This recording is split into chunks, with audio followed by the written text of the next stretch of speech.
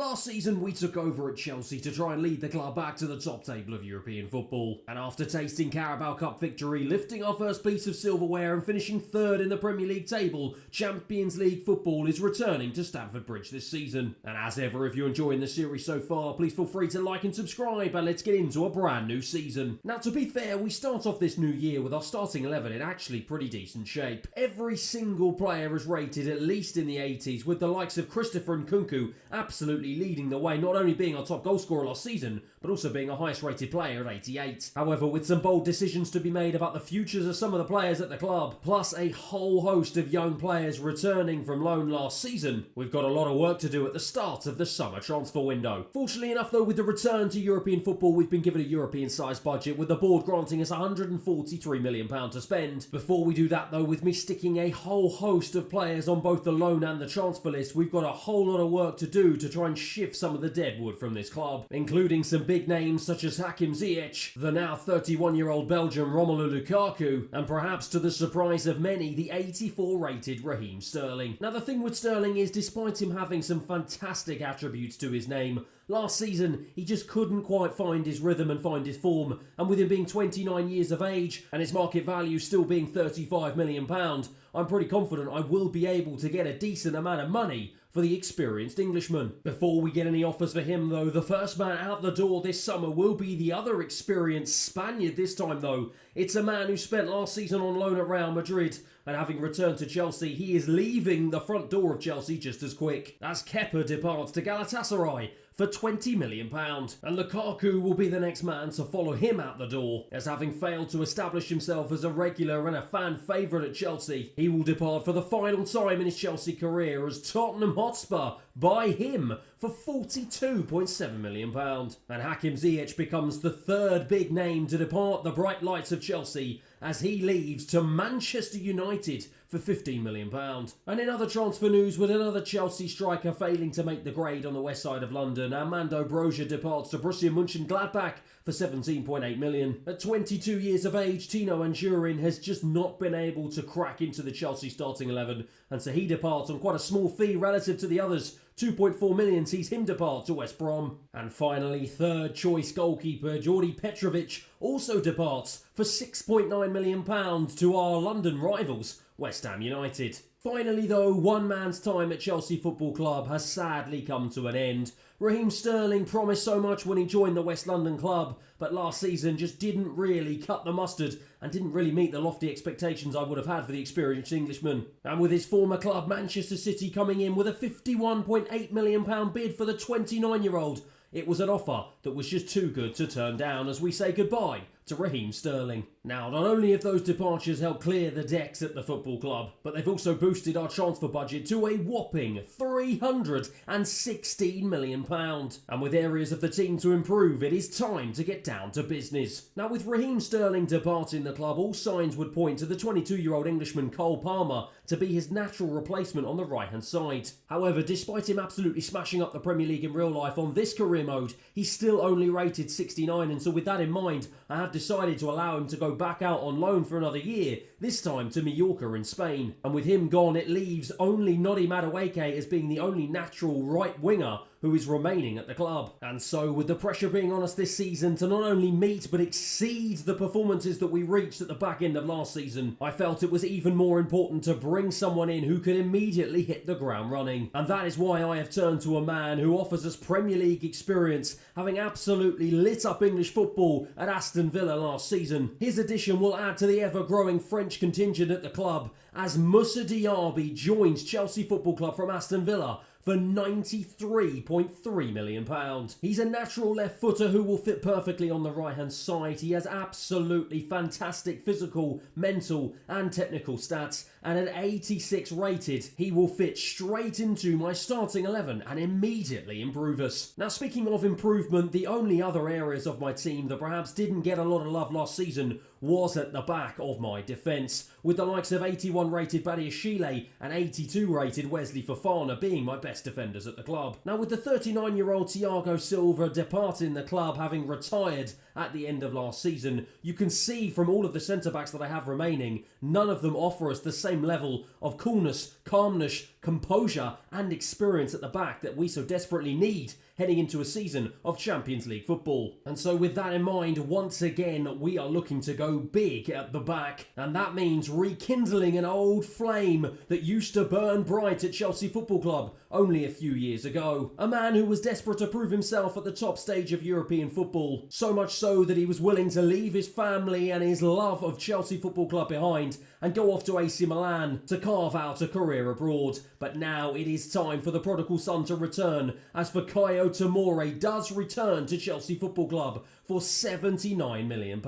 This man has all the attributes to be a perfect centre-back for Chelsea. He's got wonderful pace and mental attributes, plus at 26 years of age he's entering his prime at an 86 rated. Just like Moussa Diaby, he will come in and immediately improve my starting 11. Now despite those two transfers taking a fairly sizable chunk out of my transfer budget, fortunately enough I am still left with £139 million to spend. But with my team in pretty decent shape heading into the start of the new season, I actually think I'm going to hold fire on making any more signings and wait to see how the first half of the season progresses and whether or not I'm going to need to bring anyone else in the start of the January transfer window. But there can be no doubt that the pressure is going to be on my shoulders immediately, as the board not only want me to win the Premier League this season, win the FA Cup, but they also want me to complete a famous treble in London, as they want me to reach the final and perhaps go one step further and win the Champions League. Before we do that though, we've got the small matter of our first game back at the start of this Premier League campaign.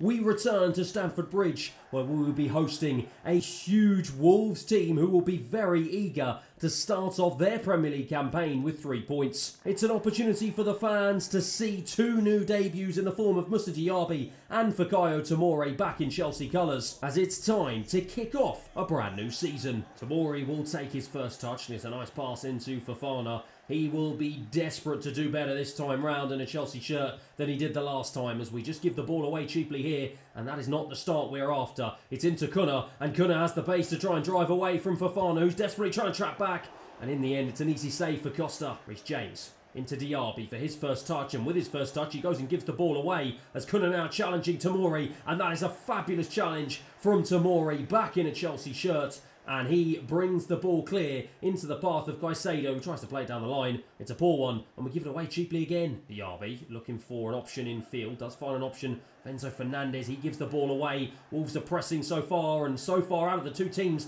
they look the more likely to score here as we give away a foul in a dangerous position. And it looks like it's going to be Guedes who's going to step up for Wolves. He has the opportunity to try and put this one into the back of the net. Will he go over the wall? Fakes it into Sarabia, who strikes, sends it wide. Reece James, at the moment, we can't seem to get out of our own half here as this Wolves press is relentless, and we don't seem to have the composure and the calmness to do anything about it. And yet again we've given the ball away cheaply, and yet again Wolves can come clear with Hwang being chased down by Tomori. He can't do enough to stop the ball from coming in. Kuna with a diving head, and it's easy in the end for Costa, but we are making a real problem for ourselves here in the opening 25 minutes. Sancho to the overlapping run of Ben Chilwell down the left-hand side. This is the first time we've really been able to break the Wolves' press. Into Nkunku, nice ball into Diaby. Diaby to strike, and on his debut, he strikes us into the lead. Well, my word, we've done absolutely nothing all game. And just like that, the new signing Diaby steps up when I needed him to. A beautiful, incisive counter-attack led by Ben Chilwell. Lovely pass round the corner from Nkunku,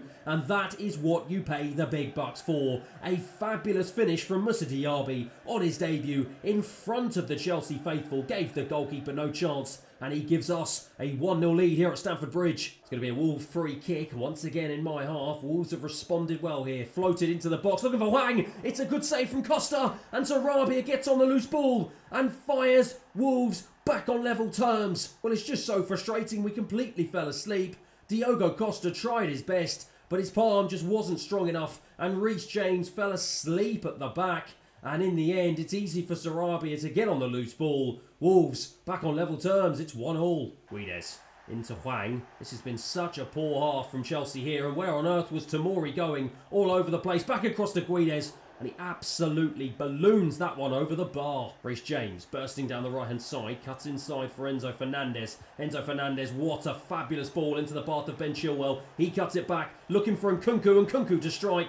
in the end, it's easy for the goalkeeper. Guedes, end-to-end stuff here in the first half at Stamford Bridge as Caicedo wins the ball back high into Sancho. He looks for the overlapping run of Ben Chilwell. Everything is coming down this left-hand side for us so far in this half. Floats it back in, looking for Diaby. Headed away well by Malacia. Gunnar bursting down the right-hand side, trying to go past Caicedo. Caicedo, though, does come back across. And we were distinctly average in the first 45 minutes of this brand new Premier League campaign, and we've got to hope that we do better so far this time round as Sancho releases Caicedo down the left-hand side, and it's been a much better start here in this second half.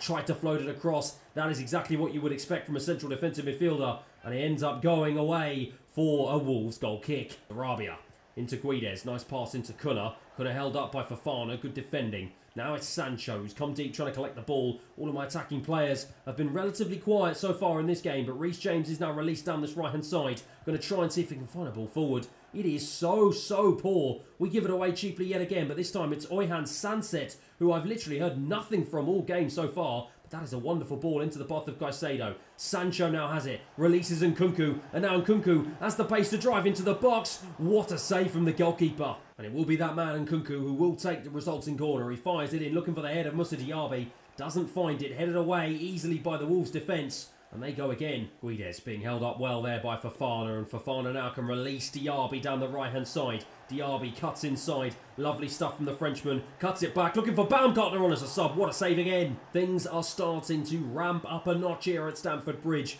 as we go in desperate search of a winner. It's a ball into Enzo Fernandez. How has he put that one wide? Caicedo into Mudryk on as a substitute. Mudryk tries to go inside, does go inside, finds Nkunku. Nkunku across into Baumgartner, into an empty net. And we do regain the lead. Well, the Chelsea fans go crazy. It was a long time coming. We've been much better in this second half. And Christopher Nkunku gets his second assist of the game. A fabulously unselfish performance from the young man as he passed it across to the substitute Baumgartner, who just passed it into an empty net and celebrates in front of the Chelsea fans. It's 2-1. Malacia down the left-hand side. Nice little dink over. Wesley Fofana with a good interception here. They can try and bring the ball out of defence. It's Maatsen again on as a substitute into the path of Mudryk, and that is a wonderful touch to get away from the defender, and he just tries to pass it past Nelson Semedo, and he does just that. Now into the box, looking for the ball into Diaby. What a fabulous goal. Moussa Diaby. What a second goal to score, and what a way to put the icing on the cake of a fabulous Chelsea debut.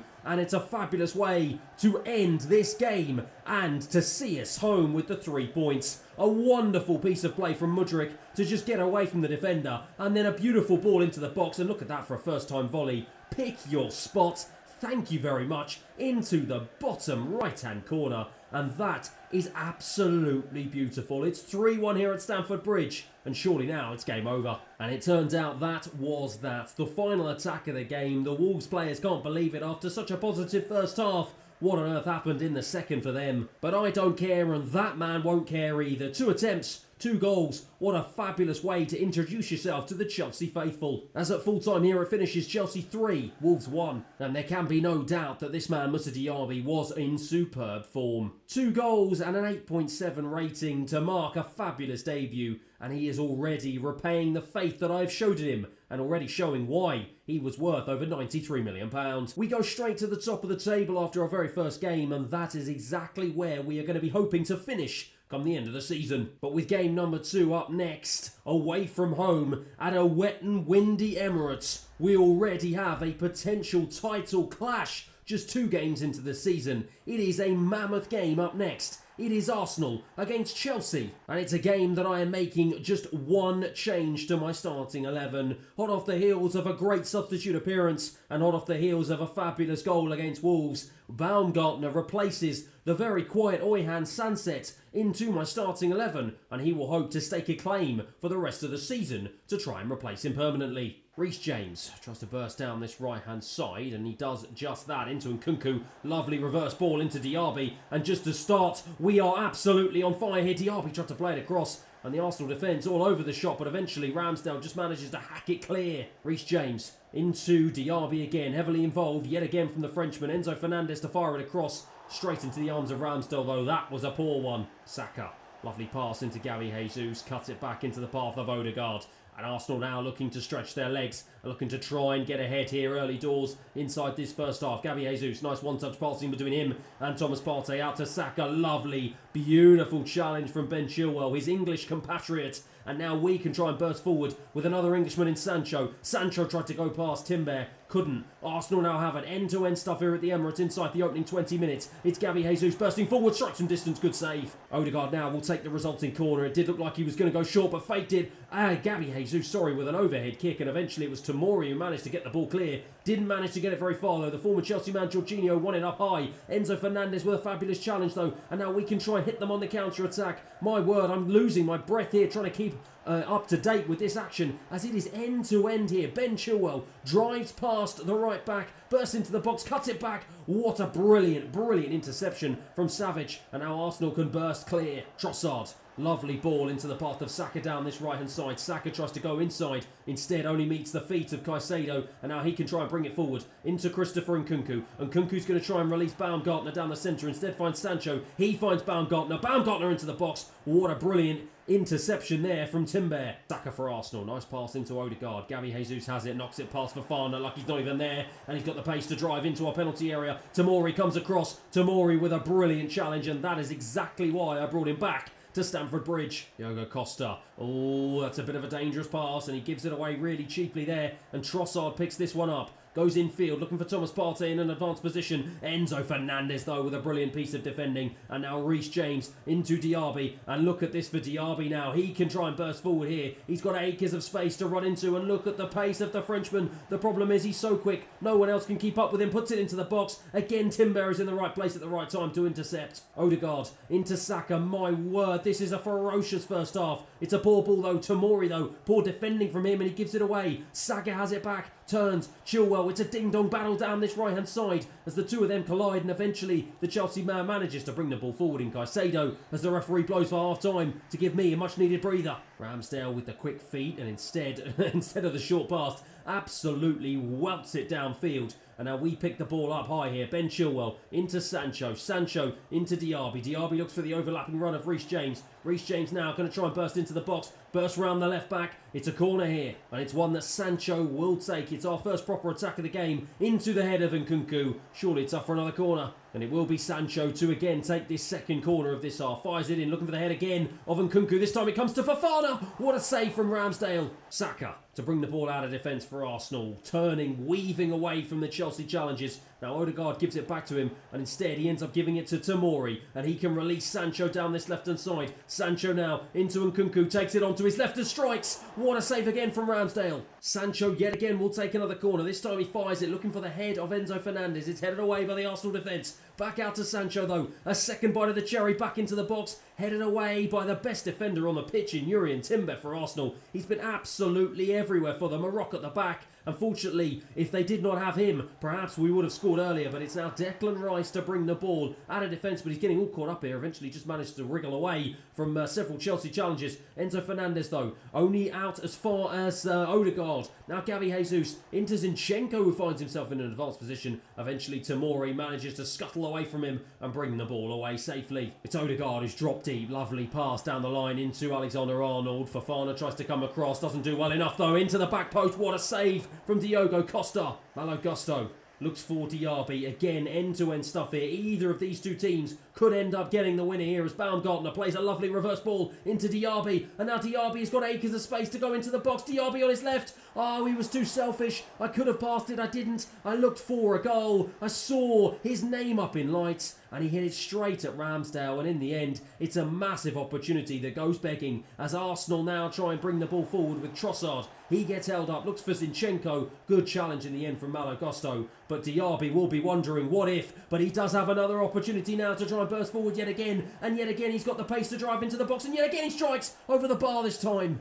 Fofana with the head. Down to Sancho. This will be the last attack of the game. Urian Timber was there yet again for Arsenal as the referee blows for full time. Well, I think both sets of fans and players will be wondering what if. Both teams had opportunities to win the game, but I have to admit, I think it will be the Chelsea players who will be the more disappointed out of the two. Full time here at the Emirates, it finishes Arsenal 0, Chelsea 0. And as I walk away, I'm kind of scratching my head wondering how on earth we didn't secure the 3 points. Perhaps if it wasn't for the heroics of the likes of Ramsdale and Yuri and Timber, we would have walked away with the win. But it's got to be this man, Moussa Diaby, who will walk away the most disappointed. He had 2 crucial opportunities at the last 5 minutes of the game to seal Arsenal's fate and to give us a precious 3 points. But he just didn't have the calmness and composure needed in front of goal. I thought he would have, having got 2 goals in his first game, but perhaps the occasion got to him, and it's one he'll have to learn from as the season progresses. It's the first clean sheet of the season for this man, Fikayo Tomori, and after a bit of a shaky start,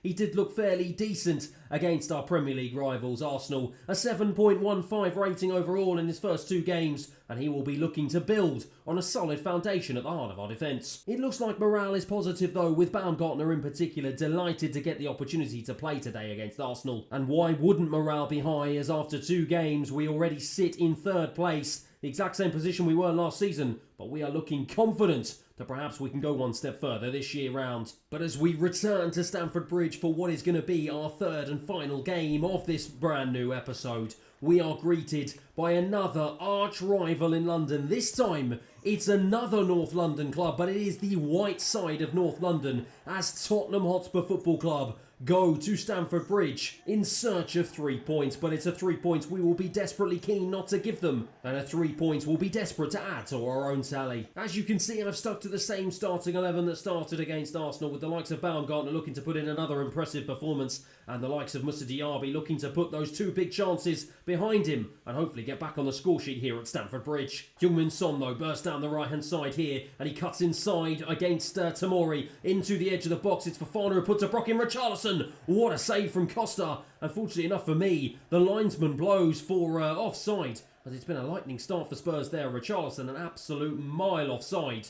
And it's a bit of a let-off there, as it was a really cheap opportunity to give Spurs so early on in the game. Reece James to bring it forward down the right-hand side. I'm going to try and dink this one over into the path of Nkunku. Headed down, though. But Nuno Mendes for Tottenham brings the ball out to Heung-min Son. And now Richarlison leading the line for the Lily Whites to bring it down the left-hand side. Looks to go one-on-one with Tomori. Tomori standing strong, though. Beautiful defending from the Englishman. And now into Christopher Nkunku, who's come deep. Christopher Nkunku yet to get on the score sheet so far this season. He will be desperate to change that here today, but instead it's Sancho who finds himself central. He cuts it back though, looking for Diaby. Nice stuff though. The Frenchman looking to try and get it onto his left foot. Can't quite find the angle to cut it back, and instead ends up giving the ball away really cheaply to Bentancur. Højbjerg for Spurs. Into Mickey van der Ven. He brings the ball out of defence with aplomb and bursts past 2 of my attackers into Richarlison. Richarlison trying to do the dance around my defence, but Reece James comes to our rescue. And now Baumgartner surely is going to try and look to release Moussa Diaby. I do look to try and release him right over the top. It's a brilliant ball into the path of Nkunku. David Garcia read that one brilliantly, and I thought he was going to be in there. Caicedo trying to wriggle around several Tottenham players, and he does just that. Enzo Fernandez now out to Reece James, cuts it back into Nkunku, looks to strike. Good interception and block from Mickey van der Ven. Basuma for Spurs to bring this one out of midfield and plays a lovely pass down the left-hand side into the path of Heung-min Son, who bursts past Reece James, instead cuts it back into Richarlison. He goes past my defence and Bentancur just drifts past Tomori. What on earth was he doing? And he puts it wide. It's a huge opportunity for Bentancur to score there, and Diogo Costa knows how important that one was. My word, how on earth did Spurs not put themselves in the lead as Son throws it back into the box, headed away by Tomori, who'll be desperate to put his mistake to rest. Kulusevski picks it up on the edge of the box, tries to go past 2 of my players, does go past 2 of my players, still has it, strikes from distance, sends it wide. Nuno Mendes for Spurs, lovely pass into the path of Heung-min Son, and he bursts past Reece James, but Tomori comes across with a brilliant challenge, and he releases Enzo Fernandez, who looks for Christopher Nkunku, who's cutting a lonesome figure up front here, but he plays a wonderful pass back into the path of Enzo Fernandez, who strikes from the edge of the box, strikes it way wide. Moussa Diaby inside for Baumgartner. He tries to get away from Nuno Mendes, does get away from Nuno Mendes, cuts it back inside, looking for Nkunku, who strikes with his right. Nuno Mendes is there again in the right place at the right time. Into Reece James, into Enzo Fernandez. Fernandez looking for Diaby, instead gives the ball away. Pedro Porro can bring this one out of defence as the referee blows for half-time. Into Pedro Porro, nice challenge from Jadon Sancho, keeps the ball alive but ends up giving it away to Bentancur. Højbjerg will pick this one up, back to Kulusevski, who bursts down this right-hand side, looks to go past Ben Chilwell. Can he try and find a ball in? He can, but it's headed away by Fofana, only out as far as the Tottenham strikers. Into Basuma. Basuma, though, challenged again by Fofana. Fofana, who's a wall at the back for us so far in this game. He releases Baumgartner, and Baumgartner into Christopher Nkunku, and Nkunku releases Sancho, and now he can drive down this left-hand side. He's got acres of space to run into here, but no one in the box to support him. Instead, he cuts it back onto his right, strikes. Brilliant interception from David Garcia as it goes out for a Chelsea corner. And it's one that Diaby will take, and I'm going to try and throw this one into the penalty spot. I do, looking for the header for Fofana, who drags it wide. Caicedo into Sancho. Sancho looks for Diaby. Diaby cuts it in on his left, look to strike. What a brilliant challenge from Nuno Mendes to cut that one down. Gusto now on as a substitute, tries to shift it onto his right, instead shifts it past Nuno Mendes into Diaby again. Diaby to strike again with his left. And Garcia again with another interception. He has been a wall at the back for Spurs today. Into Tchouaméni, who finds himself plying his trade at Tottenham. What an unlikely transfer that is. And he finds Højbjerg. Højbjerg into a Kulusevski, who finds himself central and now drives past the heart of my midfield. Fofana again is in the way. Into Bentancur. Nice little flick round the corner into Lukaku. Tchouaméni in. What a strike. What a goal. Tottenham take the lead. And of course it has to be the former Chelsea man, Romelu Lukaku, who has a hand in the build-up. The Belgian gets the assist, but the plaudits will go to the young Frenchman Tchouaméni. It was a lovely finish as he just ghosted into my penalty box. Unaware were my defenders, and unaware was Diogo Costa as he looks to the skies. It's Tottenham 1, Chelsea 0. Caicedo now to bring the ball out of midfield. We've got less than 10 minutes here to try and find a way back into this game. Nicholas Jackson on as a substitute. Tries to bring the ball forward. Finds Gusto. Finds himself offside. Tchouaméni for Spurs. Drives past two of my players in midfield. It's been a wonderful performance from him so far in this game. But Sancho now will pick it up on the left-hand side and tries to go past Pedro Porro. He does go past Pedro Porro. Into Nicholas Jackson. Jackson into Baumgartner. Baumgartner into Diaby. Diaby to strike. David Garcia is there again. It will be Sancho who will take the resulting corner. He's going to try and fire this one in. It's a good ball in, looking for the head of one of my defenders. Only out as far as Baumgartner though. He will try and fire it back into Sancho. Sancho cuts in for Moussa Diaby, who drives into the box, cuts it back. It's Ben Davies this time. Every single Spurs defender just seems to be in the right place at the right time. But Nicholas Jackson wins the ball back up high up the pitch. Looks for Sancho. Sancho into Caicedo. Caicedo to strike. Again, the Spurs players in the right place. Nicholas Jackson into Sancho. We keep the ball alive. Back into Diaby, who puts it wide. The Spurs players celebrate as that ends up being the final attack of the game. Romelu Lukaku at the height of the celebrations and in the midst of the goal that man Tchouaméni was able to score to separate the two teams. It's a frustrating day at Stamford Bridge as it ends Chelsea 0, Spurs 1. Well, it's a really tough one to take as I actually thought we were the better team overall and at least deserved a point. But the problem is it's games like this that get settled by really fine margins, and unfortunately it just happened to be a margin that was on Tottenham's side this time. It's hard to take, but we just could not take advantage of the opportunities we created. And one man who I'm sure will be more frustrated than anyone else will be that man, Christopher Nkunku.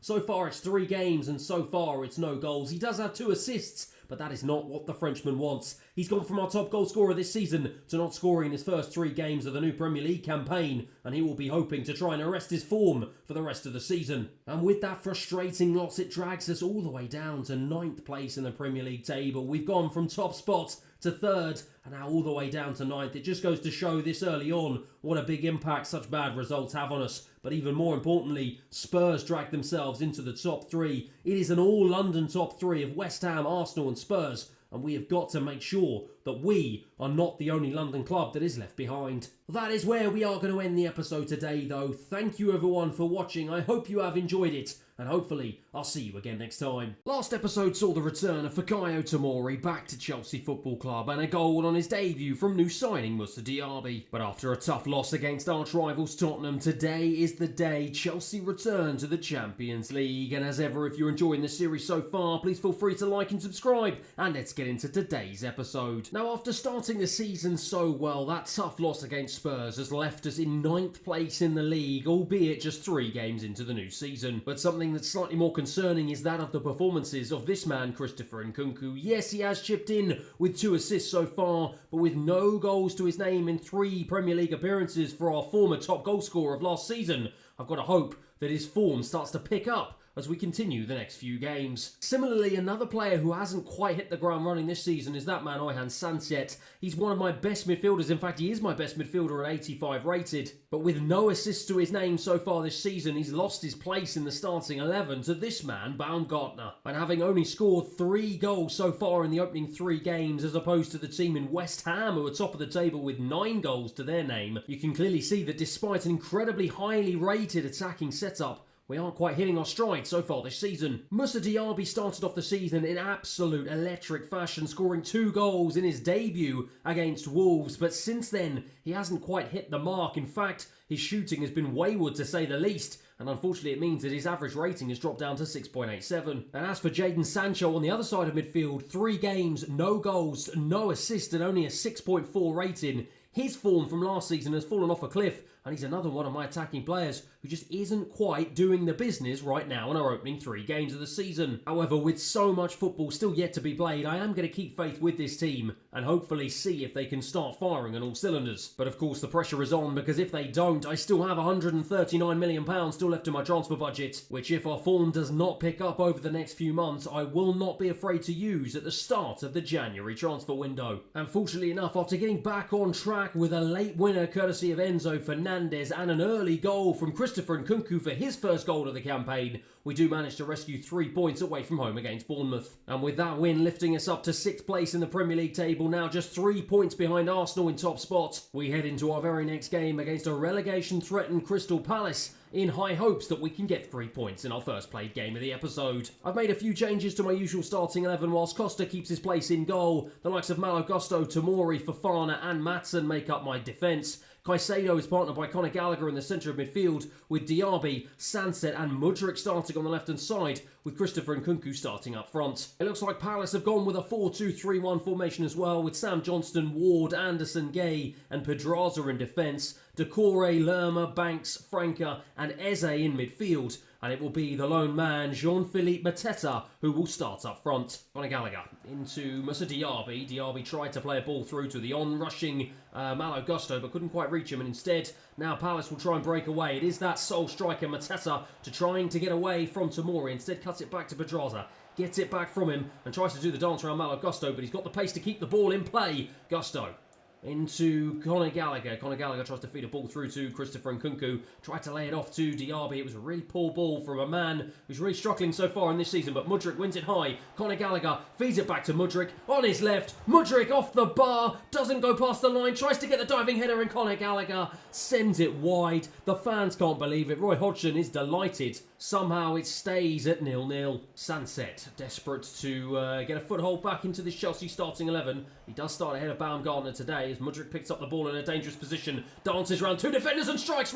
Just goes wide. Ward under a bit of pressure here from the high press from Oyhan Sanset, but it's really nicely done from the Crystal Palace defence as they manage to get it clear, but only out as far as Moises Caicedo as he wins the ball back high into Mudryk, and Nkunku now finds it. He's going to try and put it across into Diaby. What a save from the goalkeeper. That is unbelievable, and it's a fabulous way to keep Palace on level terms here. Mudryk, it has been all Chelsea so far in this opening 33 minutes, until we go and give the ball away really cheaply, and now Crystal Palace can try and hit us on the counter-attack. It was a ball over the top. It was well read by Fofana, and now Ian Maatsen can break away into Oyhan Sanset. He finds Conor Gallagher. Conor Gallagher's to drive forward, strikes from distance, and Sam Johnston was able to get his hand on that one. Diaby will take the resulting corner, going to fire it into the penalty spot, looking for the head of Christopher Nkunku. It's cleared away though by Ward, the defender. Only out as far as Ian Maatsen. We will have an opportunity to try and put this ball into the box, but instead I'm going to try and cut it back into the path of Oyhan Sanset, who gets his dribbling all wrong. And now Palace can try and break away yet again.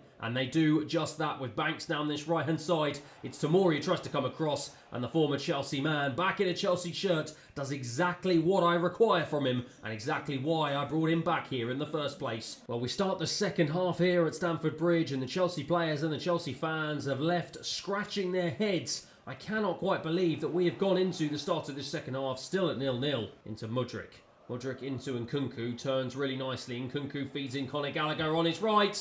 Oh, the defender got there in the nick of time. And yet again, Palace have somehow managed to keep the ball out of the net. Maatsen into Mudryk, who's come deep, picks it up in a really nice pocket of space. Maatsen gets it back cuts back into Oyhan Sunset, tries to shift it on his right, goes for a finesse, doesn't work. Diaby on his right this time, forwards to Caicedo. Mudryk now, going to try and spray this one right the way out to Malo Gusto, fires a ball across to the back post, looking for Oyhan Sunset, goes over the bar. So Matson tries to cut it back into Moises Caicedo. He drives forward, finds Oyhan Sunset. Sunset to strike from distance, blazes it against the defender. Conor Gallagher wins it again though. Gusto to try and feed this one back into the box, deflects off the defender. Corner. We are pressing high here. Surely we are knocking on the door, and surely it's only a matter of time before we do manage to knock it down. But still, Crystal Palace keep us out. Diaby heads it down to Mudryk. Mudryk fires it across into the head of Anderson. He heads it clear. He's been an absolute rock at the back for Palace today. Caicedo into Mudryk. Mudryk trying to ghost inside here. Finds Nkunku. He's got the on-rushing Diaby, who's found himself central, and he's almost being taken out there, but he still manages to keep hold of the ball. Diaby, lovely stuff into Nkunku. Nkunku into Gallagher. Gallagher to strike. Gallagher to score. A fabulous goal after a fabulous team move. Absolutely sensational build-up play. Diaby did the hard work, played it into Nkunku for his third assist of this campaign. And Conor Gallagher, on his first start of the campaign in the Premier League, fires his first goal into the back of the net. Finally past the Crystal Palace goalkeeper, and he celebrates in front of the home fans. It is 1-0 Chelsea. Now, Franca down the line for Crystal Palace. They're eager to try and get straight back into this game. Straight away, Analysing. What a head, what a save. Well, from having absolutely no opportunities, Crystal Palace are all of a sudden in the ascendancy as they desperately try and get back into this game. It's fired across. Malo Gusto tried to win it. Costa was there in time, and eventually just manages to get us out of trouble. Eze now has it for Palace. They've got just under 10 minutes here to try and see if they can get back into this game. So far, so good though for us. We are holding firm, and we've got to hope if we can keep this clean sheet and take home a much needed 3 points. But Palace are just playing it around nicely on the edge of our half here. They can't seem to penetrate the lines. There was Anderson now has it. Nice pass into Elise. For the time that they have left, they're not really doing much with it. Instead, they just try and hump it forward. And in the end, Elise brings it forward. He gets it, plays it over to Eze. And it's a brilliant block from Malo Gusto. Madueke on as a substitute to bring it away. Into Nicholas Jackson, another substitute. I'm going to try and feed this into Oyhan Sunset. Can I try and feed a ball into Madueke? He was too tired. The tired legs couldn't get there in time. And Crystal Palace get it away as the referee blows for full time. Well, it was a hard-fought game, but it was a game that we more than deserved to win. I salute the support from the crowd.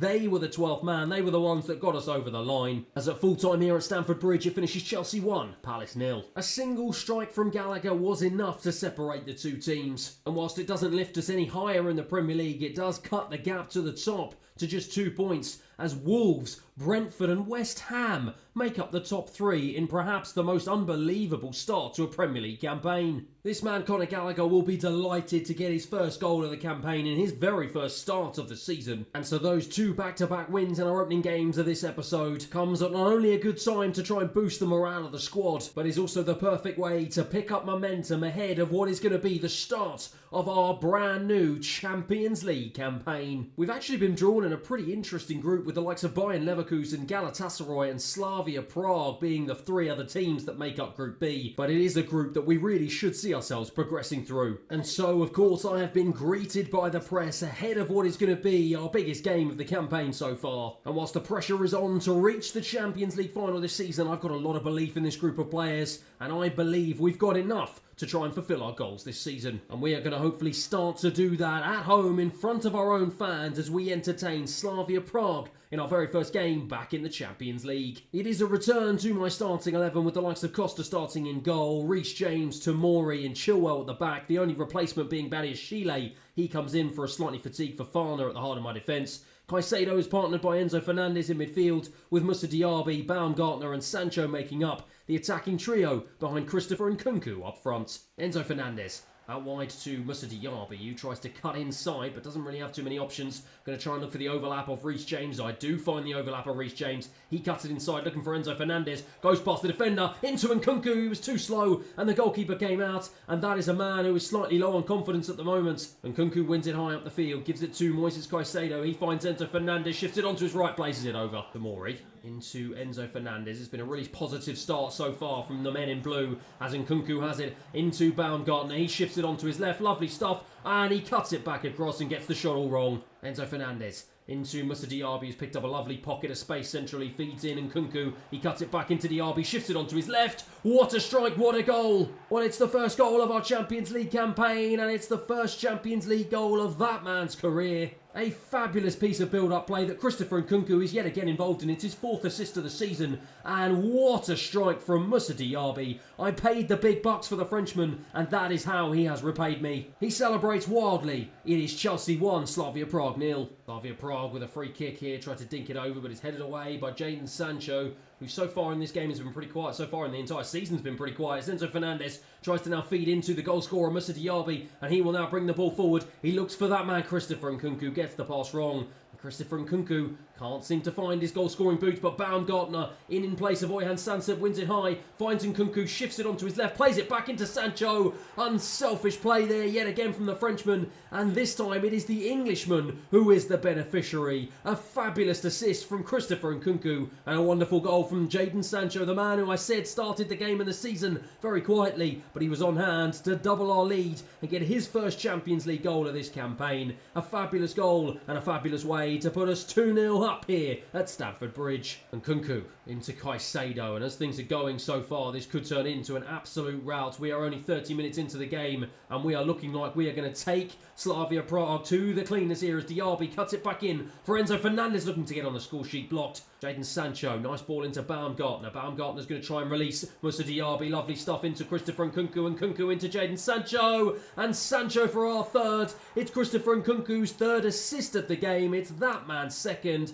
And just like that, inside the opening 40 minutes, we have put clear daylight between ourselves and Slavia Prague. Yet again, another fabulous piece of team play and another fabulous goal from the Englishman. It is Chelsea 3, Slavia Prague 0. Sancho looking for the overlapping run of Ben Chilwell, and this is turning into an absolute carnage here as Moussa Diaby. Oh my word, I thought he was going to get his second and our 4th. But somehow he placed it against the bar, and Slavia Prague have got away with one, and they got away with one there. That was a horrendous challenge from behind as the referee blew for half-time, and somehow, some way, this game is only at 3-0 so far. De Ferris tries to go out wide to Jurasek. It's a nice pass, and he's got past Reece James here. He's trying to get back here to try and defend. Doesn't do a good enough job. It's thrown back in. Ben Chilwell wins the head. Caicedo wins the second ball. And now it's out to Jadon Sancho. He cuts inside for Christopher Nkunku. And Nkunku's going to try and lay it round the corner to Baumgartner. He does just that. Baumgartner now to drive into the box. Takes it onto his left. And that is a deft finish. It is 4-0. And we have picked up here at the start of this second half exactly as we finished off the first. It was more beautiful build-up play, and it is the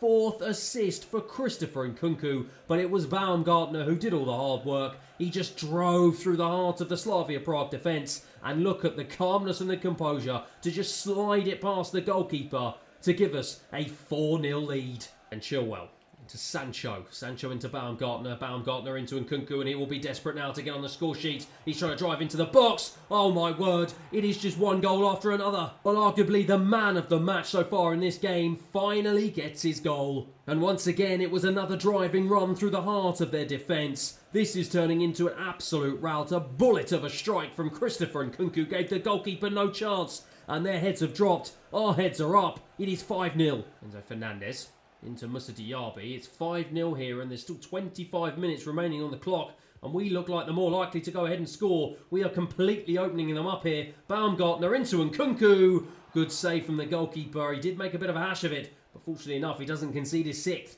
Oh, nice ball into Wellham, and now, finally, Slavia Prague have got an opportunity, and in the end, they make a real hash of that one. They're going to have a corner. I believe it is their first corner of the game here. They're going to try and swing this one into the edge of the 6-yard box. It's headed away, only out as far as Dudera, who picks up the second ball. It's Zaferis, I think that's how you pronounce his name, goes past Balashile, gets another corner. Zaferis will try, presumably, and try and float this one back into the 6-yard box again. This time it's Madueke as a sub trying to head it clear. And in the end, it's a looping header from the Slavia Prague attacker into the hands, the safe hands of Diogo Costa. That is Chile into Madueke. Madueke pays a bit of a loose pass, but in the end we do manage to keep hold of it. Levi Colwell on as a sub, finds Caicedo into Enzo Fernandez. Fernandez is going to try and go all the way out wide to Reece James here. He cuts it back inside, looking for Enzo Fernandez again. Skips past the challenge really nicely and finds Levi Colwell into Conor Gallagher on as a sub. Strikes it with his left. Good save And as the referee blows for full time here at Stamford Bridge, it is all smiles amongst the fans and players. What a way to return to the Champions League. A thumping victory here in front of our own fans. That man Jadon Sancho getting on the score sheet twice. As at full time here it finishes Chelsea 5, Slavia Prague 0. And well, look at the beaming smile on my face. I can be nothing but absolutely delighted with that performance today. People may say it was an easy win today, and for a lot of the Chelsea fans it may have felt like Christmas, but you can only beat what's in front of you, and we did just that today. A fabulous way to start our Champions League campaign. 3 points on the board, but already 5 goals to our name and a +5 goal difference. Surely we are well on our way to topping this group. Nothing but incredible praise has to go to the performance of this young man, Christopher Nkunku. A tough start to life at the beginning of this season, but 4 assists in 1 game and a 10-star performance from him gets him back on track, and hopefully he can try and carry over that fabulous performance back into the Premier League. And speaking of the Premier League, it is time to switch our attention back to English football and try and see if we can climb back up the table and try and see if we can catch up to West Ham, who top the league. And as luck would have it, it is our East London rivals who we have up next at the London Stadium in what is going to be a colossal bout here in the heart of London. Some fatigue-induced changes have been made to my usual starting 11. Costa keeps his place, but Malo Gusto, Tomori, Fofana and Chilwell make up my back line. Conor Gallagher gets the captain's armband today in place of Reece James, and he partners Fernandes in midfield. Madueke makes his first start of the season in the Premier League, with Oyhan Sanset returning to the starting 11, as does Mudryk on the left-hand side. But of course, the main man Christopher Nkunku keeps his place up front. West Ham United have been firing on all cylinders here in this season with this 4-2-3-1 formation. Areola starts in goal. Kehrer starts at right back with Agurd and Mavropanis in the centre of defence. Rico Henry makes up the final man in the back line. Carvalho and Edson Alvarez start in midfield. Jared Bowen, Cornet and Paquetá start just behind Jonathan David, who leads the line up front for them. Well, here we go then. This is going to be a massive game here. West Ham has started off this Premier League campaign on absolute fire, and we are hoping to put this fire out in front of their home fans here and try and get a much needed 3 points to do our own work to try and climb back up to the Premier League table, at least into the Champions League spots. Fofana drills it out wide into the path of Ben Chilwell. He cuts back inside into Oyhan Sanset. Can't help but feel like we're going to have a much tougher game here today than we did against Slavia Prague in midweek. And that was a cross, that was fired across from Malo Gusto, and he got it all wrong. And in the end, West Ham get it clear, but we do manage to win the ball back high up the pitch. Madueke now to try and drive down the right-hand side. He does just that. I'm going to try and cut this one back into the path of Malo Gusto. He finds Oyhan Sanset. He finds Conor Gallagher, who strikes with his left, straight against the defender. Gallagher into Sanset, who's dropped deep. Nice stuff from him. It finds Enzo Fernandez. I'm going to try and go out wide to Malo Gusto. Doesn't really have too much support from Madueke, but instead manages to go in alone and hold up the ball well on the right-hand side. Instead does eventually cut back to Madueke. Has the momentum just gone out of this attack here? I'm trying to find an option. Conor Gallagher going to try and fire it down the line into Ben Chilwell. He's going to try and float it across, looking for the head of Sanset. Instead, he tried to go for an acrobatic volley. West Ham hack it away again, though. It's been so far so good for Chelsea here. We've been all over West Ham. They have not threatened. They've barely got into our half so far in this opening 26 minutes here. And off the two teams, we look like the more likely to score, but we haven't managed to find the breakthrough yet. Enzo Fernandez, though, will try and do it. Instead, just fires it against Willem, who's been everywhere so far in this game. He's blocked pretty much every cross, every pass I've made. It's a good ball in. Madueke just over the bar. Fofana into Tomori. Tomori goes out wide, tried to go out wide to Ben Chilwell, but instead gave the ball away to Jared Bowen. He's being held up now, and Tomori comes across with a wonderful challenge. And now Mudryk is released into the path of Nkunku, who took it wonderfully. And Nkunku now to try and dink it over the goalkeeper. And in the end, Areola read it well, held his ground, and held hold of the ball. Rico Henry plays it into Paquetá. Surely he's going to look for the overlapping run. Instead finds Maxwell Cornet. And Cornet now drives in. Where on earth am I defence? Costa comes out. What a piece of goalkeeping. Mori tried to dink this one over, trying to find the head of Mudryk, but Jared Bowen wins it back. West Ham now starting to creep back into this game here. What a ball into the path of Jared Bowen. So far has been the danger man, and he drives into the box. Another big save. Cornet tries to drive away from Madueke. Instead cuts it back to Alvarez. Alvarez under a bit of pressure here as Madueke presses high and wins the ball back really well. Madueke just passes it just wide. Mavropanis out to Edson Alvarez. He goes out wide to Maxwell Cornet, but Enzo Fernandez well intercepted by the Argentinian, and now Madueke can try and drive away from the West Ham defenders, and he finds Malo Gusto on the overlap. Malo Gusto now to try and bring it forward. Lovely stuff here. Going to try and dink it back across the box. Well defended there by West Ham. Enzo Fernandez wins the ball back high though. It's Oyhan Sunset to drive into the box. Strikes it with his left. Just wide. It's an Alvarez. West Ham ended up finishing the first half fairly well. They're going to look to try and do the same in the second with only 20 minutes remaining here. But Conor Gallagher now has it for Chelsea. Out to Moussa Diaby on as a substitute. He's got Ben Chilwell steaming up this left-hand side. And he manages to get away from the West Ham right back. Doesn't really have too many options though, so has to in the end wait for the rushing run of Moussa Diaby. Diaby now to try and cut it back into Nicholas Jackson, who strikes. What a strike! What a goal! When he's only just come on as a substitute for Christopher Nkunku, and my word, he has made his mark immediately. Lovely play from the two substitutes to combine, and what a finish from Nicholas Jackson to break the deadlock here at the London Stadium.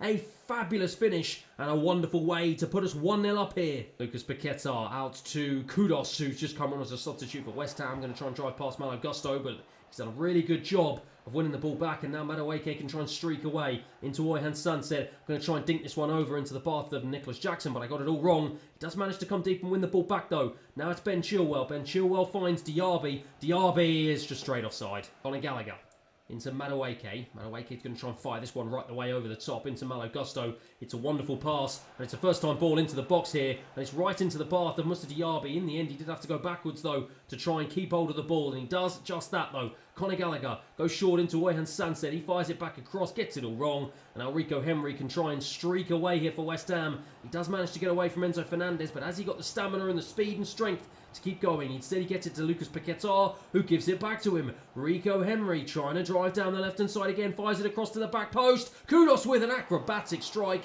and what a save from Costa in the dying minutes of the second half. Well, it's a West Ham corner. The goalkeeper is up. This is their last opportunity here. We are long past the allotted stoppage time. It's a poor corner. Matson heads it away. Madueke heads it away, and the referee blows for full time. It is another hard-fought game and another hard-fought victory. It's a 3 points here against the current Premier League leaders. That man Nicholas Jackson doing his job, coming on as a sub and making the difference. As his goal proved to be the difference today. It's West Ham 0, Chelsea 1. And super sub is the perfect way to describe the young man. There's no doubt that he struggled last season playing second fiddle to Christopher Nkunku, and bearing in mind that Christopher Nkunku is 89 rated and arguably my best player in my entire squad, there is going to be no doubt that he probably will be playing second fiddle this season. But a brilliant way to come on and do his position absolutely the world of good, coming on and scoring and doing exactly what is required of the young man. And not only does his goal drop West Ham down to second place off of top spot, it has brought us up to third place now, level on points with Brentford, who somehow find themselves in first. And after Nicholas Jackson was able to get on the score sheet once again as we managed to knock Rotherham out of the third round of the Carabao Cup, courtesy of a 2-1 win, we find ourselves kicking off in yet another top of the table clash. This time, it is Brentford, the unlikely leaders of the Premier League, who we host at Stamford Bridge for what is going to be our last game of this episode, and what a fabulous way to end it. It is a return to what I'm deeming at the moment my strongest starting 11. Costa starting goal, Reece James at right back, Tomori and Fofana partner each other in the centre of my defence, with Ben Chilwell starting on the left hand side. Caicedo and Enzo Fernandez are in midfield, with Moussa Diaby, Baumgartner and Sancho playing in behind Christopher Nkunku up front. Diaby into Enzo Fernandez, who's come short and trying to wriggle away from the challenge of the Brentford midfield here, and he does a brilliant job of doing so and feeds it into Moussa Diaby, who stayed on side. And Nkunku strikes with his right. What a save from Raya. What a fabulous save from the Brentford goalkeeper, who somehow finds himself playing back at the London club after his loan move to Arsenal in real life. Baumgartner picks it up again though. This has been a fabulous start to this game so far. Ben Chilwell picks it up on the left hand side. He's going to try and look surely to go short. He does. Finds Sancho, cuts it in on his right. Good defending to hold up the ball, but Sancho wriggles away and strikes with his right. And David Raya with another brilliant save inside the opening 10 minutes. De Silva tries to dink it forward, but it's well intercepted by Enzo Fernandez. Caicedo into Sancho. Sancho into Moussa Diaby, who's coming to central. And now it's Caicedo with his right foot. What a strike from the central defensive midfielder. Well, an unlikely man to find himself in an advanced position. But my word, what a finish from a defensive player. Absolutely lashed it into the top left-hand corner and gave Raya no chance. He fires us into a 1-0 lead. Veerman, lovely ball over the top looking for Mbuemo, and he beats Ben Chilwell to it, and now he beats him into the penalty area. Fofana tried to come across, did a really good job of holding him up there. That was a fabulous piece of defending from the Frenchman, and now Sancho can try and break to Tomori. Or he goes out wide to Reece James. He's trying to feed it into Christopher Nkunku. Tried to play it into the path of Moussa Diaby. Couldn't find him, but Reece James will pick it back up again. He's under a bit of pressure here, but manages to wriggle away from a couple of challenges. Diaby picks it up. He's trying to shift it onto that dangerous left foot. Can't quite do the business though. And Nkunku now trying to get into the penalty area. Brentford are defending well, and they've got men back here. Enzo Fernandez instead is going to try and feed it out wide to Ben Chilwell. We're going to try and play a first-time ball right the way over to the back post. Looking for Christopher Nkunku. It is cleared away by the Brentford defence. Fofana to try and bring this one out of defence for us here.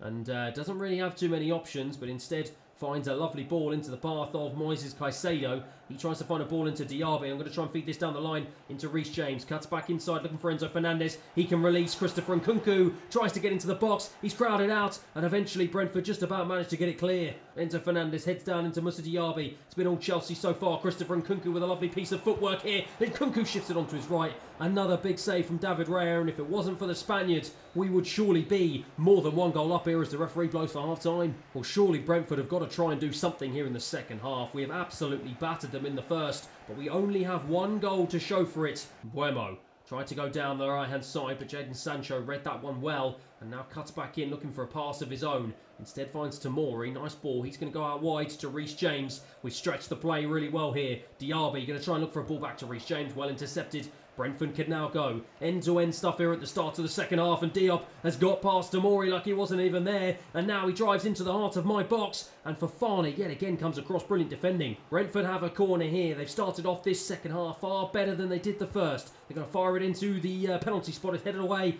by one of the smallest men on the pitch in Moussa Diaby, and now Baumgartner will try and bring this ball forward. I was going to try and feed it into Christopher Nkunku, but he just didn't have the pace to get away from the Brentford defence, and in the end they managed to get it clear. Maricic into Brobby. Brobby, lovely pass into Mbeumo. Mbeumo here going to cut it back into Brobby, who strikes. He scores. Brentford back on level terms. Well, I said after all of our good work in the first half, we did only have one goal to separate the two teams. And just like that, our lead is cut. It's frustration all round for me. It's 1-1 here at Stamford Bridge. Tomori feeds it out wide to Reece James. Again, trying to stretch the play here. And Reece James finds Enzo Fernandez, who bursts into the box. Lovely footwork. What a save again from David Raya. My word, he has kept Brentford in this game. Down out for Brentford now. Wriggling away from a couple of challenges inside my midfield. Fofana again is there to make the interception and to release Jadon Sancho. He finds Nicholas Jackson on as a sub. Conor Gallagher now trying to feed in Enzo Fernandez. Enzo Fernandez into Moussa Diaby. He can drive into the box and strike with his right. And what a fine strike it was. Collins into Veerman.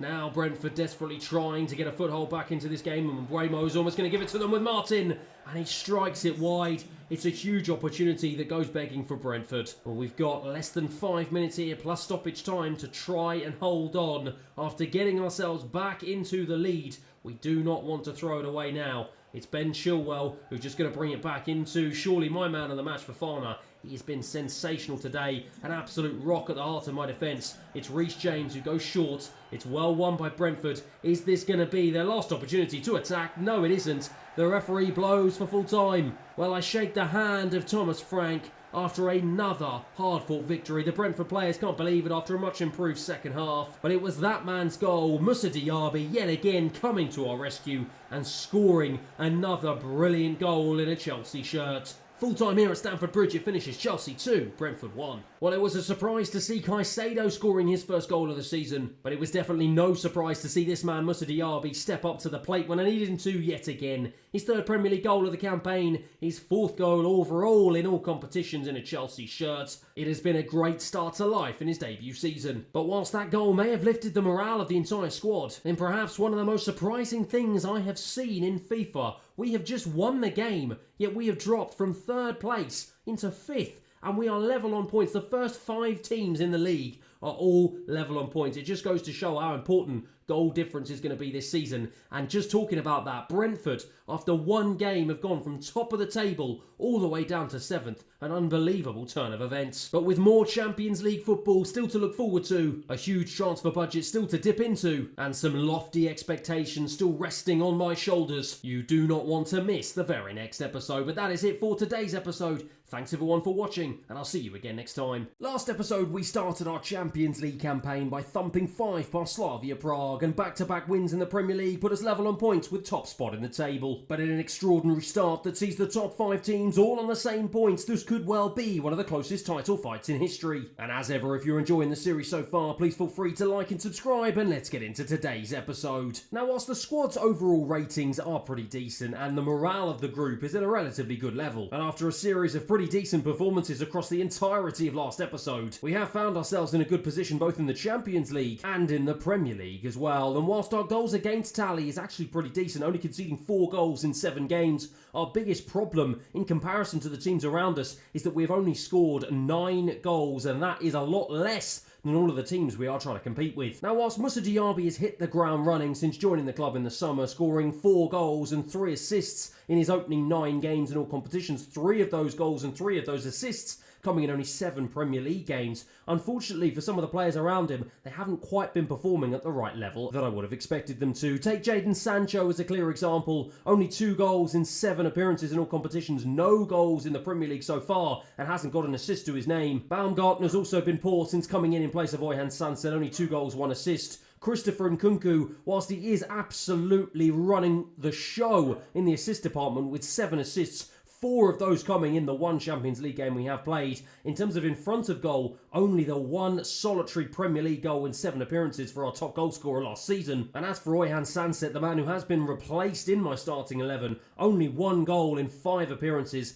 no goals in the Premier League, no assists in the Premier League. And for a man with 86 as his rating, I would really expect better from the Spaniard. So depending on how we progress over the next few games and perhaps the next few months, I might have to look to try and see if I can make 1 or 2 tweaks to my formation or even to my starting 11 to try and see if I can get the best out of some of my attacking players at my disposal. For now though, we have the immediate chance to try and put things right and extend our gap at the top of our Champions League group as we head over to Turkey, more specifically to face off against Galatasaray in our 2nd Champions League game in the campaign. Bearing in mind we've got Manchester United in the Premier League in only a few days' time, I have made a few changes to my usual starting 11. Costa of course keeps his place, but the likes of Gusto, Tomori, Fofana and Maatsen make up my back line. Caicedo is partnered by Conor Gallagher in midfield, with Madueke coming in for Diaby on the right-hand side. Oyhan Sanset returns to the starting 11, as does Mudryk on the left-hand side, with Nicholas Jackson coming in for his first Champions League start, ahead of Nkunku, who drops to the bench. Augusto goes short, but gives the ball away. That's a really soft one to give away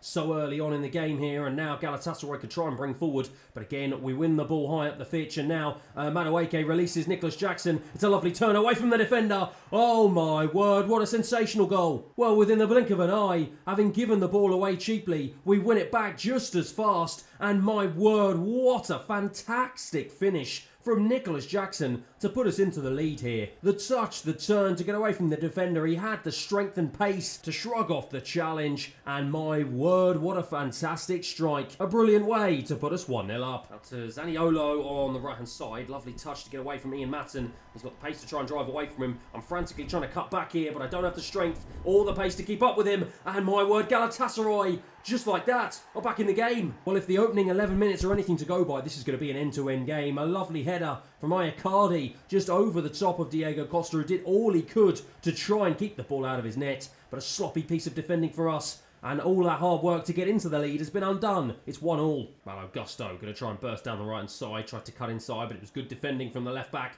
And now they can try and break free here, but Tomori tried to come across, lost it in his attempt to try and win the ball back high. Now Galatasaray can go forward with Icardi, the goal scorer. He's being tracked back here by Fofana. Lovely little cut back to the left back. He ends up giving it away. Madueke into Conor Gallagher. This is end-to-end stuff here. And now Malo Gusto is released down the right-hand side. He's got the pace to burst away from the left back. Has he got many options? Going to cut this back to Nicholas Jackson on his right. Oh my word, the goalkeeper and the defender got it all wrong. Well, he celebrates his 2nd goal of the game, and within 20 minutes there's been 3 goals already so far. Well, it was a wonderful team goal, an incisive counter-attack. Malo Gusto doing the hard work down the right-hand side, cut it back.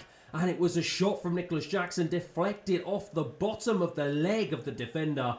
And in the end, the goalkeeper could do nothing about it. Well, perhaps he could have done something about it, to be honest. Looking at that replay, it was slightly closer than I thought, but I don't care, neither does he. It's 2-1 into Caicedo, who's under a bit of pressure here from the former Arsenal man Torreira. He'll be desperate to play well here today against his former London rivals, but Fofana wins that ball well. And now Nicholas Jackson has it. Oyhan Sanset to release Mudryk down the left-hand side, and Mudryk surely has the pace to burst into the box here. He does have the pace. Mudryk, he doesn't have the finish. Oyhan Sanset doesn't have the finish either. It's bundling around. Madueke to try and strike. It's off the defender. We still have it. Mudryk goes wide. Well, that was a massive let-off for Galatasaray. The ball was bouncing around like a pinball inside their penalty area. Mudryk got it all wrong in the end. Two really poor shots from the Ukrainian. And Galatasaray get away with one. Torreira gives the ball away. Really, really good play there from Oyhan Sanset to win it back. And that's a beautiful defence-splitting pass to Madueke. He finds Maatsen into Mudryk. Mudryk's going to try and play it down the wing again. Looking for Ian Maatsen on the overlap. Couldn't find him. And now Icardi has picked up a lovely pocket of space in the centre of the park. Yunus being chased down by Tomori. Out wide to the left winger. I've absolutely no idea how to pronounce his name.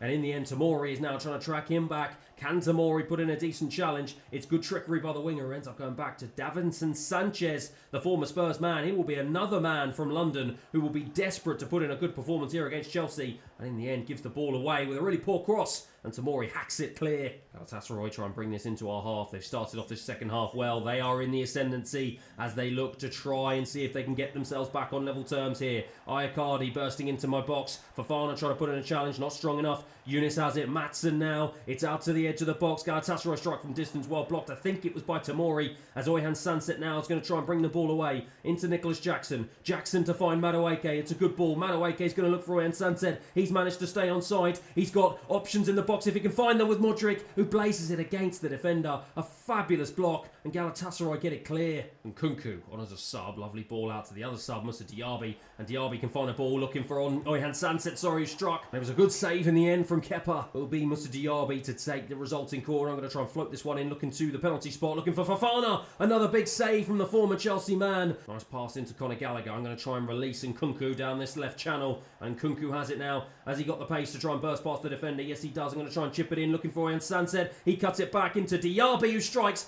Kepa again. Well, just before I take this corner, I am going to bring Mudryk off. He's had 3 brilliant opportunities, all of which he's spurned. And it just hasn't been a good day at the office for the Ukrainian. Sancho, though, will take the corner on as a sub, hoping to get an assist in his very first touch. Didn't happen though. Diaby now back out to Sancho. Sancho into Colwell, who's on as a sub. He will try and strike with his left, and in the end it's easy for Kepa. Well, as I go over to salute and shake the hand of the Galatasaray manager, the referee called time on what was a very exciting end-to-end game here in the Champions League. That man Nicholas Jackson's 2 goals were enough to give us a much-needed 3 points. As at full-time here it finishes Galatasaray 1, Chelsea 2. There can be no doubt that Nicholas Jackson was in superb form, and he will be absolutely delighted that his first 2 Champions League goals of this campaign are enough to put us 5 points clear of third place Galatasaray, and to put us in a commanding position with just 2 games played so far to already get through to the next round. One man though who perhaps won't be as excited is this man Mudryk. He got himself into a few really decent positions,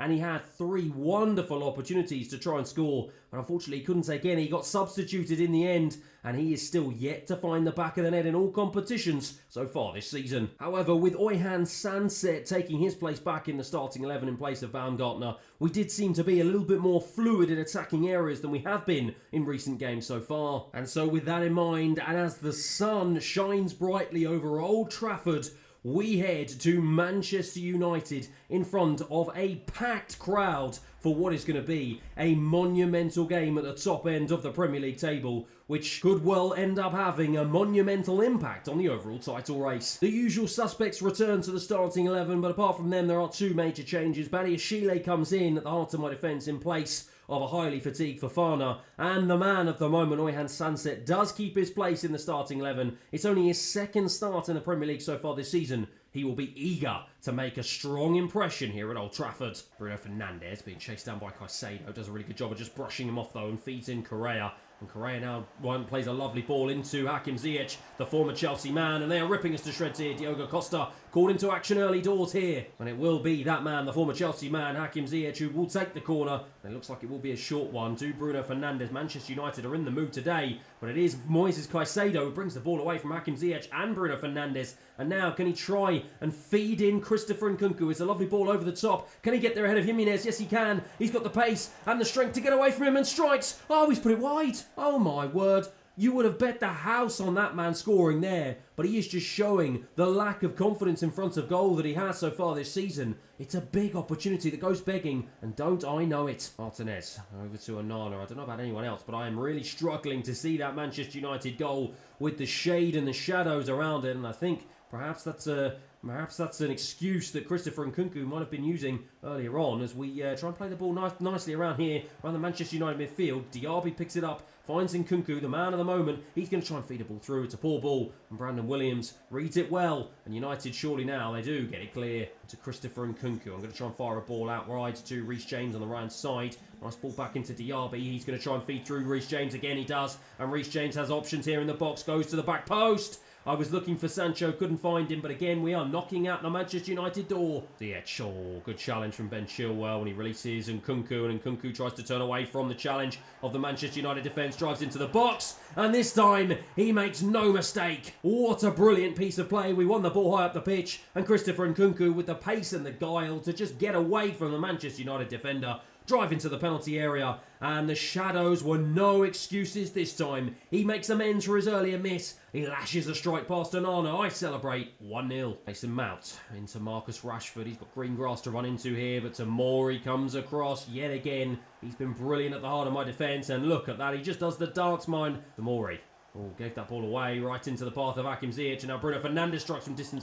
Chile with a good block. Enzo Fernandez, though, being chased down by Hakim Ziyech. He is desperate, clearly desperate to try and put in a good performance today and show me why I was wrong to sell him. But in the end, he goes and gives the ball away, and Diaby now can try and get away from the Manchester United defence. What a run here from the Frenchman. Drives forward. Can I feed a ball into Oyhan Sanset? It's a wonderful piece of play. Oyhan Sanset's in, and we are in the back of the net yet again. Well, Oyhan Sanset, on his return to the starting 11, will take the plaudits after a fabulous finish. But that was all down to the finesse and the hard work of Moussa Diaby. Sensational guile and just unbelievable skill and dribbling to just ghost down that right-hand side, cut inside there, lovely ball into the Spaniard, and he made no mistake. It's 2-0. Tries to play a ball through, tried to cut through the defence into Christopher Nkunku, but ended up giving it away. Moises Caicedo, though, does a really good job of winning it back in the midfield. Diaby, lovely touch into Christopher Nkunku. He's looking for a run here. Can I try and find a run of Reece James? It was a good ball, but it was well intercepted by Manchester United. End-to-end stuff here at the start of the second half. Here at Old Trafford, Bruno Fernandes, lovely little cut back to Mason Mount, another former Chelsea man in the Manchester United starting 11. He finds a wonderful ball out wide to the right side into Williams, and now I'm really struggling to defend with these shadows in front of my own penalty area, and in the end it was Caicedo with a wonderful challenge, and we get the ball clear. And Nkunku, lovely little touch into the path of Jadon Sancho, and he can now stretch his legs, and he just goes past the defenders there like they're not even there, and Jadon Sancho into the box against his former club. Oh my word, that will feel good. Well, the Englishman's had a torrid time at the start of this season, but my word, what a time to turn up and score a fabulous goal. It's another brilliant run, this time from the other end of midfield, and Jadon Sancho applied the finish himself. He just drove past the Manchester United defence, and it was a fabulous finish on his left foot, gave the goalkeeper no chance, and it's 3-0. Oyhan Sanset into Moussa Diaby. Diaby is coming into the centre here, but I was going to try and fire a ball all the way out to Jadon Sancho, but it was well read by the United defence, and now Marcus Rashford across into Bruno Fernandes. What a save. But after all of that, the referee ended up calling time on what was a fabulous affair here at Old Trafford. That man Jadon Sancho will be delighted with his performance, as his strike ended up helping us grab a 3-0 win against Manchester United. It's a win that lifts us up to second place in the table, our highest position in the table so far this season, and one that drops Manchester United all the way down to 8th position, just 3 points separating the top 8. What an unbelievable start to this Premier League campaign. Sancho's had a bit of a difficult start to life so far this season in a Chelsea shirt, but that goal against his former employers will hopefully do his confidence the absolute world of good, and hopefully it can start to kickstart his season and see him climb up the goal-scoring charts. Another man who I'm sure will be delighted with his performance will be this man, Oyhan Sanset. His first goal so far this season, and just like Sancho, he will be hoping that that one will also ignite the rest of his season. But whilst Oyhan Sanset will be delighted to get on the score sheet for the second time in a row, his late goal in the 87th minute was only enough to rescue a point at home at Burnley. But I now think it's time for us to shift gears and return our attention back to the Champions League. 2 games in, 6 points on the board, 7 goals to our name and just 1 conceded so far. But the best defensive record in the group goes to Bayern Leverkusen with no goals conceded. And as I approach the press ahead of what is going to be a mammoth game against the German Giants, I am confident that we are in top form though. I'm delighted with our results and I'm confident we can go one step further in the Champions League. I'm pretty sure though that the German club will not be looking to make this any easier for us today though, but we are at home in front of our home fans and they will be hoping that we can put on a show, clinch the 3 points and put ourselves in a commanding position in this Champions League group. And with the team playing so well at the moment, it is a return to my usual starting 11. The one and only change yet again though is Badiashile coming in for the back for a slightly fatigued Wesley Fofana. And Chilwell. Nice pass into Caicedo, cut through the lines of the Bayern Leverkusen midfield as Christopher Nkunku dances away around the defence and he forces the goalkeeper into a big stop in the opening 6 minutes of this game. Into Frimpong, the attacking right back will be desperate to make his mark here today, but Caicedo puts a stop, an immediate stop to that, and he releases Enzo Fernandez. Enzo Fernandez cuts it back in for Caicedo. He finds Nkunku. What a block from the defender. Asmussen to bring it forward now. He tries to find Xhaka. He does find Xhaka, the former Arsenal man. It's Grimaldo now back out to Xhaka. Lovely play here. Gerard Moreno has it. He drives to the edge of the box. Oh my word, that is fabulous. Well, granted, we gave him too much time and space, but I was not expecting that from the Spaniard. A shot from the outside of his left boot. He just curled it round Diogo Costa. He can't believe it either. It's 1-0 by Leverkusen. Reece James. Nice pass into Christopher Nkunku. Out wide to Diaby. We're looking to make an instant impression here to try and get ourselves back in the game. It was a good ball in. It was a better header away from the Leverkusen defence. Ronaldo being chased down by Enzo Fernandez, but he feeds in Granit Xhaka. Moises Caicedo is everywhere so far at the heart of my midfield. Now driving down this right-hand side into Christopher Nkunku. He takes it on. Takes on 2 defenders. Goes past them both. Jadon Sancho can't go past Hincapié though, and now Bayern Leverkusen to try and hit us on the counter-attack. Alvarez into Gerard Moreno, the goal scorer. He goes back to Gavi. End-to-end stuff here at Stamford Bridge. It's not looking positive so far as Alvarez picks it up. The former Manchester City man feeds it into Gerard Moreno. Lovely stuff here on the edge of my box. Granit Xhaka to strike. He's got a thunderbolt of a left foot, but couldn't take advantage then as we clear our lines. And now Christopher Nkunku to try and clear it away. Down the line, looking for the run of Moussa Diaby. It was almost covered off, but not well enough. Diaby picks it up again, cuts inside, looks for Oyan Sanset. He hits it with his left. Good save. My word, I'm struggling to keep up here. It is non-stop action at Stamford Bridge. The ball into the box. Oyan Sanset. It's a bullet header. It's 1-1. Well, the Spaniard has come alive in the last few games, and my word, what a time to make an impression. Both teams have been sensational here in the opening 30 minutes, but it's Oyan Sanset, the Spaniard, who rose highest in the Bayern Leverkusen box. And look at this for a powerful header. He just looped it over the goalkeeper, who had no chance. He was flailing all over the place, unable to stop it. And we are back on level terms here at Stamford Bridge, much to my delight. Grimaldo dances around Reece James like he's not even there. And Bayern Leverkusen looking to strike back immediately here. Into the box they go. And it's being held off by Tomori, but he ends up cutting it back to Xhaka. Gerard Moreno, the goal scorer, and the danger man. Good save, though, from Diogo Costa. Keeps us in the game. Moussa Diaby clears his lines. And now Oyan Sanset to bring it forward as the referee blows for half-time. Frimpong trying to drive down this left-hand side. Tries to go past Badiashile. Good defending from him again, deputising for Wesley Fofana, and he's doing a really good job in doing so all season so far. He hasn't put a foot wrong as Jadon Sancho feeds in Christopher Nkunku. Lovely play, who strikes. What a goal. Well, that man Nkunku has been on absolute fire so far in the Champions League, and he has scored yet again. Beautiful, beautiful build-up play. Lovely little interchanging passing, and Jadon Sancho just fed it through to him. And look at that for a finish. That is a man who is starting to get his confidence back. 2-1. Frimpong for Leverkusen. Nice ball into Gavi. He tries to go past Badiashile. In the end, he does manage to get past him through some nice interchanging passing. But Jadon Sancho to bring this one away. Now into Oyan Sanset. Sanset's going to try and release Christopher Nkunku. It's a wonderful ball. And now the Frenchman will try and drive into the box here. He's trying to get past Hincapié. Doesn't have the pace. Good recovery defending from the Bayern Leverkusen defenders. There is only one goal that separates the two teams, and this is anyone's to win as Malo Gusto on as a substitute clears it from our line. My word, that was important as Frimpong now is in the box. Oh, Diogo Costa came out. My word, Bayern Leverkusen are starting to knock on the door here. Ian Maatsen trying to drive forward, feeds in Nicholas Jackson on as a substitute. He tries to cut inside. I'm going to try and feed a ball all the way over to Malo Gusto on the right side, who takes it down and strikes it. It was a good volley. In the end, Mudryk will be the man to pick up the loose ball. He finds Ian Matson. Matson finds Nicholas Jackson, who tries to strike. Good block from the defenders. And now Leverkusen can go again. Alvarez into Wirtz, end-to-end stuff here with just minutes remaining on the clock here for us to try and hold out for what will be a vital 3 points in our quest to try and get through to the next round of the Champions League. But Grimaldo drives into the box, cuts it back to Hoffman, gets it back into Gavi, who strikes. Big save from Diogo Costa. That may well have sealed 3 points. No, it hasn't.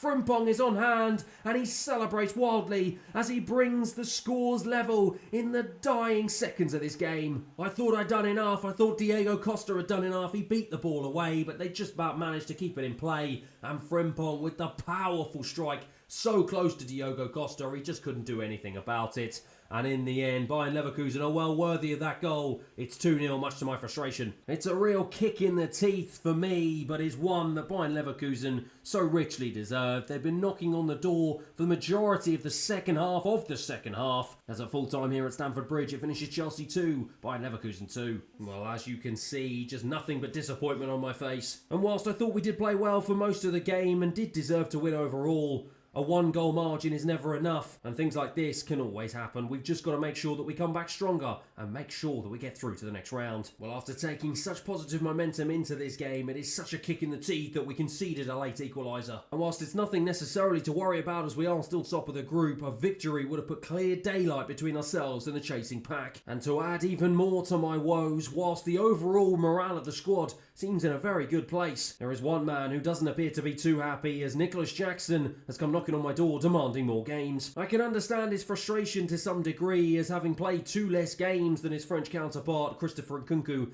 he has managed to score the same amount of goals, but with no assist to his name, he hasn't really got the all-round type of play that Christopher Nkunku offers us. And with him only being 82 rated and Nkunku being 89 rated, I just can't get rid of the Frenchman, and I just can't at the moment find a place for Nicholas Jackson in my starting 11. I don't really want to tamper with this formation too much, as the ratings of the likes of Jadon Sancho, Oyan Sanset and Moussa Diaby don't exactly warrant them being moved around or dropped to the bench. So whilst he's not exactly delighted with his game time, he's just going to have to try and make a little bit more of an impression on me in the games that he does manage to play. Moises Caicedo continues his fine run of form, getting a goal in the 62nd minute, and that is enough to secure 3 points for us away from home against Newcastle United.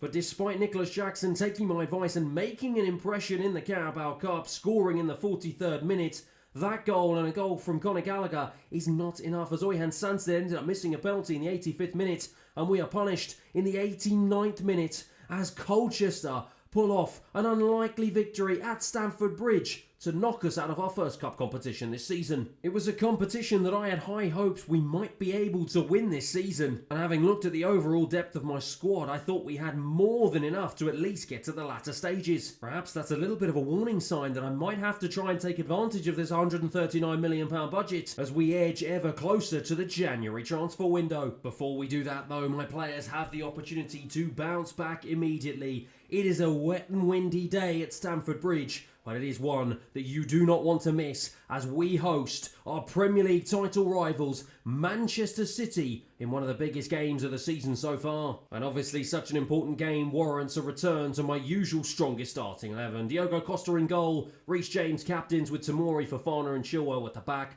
Caicedo's partnered by Enzo Fernandez, Moussa Diaby, Oyan Sanset and Jadon Sancho start just behind the Frenchman, Christopher Nkunku. Kayo Tomori to bring it out of defence and finds Enzo Fernandez. He goes short to Fofana, and Fofana's going to go all the way out wide, but it's well read by João Cancelo. Now Manchester City can try and launch a counter-attack. Phil Foden goes back to João Cancelo. He's looking for an option. Can't seem to find anyone yet, though. He still continues with the ball. This is fabulous play from the Portuguese man. And it's a fabulous ball into Haaland, into Kovacic. The former Chelsea man couldn't really test Diogo Costa enough. And it's a simple save in the end from our goalkeeper. Now Cancelo, nice pass into McAtee, who's unmarked. But Fikayo Tomori, I should say, did well to win the ball back high, and he feeds in Jadon Sancho, shifts it onto his right to strike. What a strike, what a save. It will be Moussa Diaby to take the corner, floated into the head of Reece James. Another huge save from Ederson. Oyan Sanset keeps it in play. He's looking for some sort of option. He finds Enzo Fernandez, who shifts it onto his left and strikes. It hits the defender. We keep it alive with Tomori. Caicedo will win it back. He will find Jadon Sancho out wide, goes past the defender, going to try and feed this one back into the box, looking for the head of Christopher Nkunku, only finds the head of the Manchester City defence, and they get it clear, only out as far as Oyhan Sunset. We are piling the pressure on here. Reece James to fire it back in, again looking for Christopher Nkunku,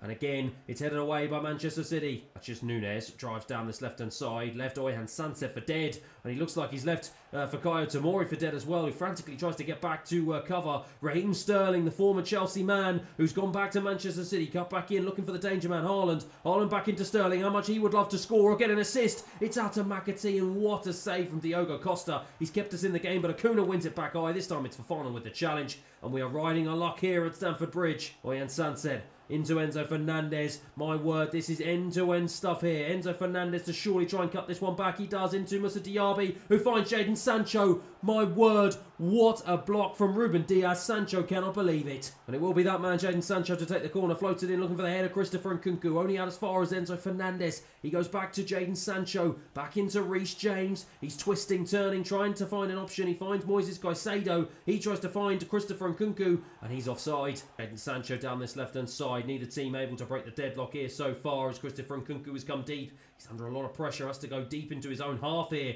Wesley Fofana fires it across, looking for Reece James at the right-hand side. He stretched the play, and he finds Moussa Diaby. Diaby now to feed in Enzo Fernandez. Enzo Fernandez back to Reece James. He cuts it back to Enzo Fernandez again. What a save again from Ederson after a beautiful piece of build-up play from Chelsea. Ederson, oh my word, living life on the edge as he always does. Almost gave the ball away, but we've won it back high yet again. We are doing a really good job of pressing Manchester City here in the second half. Ben Chilwell feeds in Christopher Nkunku. Oh, well defended from Yao Cancelo. Akanji hacks it away. City living life on the edge. Caicedo to Oyhan Sunset. I'm going to try and fire a ball all the way out wide to Malo Gusto, who's on as a sub.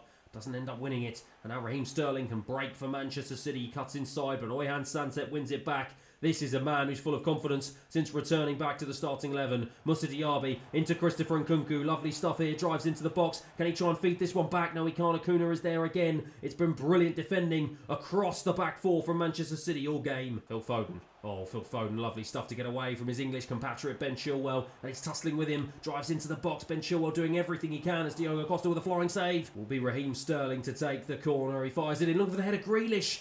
And in the end, Diogo Costa holds it. What a game he is having. Enzo Fernandez to drive down this right-hand side. This is anyone's game here with 10 minutes remaining. Diaby, Sunset, lovely reverse pass into the path of Enzo Fernandez. He goes across the box looking for Baumgartner.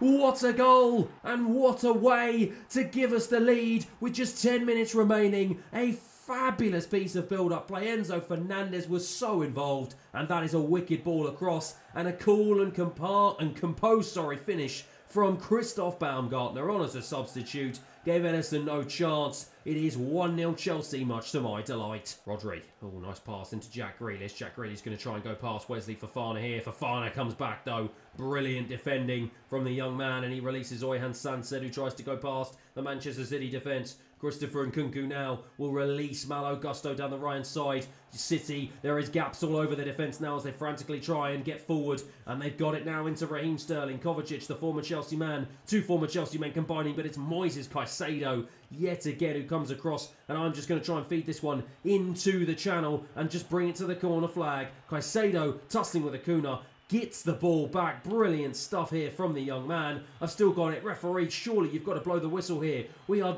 far past stoppage time, and eventually he does. A huge win here. Don't I just know it as I shake the hand of Pep Guardiola. Look at the players celebrate. They know how important that victory was. And Christoph Baumgartner, well, my word, he's been in and out of the team so far, but when I needed him to step up and score, he did just that. Full time here at Stamford Bridge. 1-0 Chelsea. Well, Super Sub is the perfect name. An inspirational appearance off the bench for the Austrian. He's seen the performances of Oyhan Sunset pick up, and he's decided he needs to do something about it. That is exactly the type of impact that I want my players coming off the bench to give us. We're level on points with our East London rivals West Ham with 11 games played in the Premier League. And we are top of our Champions League group, edging ever closer to the knockout rounds. And as we start to edge ever closer to the end of 2024 on this career mode and the start of the January transfer window, I'm feeling pretty positive about what this team can achieve this season. But that is it for the end of today's episode. Thank you everyone for watching, and I'll see you again next time. Last episode we began our ascent to the top of the Premier League table, but were brought crashing back down to earth in the Champions League courtesy of a late Leverkusen equaliser. But today it's time to bounce back and secure our place in the knockout stages. And as ever, if you're enjoying this series so far, please feel free to like and subscribe, and let's get into today's episode. And we are starting off today's episode by getting straight back into the thick of the action, more specifically to try and see if we can exact revenge in Germany as we head to face off against Bayern Leverkusen in a tie that is potentially going to shape who is going to come top of our Champions League group stage. Unfortunately though, with the games coming thick and fast, I have had to make some serious changes to my fatigued, ravished team. Costa keeps his place in goal, but Malo Gusto, Tomori, Badiashile and Matson line up at the back. Caicedo is partnered by Conor Gallagher in the centre of midfield. Madueke, Baumgartner and Mudryk all make unlikely starts as they will form the attacking trio behind Nicholas Jackson, who comes in for Christopher Nkunku. And this is a game we are going to be hoping that we're going to be collecting the 3 points from. If we do manage to, it will be a much needed and a real shot in the arm to our Champions League campaign, but so far it's been a really poor start as Alvarez picks the ball up and gives it to Moreno, gets it back from him and strikes straight at Diego Costa. He flapped at it a little bit, but it's an early warning sign for us inside the opening 6 minutes. Boniface, a nice ball over the top to Jared Moreno, the man who scored a wonderful goal against us in the earlier tie. He gives it back to Boniface, to Grimaldo, now into Granit Xhaka. Xavi, Leverkusen has certainly started off the stronger out of these two teams here. No surprise to see the home team starting off on fire as Alvarez is cut out there by Badiashile. He's tussling. Alvarez still has it. Grimaldo into the box and Badiashile for the third time coming into our rescue and managing to get the ball clear into Conor Gallagher. Has been fairly quiet so far in the opening 30 minutes here, but he finds Baumgartner. And Baumgartner is going to try and release Ian Matson, and it's a terrible pass, and that has pretty much been the story of the opening 30 minutes here for Chelsea. Moises Caicedo out to Malo Gusto. This is the first real time in this entire game that we have been fixed inside of Bayern Leverkusen's half. Let's see what we can do with it. As now Mudryk picks it up on the edge of the box, shifted onto his right, strikes straight at the goalkeeper, who makes a bit of a meal of it. But Leverkusen get it clear, and early signs here that Chelsea is starting to come to life. Into Baumgartner. Baumgartner turns, ends up losing the ball. Boniface clears it, and now Gerard Moreno has it. But he's got 3 men up ahead of him. Instead, it's Tomori who comes across with a thumping challenge, but Gerard Moreno picks the ball up again. Granit Xhaka, lovely work here. Alvarez is held up this time by Ian Matson. Can we try and hit them on the counter-attack? Lovely ball round the corner from Nicholas Jackson into Mudryk, and Mudryk now drives into the box. Mudryk strikes, Mudryk scores. Well, that is a sensational, incisive counter-attack if I have ever seen one. And it's a much-needed goal for the Ukrainian, who is low on confidence at the moment. Nicholas Jackson with a deft touch round the corner, and Mudryk with the pace to run into space and lash a ball past the goalkeeper. Much to my delight, it's 1-0. Boniface for Leverkusen down this left-hand side. Oh, lovely stuff to get away from the challenge of Conor Gallagher. Left him flailing. And now Julian Alvarez, the former Manchester City man, picks it up. Frimpong ends up giving it away to Caicedo. That was really poor from the right back. And now Caicedo can try and dink this one across. I was looking for the run of Mudryk. Got it all wrong though, and Leverkusen can clear the lines. Gerard Moreno, nice interception from Tomori, and it bounces into the path of Malo Gusto, and he brings it forward into Conor Gallagher. It is end-to-end stuff here. It's a ball into Nicholas Jackson, who strikes from the edge of the box, forces the goalkeeper into a smart stop. Into Badiashile. Badiashile turns nicely and plays a nice ball down the left-hand side, which gets intercepted by an attacking Frimpong, and now he is released down this right-hand side, and Ian Matson is out of position, and he's completely out of stamina. He can't track back here. Ball across, the substitute Colwell heads it clear, and the referee blows his whistle. What on earth is going on here? My players are shaking their head. And I've got to be honest, this is looking slightly worrying. What on earth has the referee given here? Well, I cannot believe it. He's given a penalty, and it's a penalty that is saved by Diego Costa. Well, what on earth just happened there? It just instantly just cut to me having to save a penalty. And my word, Diego Costa has come to our rescue yet again as Madueke now to try and drive down this right-hand side into Conor Gallagher. Can we go from one end to the other here? Into Nicholas Jackson. He's on his left. He scores. And from one end to the other, Nicholas Jackson gives us a 2-goal lead. Well, shades of Watford and Leicester City in the Championship semi-final playoff here. The stakes were slightly higher though, and Nicholas Jackson showed fantastic composure to keep his head and to just place a ball past the goalkeeper and to give us a 2-0 lead in the Champions League. Fortunately enough for me though, as I go and shake the hand of the Leverkusen manager, we have managed to secure a much needed 3 points. A huge game from that man in the absence of Christopher Nkunku, and my word, did he step up yet again. Full time here in Germany, it finishes Leverkusen 0, Chelsea 2. Well, I spoke last episode about this man being unhappy about his game time and needing to take advantage of the substitute appearances that he's going to get,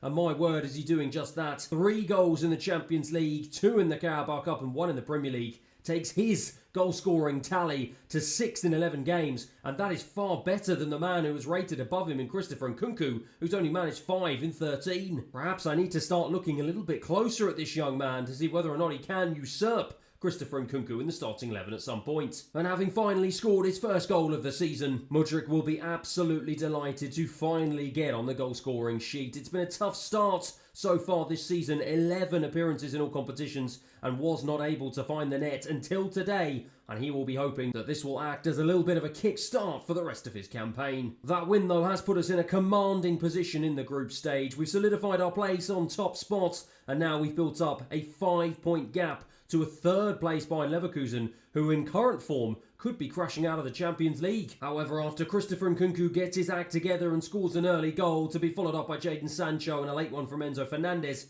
having turned our attention back to the English Premier League, we have secured a huge 3-0 win away from home against Nottingham Forest. And after another double from the Frenchman, late on securing a 2-1 win at home against Leicester City, not only are we taking a commanding lead in the Champions League, but we are doing the exact same thing in the Premier League. We have now shot up 2 top spots. We are 3 points clear of our London rivals West Ham, and we are in a fantastic position heading into the second half of the season to really do something special this year. Before we do that though, with Galatasaray being the next team up in the Champions League, one more win against them will officially secure our place in the knockout stages. And as I gather in front of the press, I'm eager to issue a rallying cry to the players. We've put ourselves in a good position, and now everything is in our hands, and I'm expecting us to make it happen today. Galatasaray are absolutely no mugs though. They will be just as eager as us to secure their spot in the next round, and they will be even more eager to try and claim top spot in this group, as hopefully it will give them an easier fixture in the next round.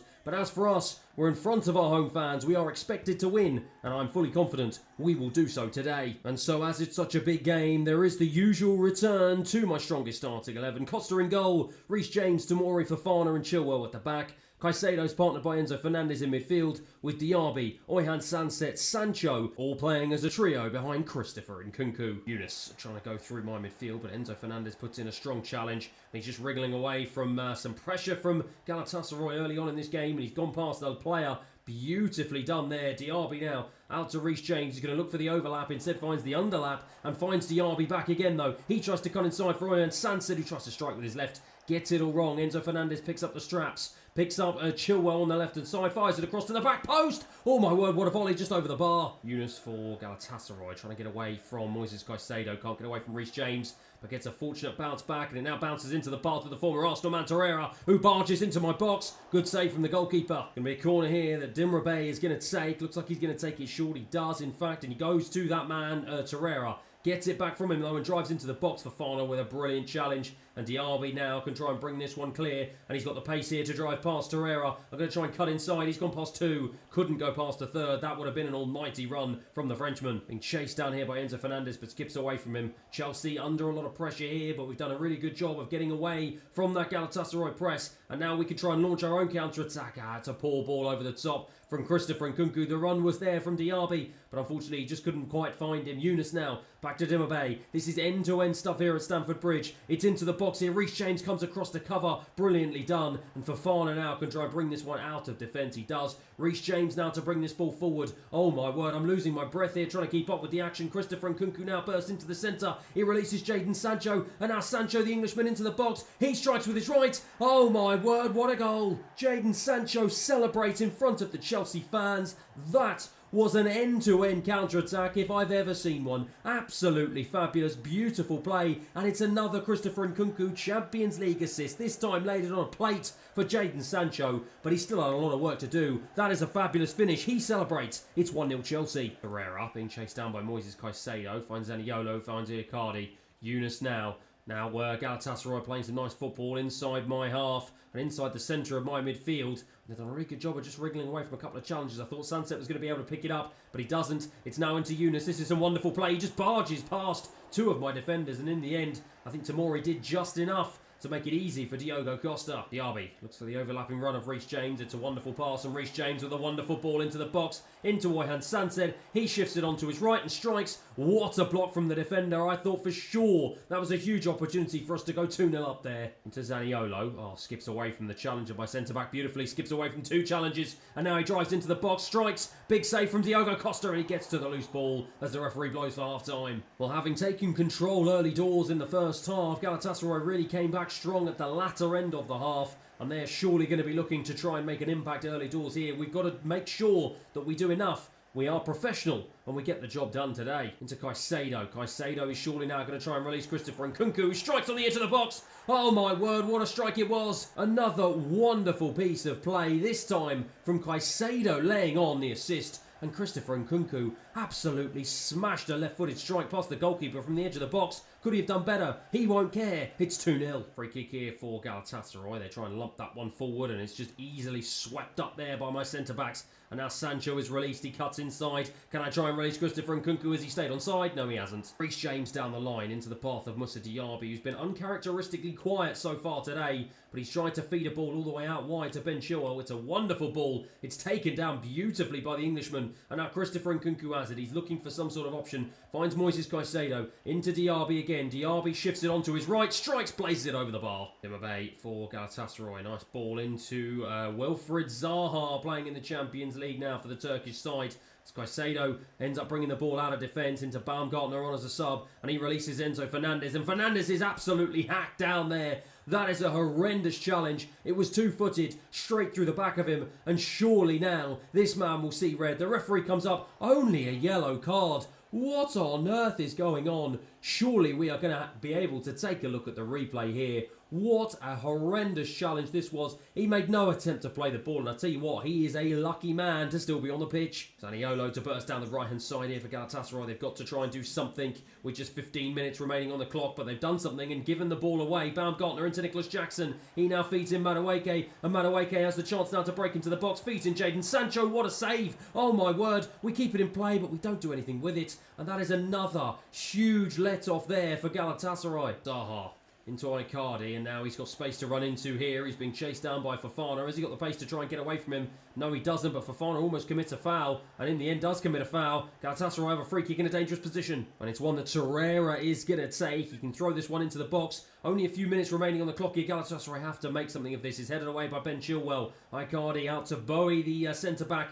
Now, it's a brilliant opportunity for the winger to strike, and Diogo Costa with another big save. Zaniolo will take the resulting corner. The Galatasaray goalkeeper is up. Everyone in the box here. They've got to try and score. It's Zaha with the head. It's another corner. Again, it's going to be Zaniolo to take. He's going to try and throw this one into the box. Zaha again getting his head on it, and again, Diogo Costa meets it. Surely this is going to be the third and final corner here. We are deep into stoppage time. They try the same trick. This time Sancho gets to it. It's headed clear. They pick up the loose ball. Goes back to the goalkeeper, and the referee blows for full time. Well, the fans go nuts, and I can understand why. A huge victory and a huge 3 points as I salute their support. Sees us go through to the knockout stages of the Champions League. That man, Christopher Nkunku, was on fire yet again. An assist and a goal for the Frenchman. And those two contributions were enough to seal a victory at full time. It's 2-0 Chelsea. Now, as you can see, the wry smile on my face as I bask in the glory of us sailing through to the knockout rounds of the Champions League. And whilst winning the group does give us a better chance to progress, we are not taking anything for granted here in the Champions League. We'll need to be organised defensively and ruthless if we want to make it all the way to the final. There just seems to be something about the Champions League, though, that Christopher Nkunku seems to love. Only 4 appearances in the competition, but 3 goals and 5 assists. This man is absolutely tearing the competition to pieces. And with him now on 6 Premier League goals in 12 appearances and 9 goals overall and 8 assists overall in all competitions, is he starting to get some momentum into his play. To the shock of many though, with Leverkusen only managing to get a draw against Slavia Prague, it means that Galatasaray still are in prime position to get through to the next round. But a huge game for them against the German side in their very next game means it's going to be a fight right down to the wire to secure second spot in this group. As for us though, I've got to be honest, I'm feeling pretty good. Morale is high. We are currently riding a wave of sensational performances and results in all competitions. We're top of the Premier League table, and I've still got £139 million left in the bank if I need to use it in January. But after only being able to secure a 3-3 draw away from home against Brighton, and just about managing to scrape a 2-1 win at home courtesy of a late Baumgartner goal, a 2-1 result against Leeds United, we are still top of the table, but our lead has been cut from 3 points to 1 as Manchester United begin to start breathing down our necks. Looking at the table though, there are still some surprising results. The likes of West Ham, Brentford and Wolves inside the top 6, and Arsenal and Liverpool and Newcastle and Spurs in 8th, 9th, 10th and 11th places respectively. However, whilst they might not be doing particularly well in the league so far, Liverpool are always a threat when they come to Stamford Bridge. It's a classic game between two teams that have a rich rivalry stemming the last 2 decades, and both teams will be hoping that they can collect the 3 points as we face off in a mammoth Premier League clash at Stamford Bridge. Of course, a huge game means a huge return to my usual strongest starting 11. Costa, of course, starts in goal. James, Tomori, Fofana and Chilwell at the back. Caicedo, Fernandes in midfield. Diaby, Sancet and Sancho will play behind Christopher Nkunku up front. Reece James, always challenged by Martinelli, the former Arsenal man. Straight away, Liverpool are putting us under pressure. Nice ball into McAllister. The former Brighton man strikes Fofana with a good challenge. And Liverpool are starting this game as they mean to go on. We've given it away in a really cheap position. Enzo Fernandez picks up the ball. The Liverpool press is relentless as Enzo Fernandez tries to bring it out of defence here. Can I try and release Moussa Diaby? It's a poor ball. I was trying to play it to Christopher Nkunku in the end. Got it all wrong. And Liverpool will clear their lines. Liverpool have a free kick in a very dangerous position here. 15 minutes into this game, Gravenberch plays it short, much to the surprise of all of my defenders, and I think much to the surprise of all the Liverpool attackers as well, as Sancho in the end manages to pick up the ball. And now Caicedo, I was going to try and release Ben Chilwell, and now he's been caught out of position, and now it's Mo Salah driving into the box, being challenged by Fofana, Mo Salah continues though into the box, gets his shot against the post. I think Diogo Costa was beaten. Fortunately enough, my goal was not, and we now clear our lines. This has been a hectic opening 20 minutes here at Stamford Bridge, and what a ball over the top from Christopher Nkunku into the path of Reece James. What a ball. He's going to try and play it across, and in the end it was a brilliant piece of intercepting play by Virgil van Dijk. Martinelli now to try and burst down this left-hand side. He gets past Reece James. Tomori's going to try and come across to cover, and he does cover brilliantly. Going to be a Martinelli throw here. He finds Truffert. He's chased down by Diaby. Good piece of defending from the Frenchman, but he's stuck in a cul-de-sac here, and he shows great composure. What a piece of play there from the young man. Absolutely sensational. And what a flick on from Ben Chilwell into the path of Jadon Sancho. He can now try and press forward. Has he got any options to move forward? He finds Oyhan Sancet. He nods it down into the path of Nkunku, who strikes. What a strike, what a save. My word, I am struggling to catch my breath here. This is absolutely electric at Stamford Bridge. It's a ball into Reece James. What a ball, what a head.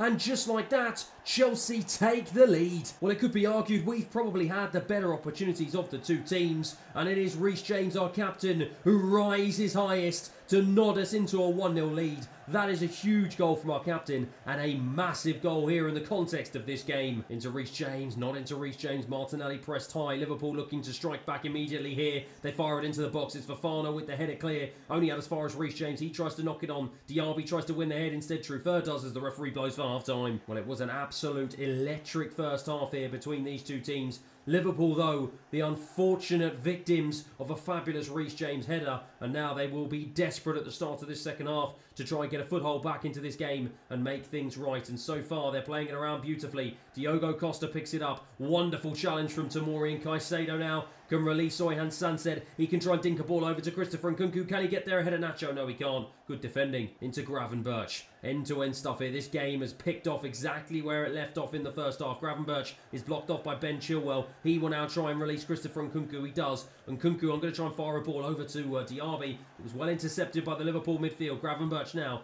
into McAllister. Martinelli, the danger man, cuts it back into Nacho. Liverpool playing some really nice stuff here, but Caicedo reads that one brilliantly, and now he tries to release Christopher Nkunku. Are going to try and go out wide to the right-hand side to the unmarked Reece James. Nice ball into Diaby. He finds Oyhan Santet. He finds Sancho, strikes. What a save from Alisson. It will go off for a Chelsea corner. Brilliant build-up play yet again, and this time it will be that man Sancho to take the corner. Fires it in, looking again for the head of Reece James. Doesn't make it count this time. Caicedo wins the ball back though. Sancho with a second bite, fires it across. In the end, it was straight into the arms of the Brazilian Alisson. Trufer to burst down the left-hand side. He's got the beating of Tomori here. Has he got the pace to drive past him? Tomori trying to recover. Doesn't do a very good job though. Diogo Costa, what a save. Going to be a corner for Liverpool. Mo Salah to take. 20 minutes remaining on the clock here. Brilliant corner in to Jota. Headed clear. Tomori wins it back. And now he releases Jadon Sancho. And he can now try and burst down this left-hand side. He's got the pace to try and get away from the Liverpool defence here. He continues his run. I'm looking for an option of Christopher Nkunku. I can't find him. He's blocked off. So instead, Sancho will go in alone. Eventually does give it to Nkunku. It was a flying challenge from Virgil van Dijk.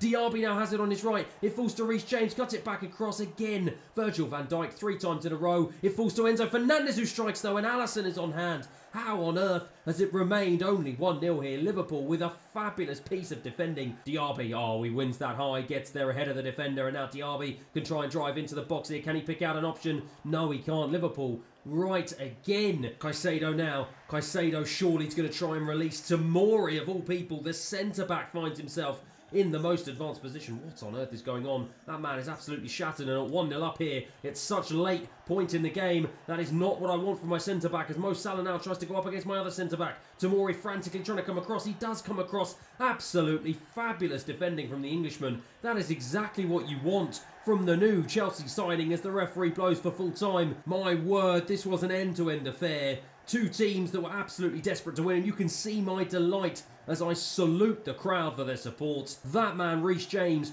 our captain, the man of the moment, was on hand to rise highest inside the Liverpool box and to give us a hugely valuable 1-0 win at full time. It was that man's first goal of the season, and it's a goal that keeps Liverpool in 9th place in the Premier League, but more importantly, keeps us in top spot as we head towards the January transfer window. And after securing yet another win in the Champions League, this time away from home against Slavia Prague, we cement our place in top spot, and as Leverkusen could only get a 1-1 draw against Galatasaray, the Turkish side have managed to upset the odds and get through in 2nd place as they too seal their spot in the knockout rounds. And after Beto managed to miss a penalty for Everton in the 85th minute, we continue this sensational run of form with Reece James getting on the score sheet yet again. Enzo Fernandez and a late Nkunku goal is enough to secure another 3 points as we beat Everton away from home 3-2. Speaking of the January transfer window though, with just one more game remaining in December against Middlesbrough before the fateful window opens, it is the last opportunity for some of my fringe players to try and impress in the hope that I don't bring someone else in to replace them. And so with that in mind, and as we welcome Middlesbrough to Stamford Bridge, this is my opportunity to seal my 50th career win in only my 2nd season as Chelsea manager. But not only that, it is the last opportunity for some of these fringe players to impress before the January transfer window opens,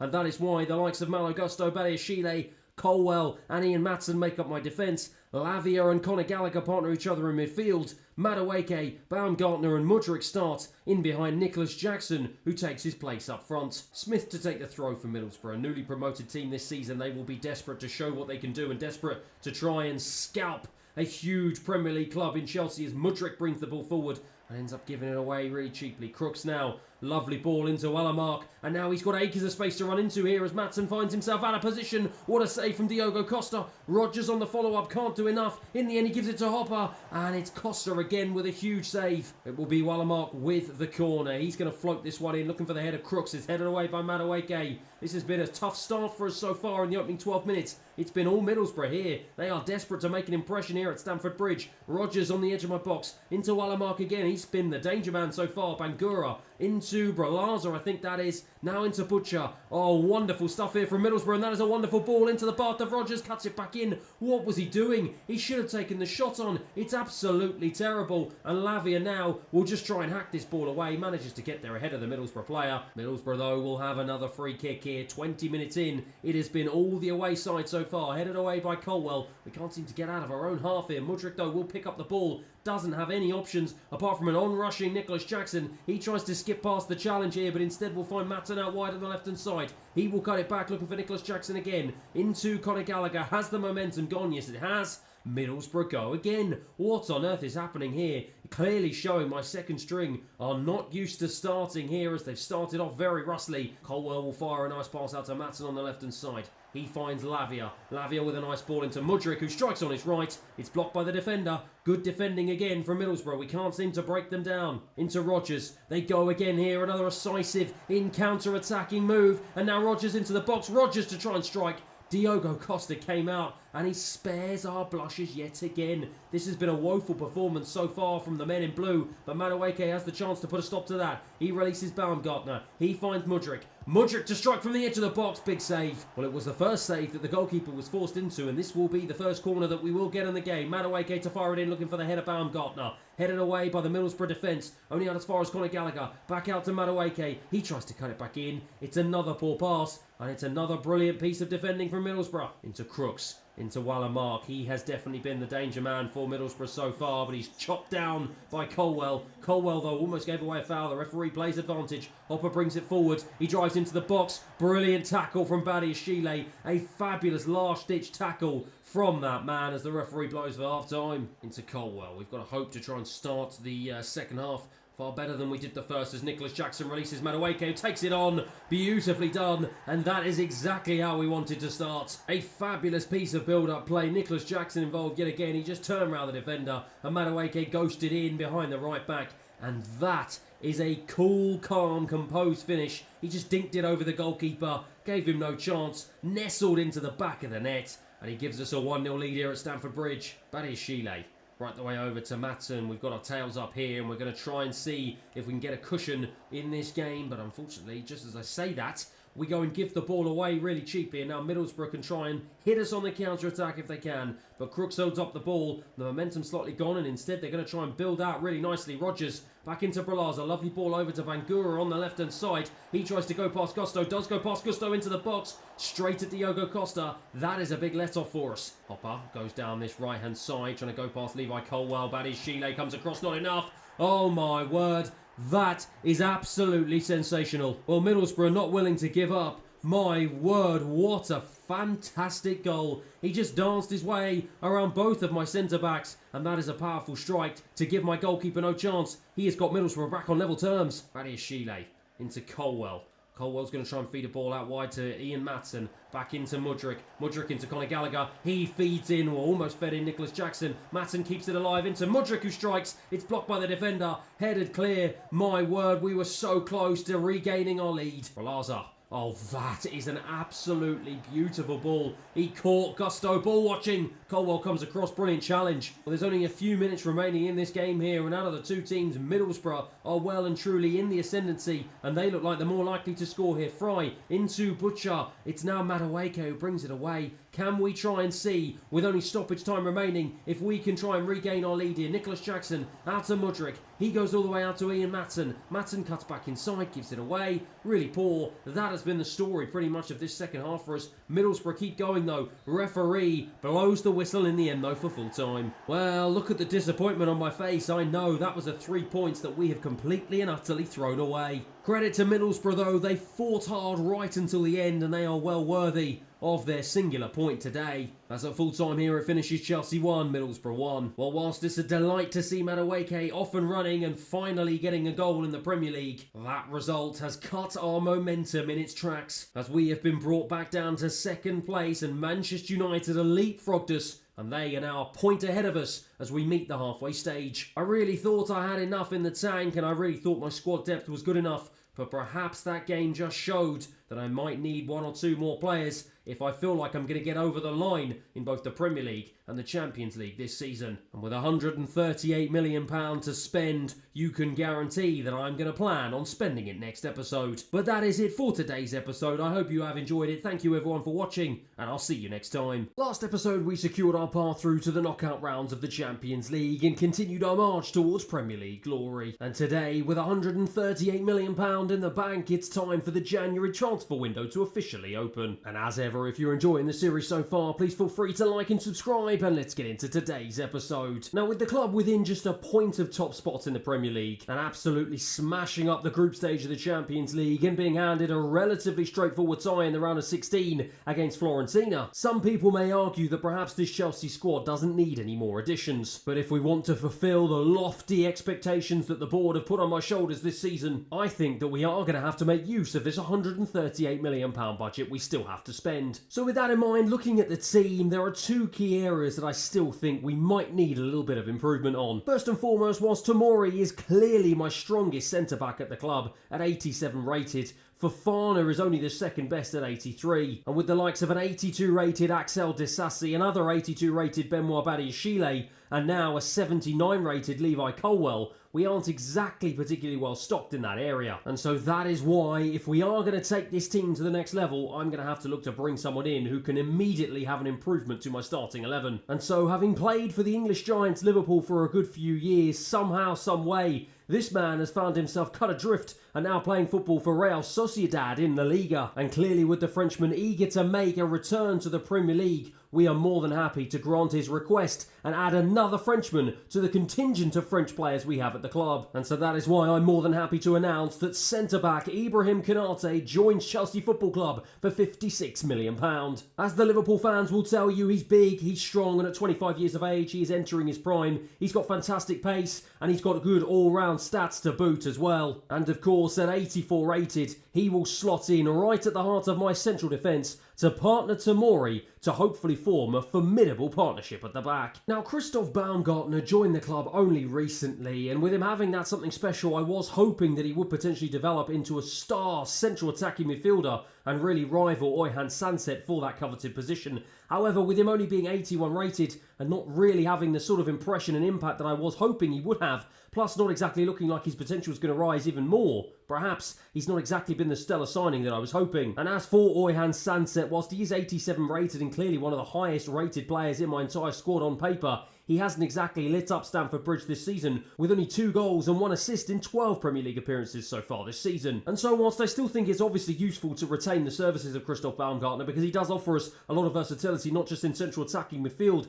but also in central midfield and up front, I do however think it could be worth bringing in one more central attacking midfielder to try and provide some stellar competition for Oyhan Sanset. And so that is why I have turned my attention to an absolute wonderkid who is considered by many a wonderkid and a future superstar to light up world football. He's a man who's got experience of Dutch football, of French football and of German football, and now he is ready to experience English football for the first time as Xavi Simons joins Chelsea Football Club from PSG for £67.4 million. Not only is he an exciting prospect, but at 21 years of age, he still has his entire career ahead of him, but he is already 84 rated. As you can see from his positions, he can play both in central attacking midfield and on the right and left wing. He offers us incredible versatility and incredible potential. Look at those stats to boot. What a signing this man will be, and hopefully he will be a real stern competition for the Spaniard Oyhan Sanset for the future. And so with a tough test against Aston Villa at Villa Park up next,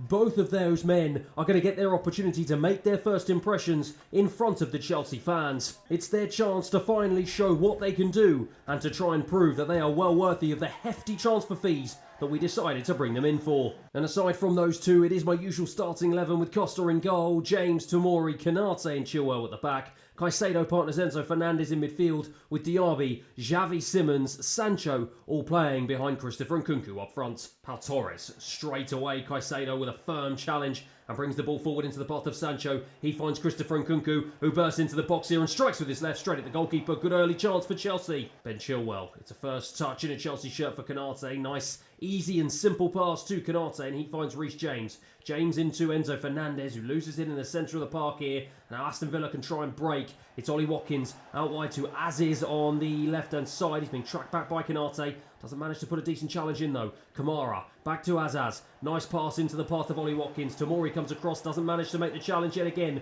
Alex Moreno under heavy pressure here from Aston Villa as Aziz comes in the box. Reece James tries to put a challenge in. We can't seem to win the ball back. Moreno, brilliant challenge from Tamori though this time. Aziz still has it though. Aston Villa piling on the pressure, and what a strike. What a goal, an early goal from Alex Moreno. Well, perhaps the new signing Konate is going to take a little bit more time to settle in than I thought, as he was a peripheral figure in the Aston Villa build-up to that goal. They were just allowed to waltz into my penalty area, and Alex Moreno was on hand to apply the finish past Diogo Costa to make it 1-0 Villa. Enzo Fernandez out to Reece James. He's going to try and look to play a ball forward into Diaby.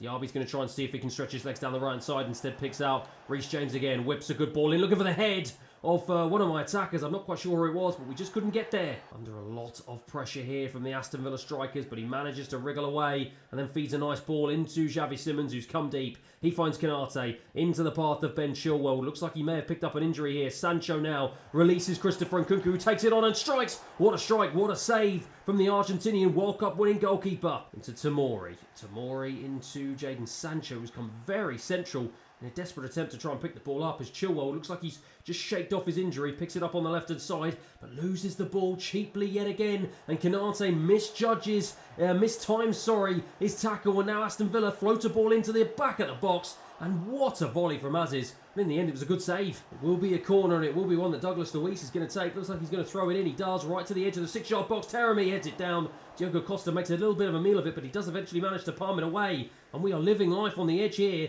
at the back end of the first half. Ben Chilwell goes infield to Simons, who's picked up a really nice pocket of space, and he's wriggled away from a couple of challenges. Really nice stuff into Diaby. Diaby's been pretty quiet, finds Enzo Fernandez. He's looking for some sort of option. I was going to try and play a ball through to Ben Chilwell, and we just can't seem to pick our final pass. It's been the story of the game so far, as Aston Villa now try to burst clear and hit us on the counter-attack. Douglas Luiz, lovely pass into Ollie Watkins, and it just opened up my defence, and eventually Reece James comes across to cover. Shaky moment here at the start of the second half. Enzo Fernandez tries to lift the ball right the way over into the path of Moussa Diaby. Brilliantly done and brilliantly taken down by the Frenchman, but he doesn't have any options in the box. Instead has to turn around, finds Christopher Nkunku. He tries to burst in. Good defending from Chalaba. Reece James, nice pass forward into Nkunku. Lovely little layoff into the path of Diaby, and Diaby now into the box, strikes with his right. Good save from the goalkeeper again. Moussa Diaby to take the resulting corner. I'm going to try and fire it into the box, looking for Oyhan Sunset on as a sub. And he gets the overhead kick all wrong. Taremi for Villa. They've got 2-on-3 here, and they're all over us. And now Buendia to try and drive into the box. Strikes from distance. Good save again. Well, it is end-to-end stuff here at Villa Park with just 12 minutes remaining plus stoppage time.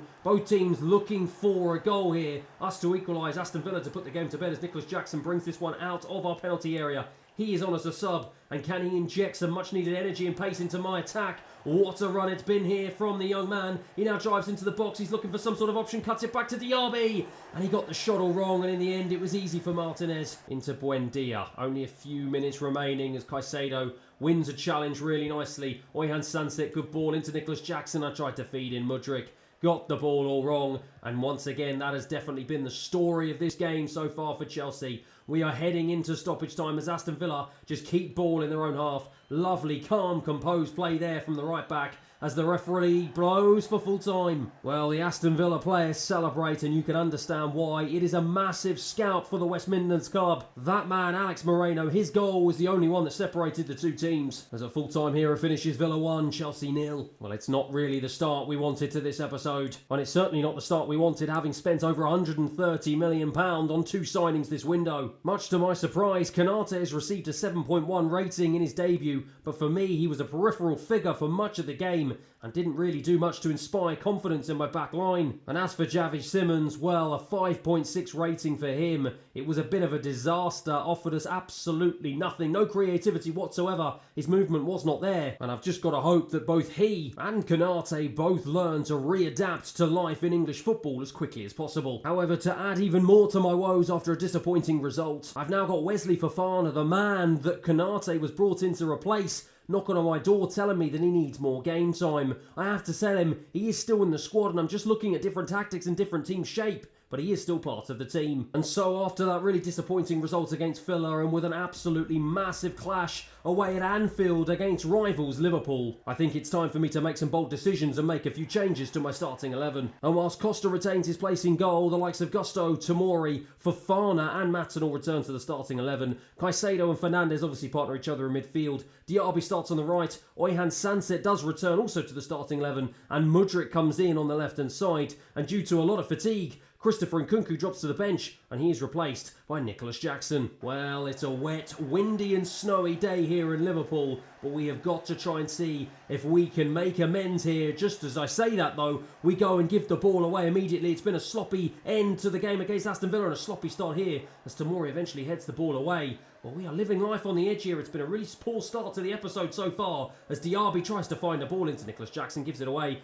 and straight away the Liverpool press is relentless and they're going to look to try and see if they can perform better against us than they did last time they played us. Sunset looking to make an impression, having been displaced in the starting 11 by Xavi Simons. Finds Gusto out wide, he throats a ball in looking for the head of Mudryk. It was a good ball in. Mudryk couldn't get on the end of it though. Enzo Fernandez, he will strike from distance straight at the goalkeeper. Gravenberch into Martinelli on the left-hand side. He was the danger man last time I played Liverpool, and it looks like he's trying to do the same thing here today. Adrien Truffert, though, keeps the ball in play on the left-hand side. Tomori with a wonderful challenge, and now Oyhan Sanset has been released. He can play a ball back into the path of Diaby, who's been fairly quiet over these last few games, but he now continues to drive into the box. Can he try and pick out a pass here to Nicholas Jackson? And it's a poor strike. First time, and it's so easy for the goalkeeper in the end. A big opportunity missed there. McAllister. Nice ball out to Mo Salah, who's been uncharacteristically quiet so far in this game in the opening 25 minutes. But Virgil van Dijk tries to bring the ball out of defence as Liverpool look to assert themselves here in front of their own fans. Gravenberch, nicely done to get away from the challenge of Enzo Fernandez, and he tries to get away from the challenge of Caicedo, and he does just that. Brilliant play from the midfielder as Gusto comes across and brilliantly wins the ball back from Adrien Truffert, but he's under a lot of pressure here. Tries to release the ball, does release the ball into the path of Diaby. Really good stuff. Diaby fires a pass, a wonderful pass out wide to the left-back Maatsen. He heads it down to Mudryk. Really nicely done here. Into Oyhan Sanset, who's dropped deep. Enzo Fernandez, I'm going to try and feed a ball through into the path of Gusto. This is fabulous, fabulous play here. Gusto cuts it back, looking for Sanset. Brilliant block. What a piece of play from Chelsea. Well, we've got a corner here, and once again, I am struggling to keep my breath. It is end-to-end stuff here at Anfield. We try and win the head. We do not win it, but we do win the second ball. Diaby to pick it up. Floated into the path of Tomori, looking for the overlap of Malo Gusto. He will drive to the edge of the box, tries to float a ball back in. It's a great ball again. No one can get their head on it though. We do win the second ball with Maatsen up high. He releases Enzo Fernandez, who tries to drive into the box. Almost gets through there. Gets a little bit fortunate, but eventually Liverpool managed to clear their lines. Well, it was a wild first half here at Liverpool, but yet neither team able to find the back of the net. We will be hoping to try and see if we can make a change to that at the start of this second half, but it's Liverpool who have possession as Gravenberch tries to go past Moises Caicedo, but Diaby ends up winning the second ball and does a really good job of skipping away from the challenge and releases Gusto down this right-hand side. Can Gusto now try and pick a pass and going to try and cut it back into the path of Nicholas Jackson, who strikes on his right. What a strike, what a goal, and what a way to start this second half. Absolutely fabulous. Well, it was an absolutely brilliant, incisive piece of counter-attacking play, and look at this for a finish. Nicholas Jackson, absolute power. It was like a rocket past the goalkeeper. Klopp really disappointed. It's 1-0 Chelsea. Virgil van Dijk, nice pass into McAllister. Look, Liverpool. McAllister, nice pass into Mo Salah. Liverpool looking to try and see if they can bounce back straight away. But Enzo Fernandez puts a stop to that. Oyhan Sanset with a lovely ball into the goal scorer, Nicholas Jackson. And this is his opportunity now to add a second. And he does just that. It's brilliant. Well, we cut Liverpool to shreds. And in the space of 5 minutes, we've gone from 0-0 to 2-0. Liverpool are being ripped apart here at Anfield. And it's that man, Nicholas Jackson, who's on hand to supply the goal yet again. It's his second, it's our second, it's another brilliant finish. It's 2-0 Chelsea. Caicedo wins the ball back high. We are relentless at the moment as Oyhan Sanset with another deft touch into Diaby. What a save this time from Alisson. We were so close to making it 3. Mudryk keeps it in play though. Maatsen still has it. Caicedo to try and dance his way around the Liverpool defence. Tries to float a ball in, good defending. It's going to be Mudryk to take the throw, and this second half has been absolutely brilliant from Chelsea. We have taken control of the game, and Enzo Fernandez looking to take control of the goal, but unfortunately Alisson was in the hand to block it into Mudryk, who's come central, and it's a really nice touch and turn away from the defender. Ayhan Sanset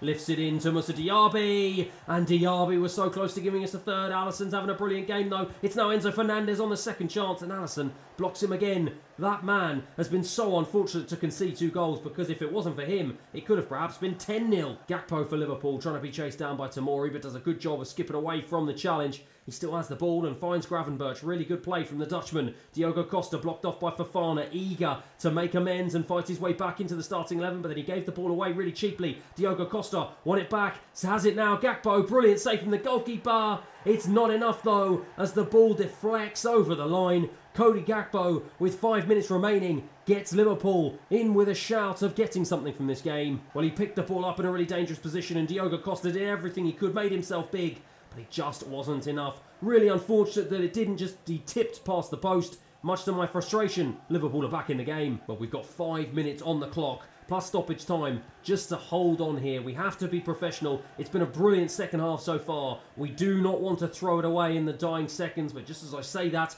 we go and give away a really sloppy pass, and now the danger man Mo Salah tries to bring it forward, but Caicedo, my absolute powerhouse in midfield, does the deed and wins the ball back and then gives it away cheaply again. Have our heads gone here? Caicedo once again though winning it back into Ayhan Sanset. He turns, Virgil van Dijk with the press. The Liverpool heads are up here, but the referee blows the whistle, much to my relief. Well, unfortunately for the Liverpool players, it was just too little too late. We took control of the second half, and we did what we needed to do. 2 early goals were the difference, and it was enough. Nicholas Jackson, absolutely sensational. Brilliant way to get yourself back in the starting 11. And at full time here, we are back in the win column. It's Liverpool 1, Chelsea 2. And a Jackson brace is the perfect way to describe that performance. The Senegalese man this season has been absolutely fantastic. Yes, he hasn't really started too many games, but when he has come on and featured, he has been really impressive. 9 goals in 20 appearances overall, and he's only 1 goal behind the main man, Christopher Nkunku,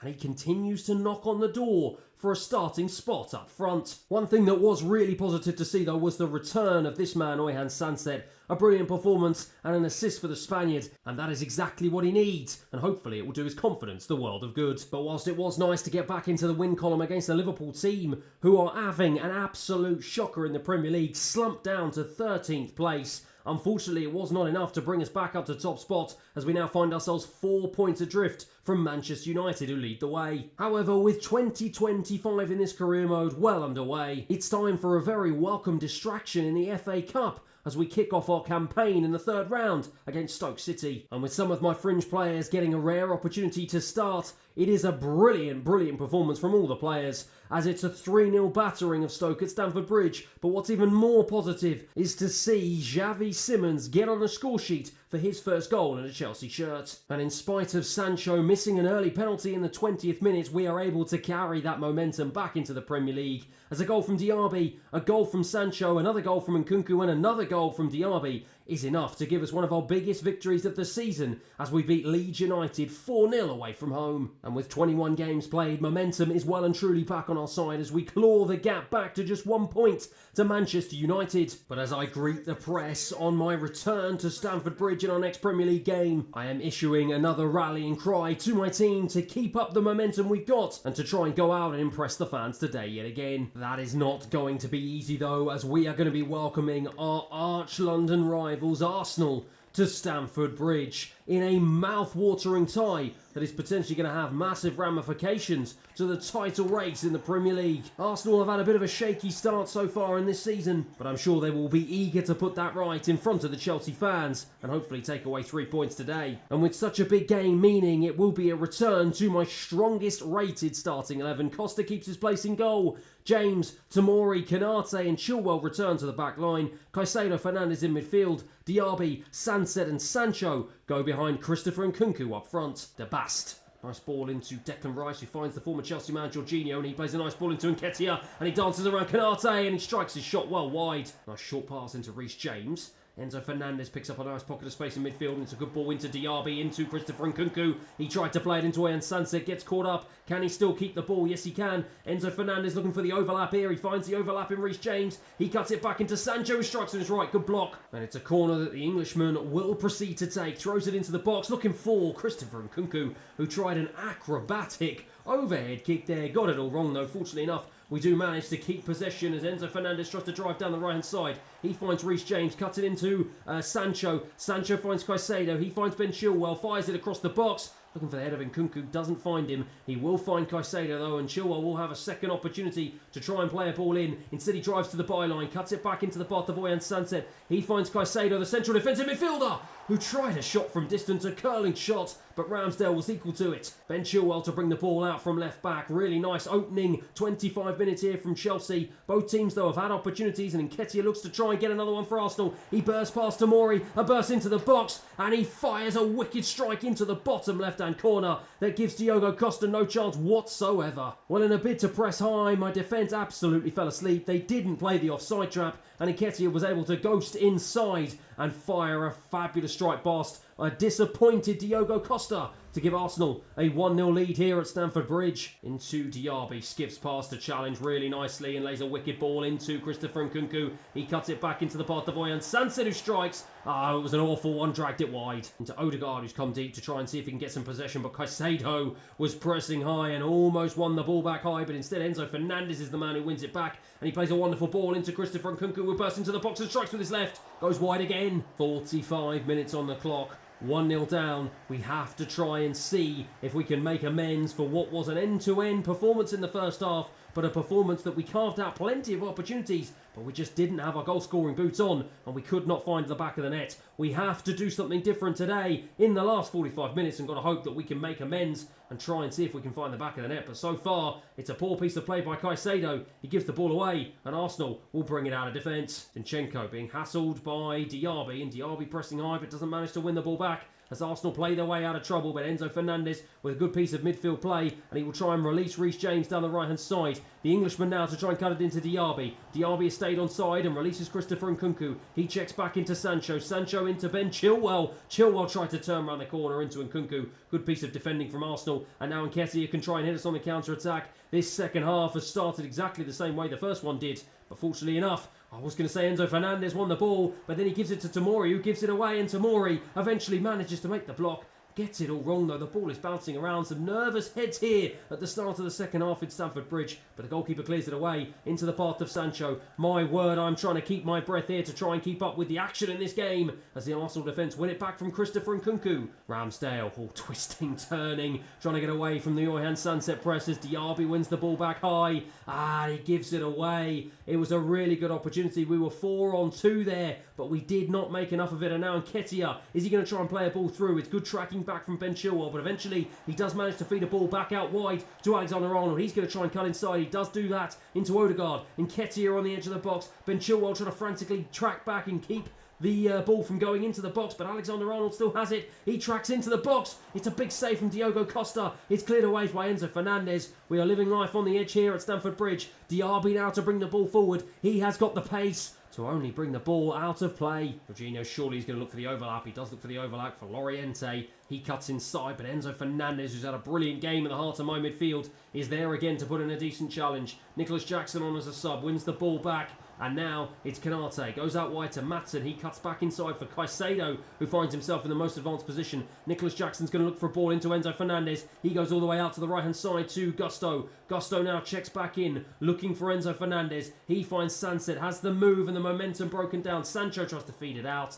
Gets it all wrong. It's been a really poor performance from the Englishman. And now Arsenal can break. They've got men over here as Odegaard tries to bring the ball forward. Can he try and play a ball in? No, he can't. Tomori wins it back. Enzo Fernandez now. My word, this is end-to-end. What a ball into the path of Sancho. I'm going to try and check back onto his right. He feeds a ball into Sanset, who strikes. Brilliant block from Savage, I think it was, at the heart of Arsenal's defence. We are into stoppage time as the referee blows for full time. Well, it was another electric game here at Stamford Bridge, but frustratingly for me and frustratingly in this episode, it was our second loss so far. That man Nketiah, his goal was the difference between the two teams. As at full time here, it finishes Chelsea 0, Arsenal 1. Well, are we blowing our Premier League title hopes? We were doing so well, the momentum was on our side, but we are now 4 points behind Manchester United, and we are now looking over our shoulders at the other team in Manchester, in City, who look like they're on the march to try and steal that second place from us. Unfortunately for me, my two new signings, firstly in Xavi Simons, who has not got any goals or assists in his 2 Premier League appearances so far, plus Ibrahim Konate not exactly showing himself in a positive light.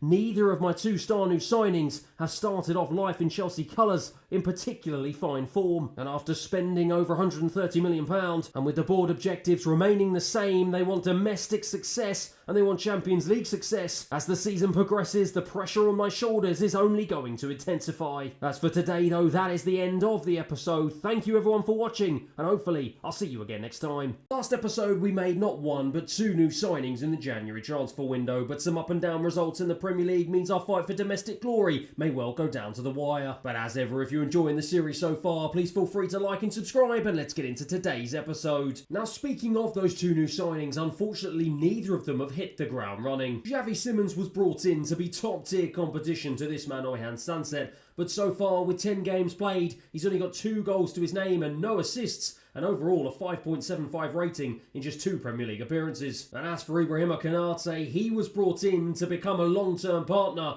to this man Fikayo Tomori, but so far, just like Xavi Simons, he hasn't exactly lit up Stamford Bridge, only appearing 3 times in the Premier League, and he's still tussling for a spot in our back line with the likes of Badiashile, Fofana, and also Disasi as well. And after an unfortunate kick in the teeth by our arch-rivals Arsenal, those poor performances have compounded and we've dropped down to 2nd place in the league, now 4 points off Manchester United, and with the board expecting nothing less than domestic success in both the FA Cup and the Premier League, and having spent almost the entirety of my budget so far this season, the pressure is really starting to mount on my shoulders. But after getting back on track with an away 3-1 win against Wolves with the likes of Madueke and Xavi Simons getting on the scoresheet twice, and getting another 3 points on the board courtesy of a late winner from Christopher Nkunku as we beat Brighton 2-1, and after smashing Leicester City 4-1 away from home, with Xavi Simons getting on the scoresheet for the 3rd time in as many games, within a blink of an eye we have leapfrogged Manchester United back up into top spots, and now we lead them by 2 points. What a way to turn around our momentum at the start of this episode. And with me bemoaning the performances of this man at the very beginning, he's now notched up 3 goals in as many games in the Premier League, and all of a sudden his overall rating has shot up to 7.57. Perhaps he is now the man who is going to realistically provide some stiff competition for the Spaniard Oyhan Sanset for the remainder of the season. However, with things going rather rosy in the Premier League, it is time now to turn our attention to the Champions League. And after managing to secure top spot in our group stage, having gone unbeaten, winning 5 and drawing 1, collecting 16 points along the way, we have been drawn against Fiorentina in the round of 16, in a tie that we should certainly be considered favourites for. And with me incredibly happy with what I'm seeing from the team,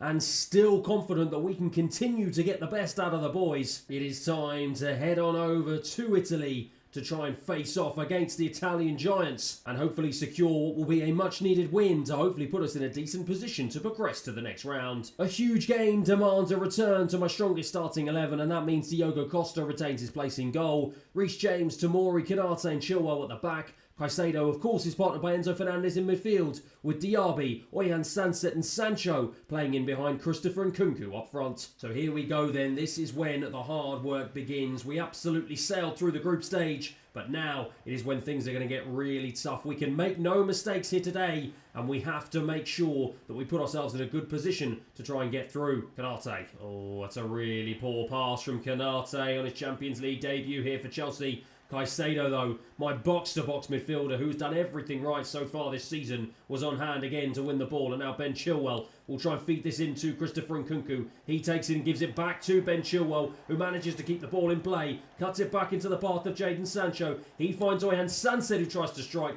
Good block in the end from the defender. Into Reece James, into Enzo Fernandez. Nice touch and turn. He finds Caicedo, who also turns really nicely and feeds a ball into Jadon Sancho, who's come central.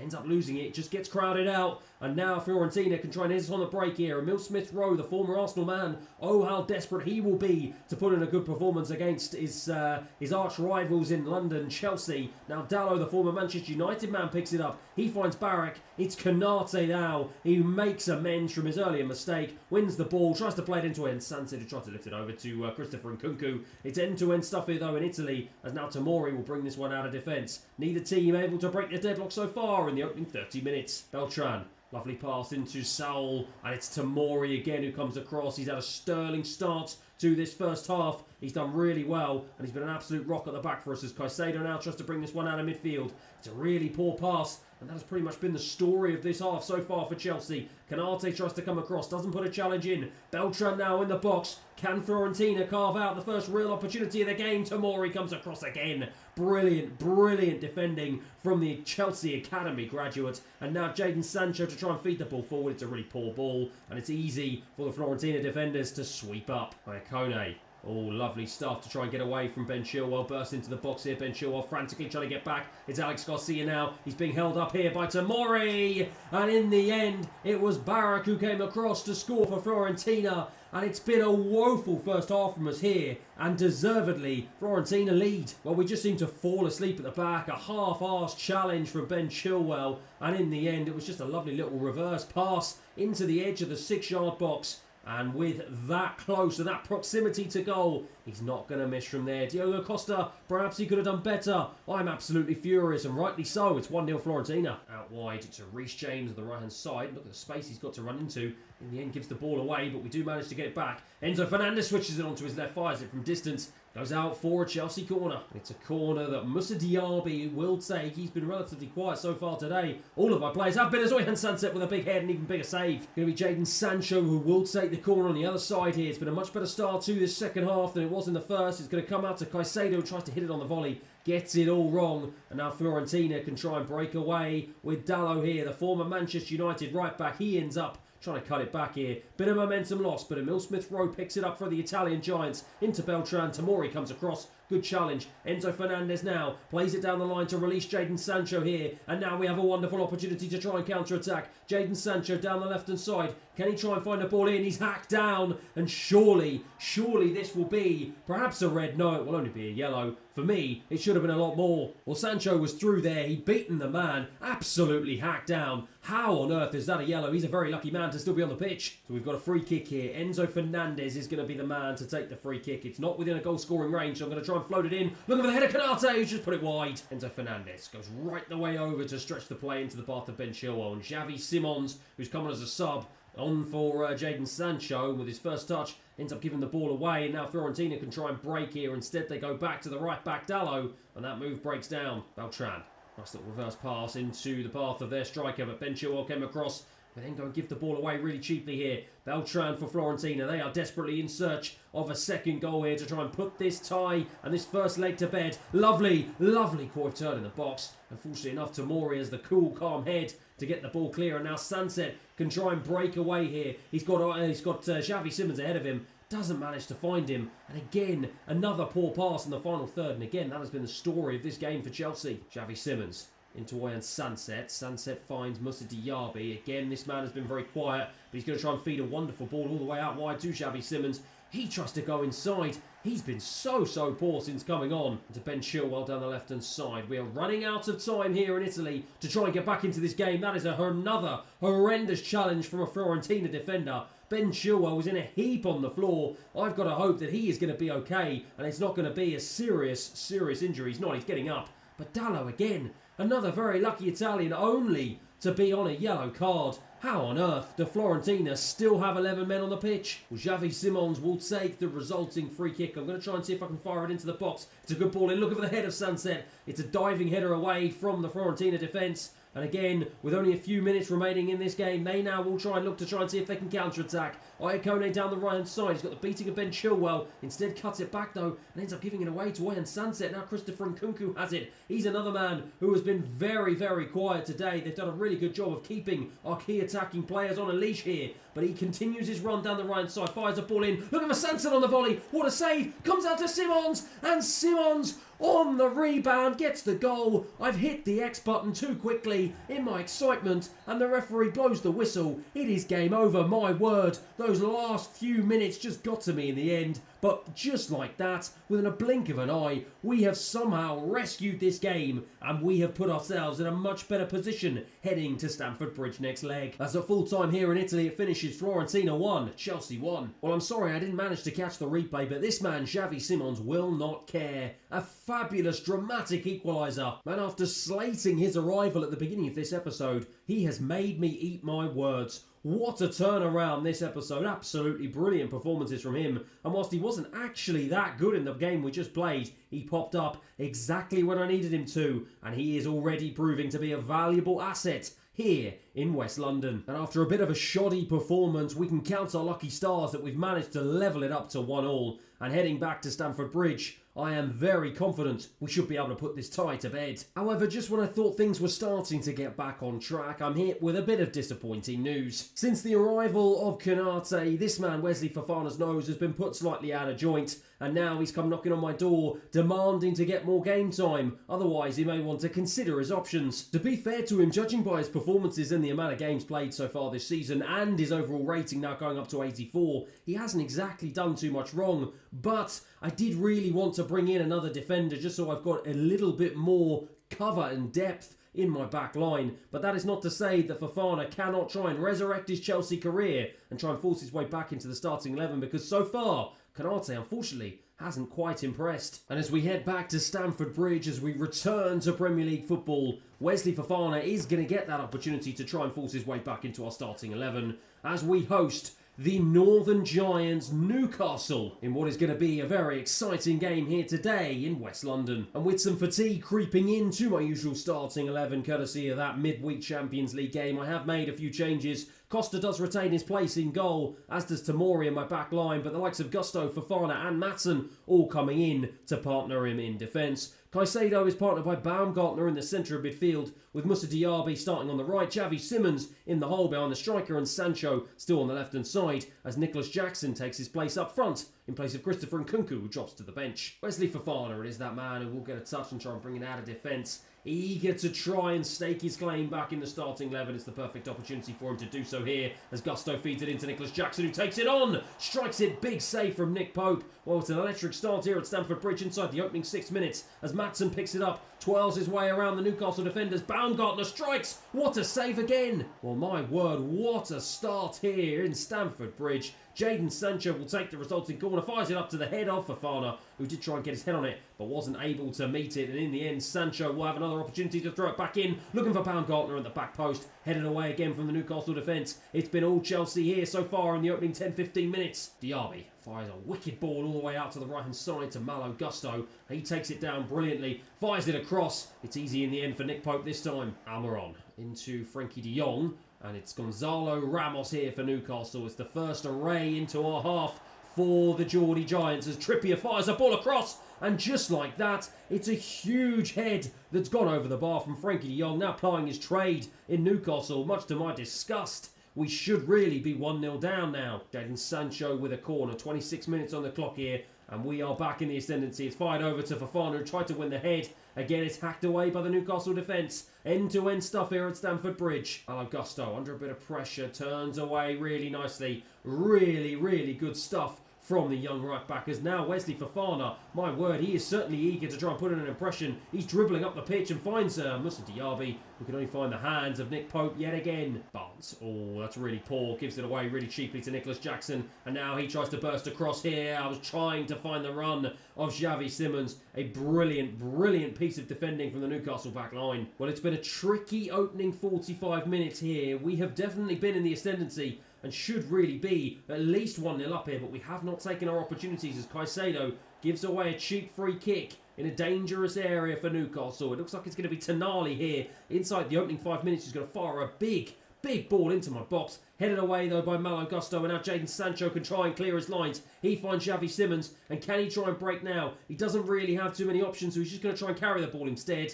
And instead drives it out of play. Kieran Trippier for Newcastle. Nice ball down the line into the path of Tonali. Wonderful stuff from the Englishman into the Italian, and he just goes past Ian Maatsen like he's not even there. Cuts it back inside. What a strike from Ramos. It's off the bar, and my word, the woodwork comes to our rescue there. Almiron here for Newcastle. They are well and truly in the ascendancy. They've got their tails up. And now they look like the more likely to score out of the two teams, as Baumgartner with a huge last-ditch challenge and last-ditch block as Xavi Simons now tries to release Moussa Diaby. Has he got the pace to try and drive past Dan Burn? Stupidly on EA24. He does not. Ramos, nice pass into Tonali, finds himself unmarked and finds himself bursting into the box. Diogo Costa with a big save. My word, how on earth is this game still 0-0? Baumgartner now, he's going to try and look to go over the top into the path of Nicholas Jackson. A wonderful ball and a good run here into the channels. He picks it up, strikes with his left. What a save. Going to be Madueke on as a substitute to take the resulting corner. And he fires it in again, looking for the header for Fofana, and this time he does get there.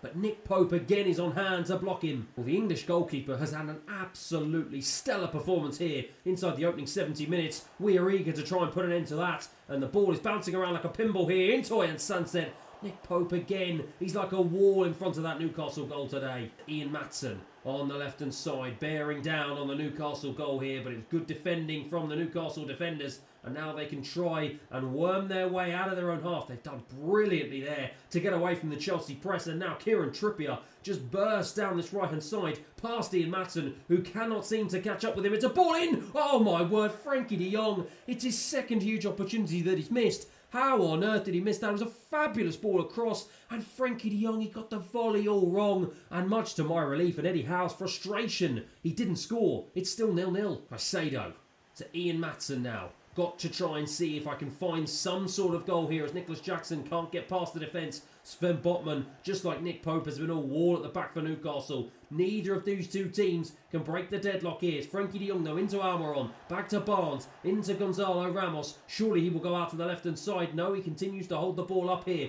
Only a few minutes remaining in this game. Brilliant challenge from Tamori. Baumgartner can't get away from the challenge though. And now Tonali has it. Caicedo with a big challenge. And Newcastle have a free kick in a dangerous area. It's going to be Tonali who's going to step up to take here. It looks like he's going to try and strike. Is it going to be him? Is it going to be Trippier? One of the two are going to take it here. He dummies the shot. Trippier fires straight against the wall. And it will go out for a Newcastle corner. We've got plus 4 minutes of stoppage time here. Newcastle, out of the two teams, look like they're more likely to score. It's into the near post. Headed away there. And now Madueke will win the ball. And can he now try and burst down this right-hand side? He has the pace and the freshness now, surely, to get away from the Newcastle defenders. Look at the pace. Look at the tenacity. Into the box. Cuts it back. Sven Botman again.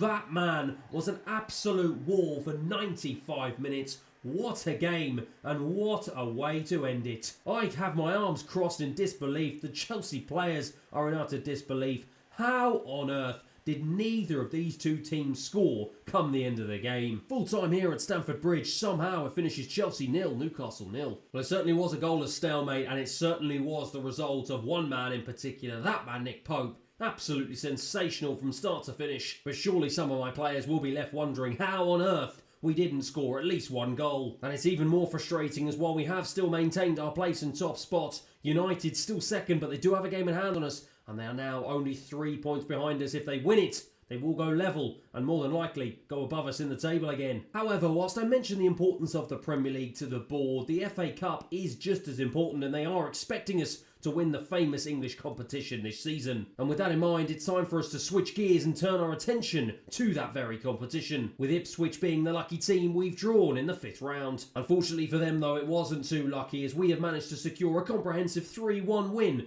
that will see us progress to the 6th round. And it's nice to see that we carried that momentum back into the Premier League, as despite a hard-fought game away at Burnley at Turf Moor, we have managed to scrape out a 3-2 victory that sees us secure another 3 points and has seen us remain at the top of the Premier League. But as you can see, there's been no changes with the teams behind us. United still only 3 points behind and still have a game in hand. However, with our arch rivals from the east of London in West Ham very keen to spoil the party here at Stamford Bridge, we welcome them in front of our home fans as we now return to the Premier League with an absolutely mammoth clash. It is Chelsea against West Ham United, with both teams eager to secure another 3 points today. Bearing in mind we've got that Champions League second leg tie against Fiorentina midweek, I have made several changes, of course, to my starting 11, and of course Diogo Costa does in fact retain his place, now up to 88 rated. What a goalkeeper he is proving to be. Malo Gusto, Disasi, Canate and Matson start at the back, with Baumgartner partnering Conor Gallagher in midfield.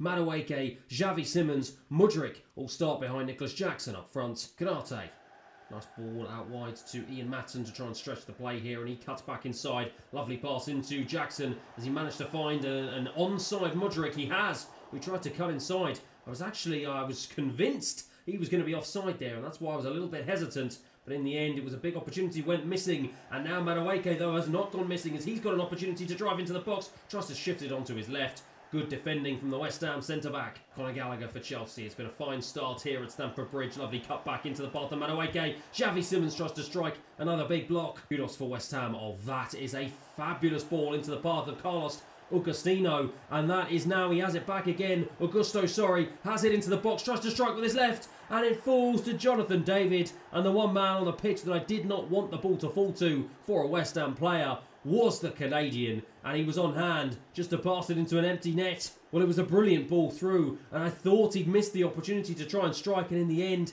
it came off my centre-back and just fell beautifully into the path of Jonathan David.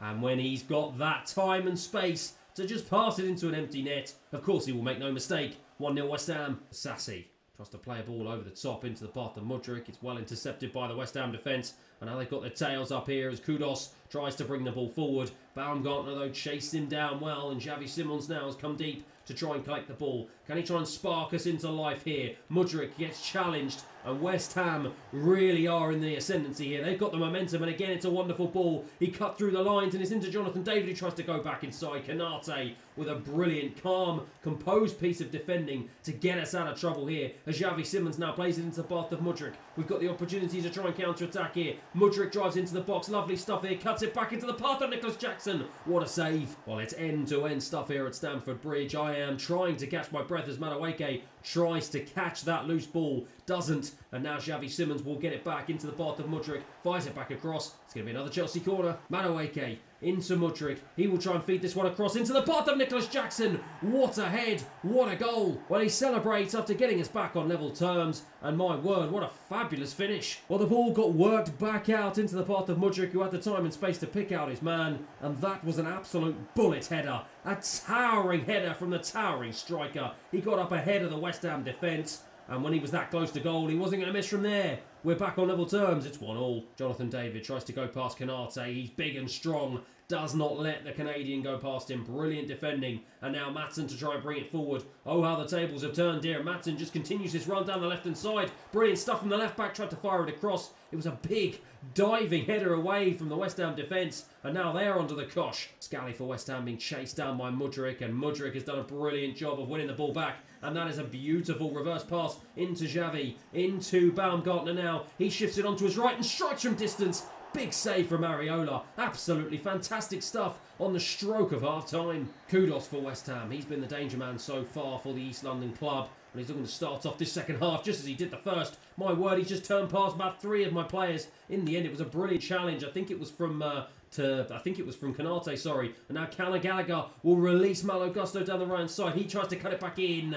I was looking for Nicholas Jackson. Wasn't a good enough ball, but the press, the Chelsea press, is enough to win the ball back high up the pitch. Madueke now feeds it into Baumgartner. He tries to strike with his left. It's deflected, another Chelsea corner, and it's one that Madueke will take on his left foot. I'm going to try and put a little bit more power into this one. It's fired into the penalty area. Baumgartner with a bit of a tame header though, and it's easy in the end for the goalkeeper. Sassy, nice pass into Ian Matson, who's unmarked. He finds Baumgartner, tries to check back, but in the end it's Kudos again with a big challenge. That man has been everywhere for West Ham so far this game, and he's just so dangerous. He's skipping away from multiple challenges and feeding a wonderful ball into Jonathan David, who strikes. Big save. Well, fortunately enough for me, and strangely for West Ham, they've decided to take off their best player, bring in Lucas Paquetá, but much to my relief, that man has gone off the pitch, as is this man. Xavi Simons, after a quiet day at the office, will be replaced by Oyan Sanset, as we try and see if we can spark some life and creativity into this Chelsea team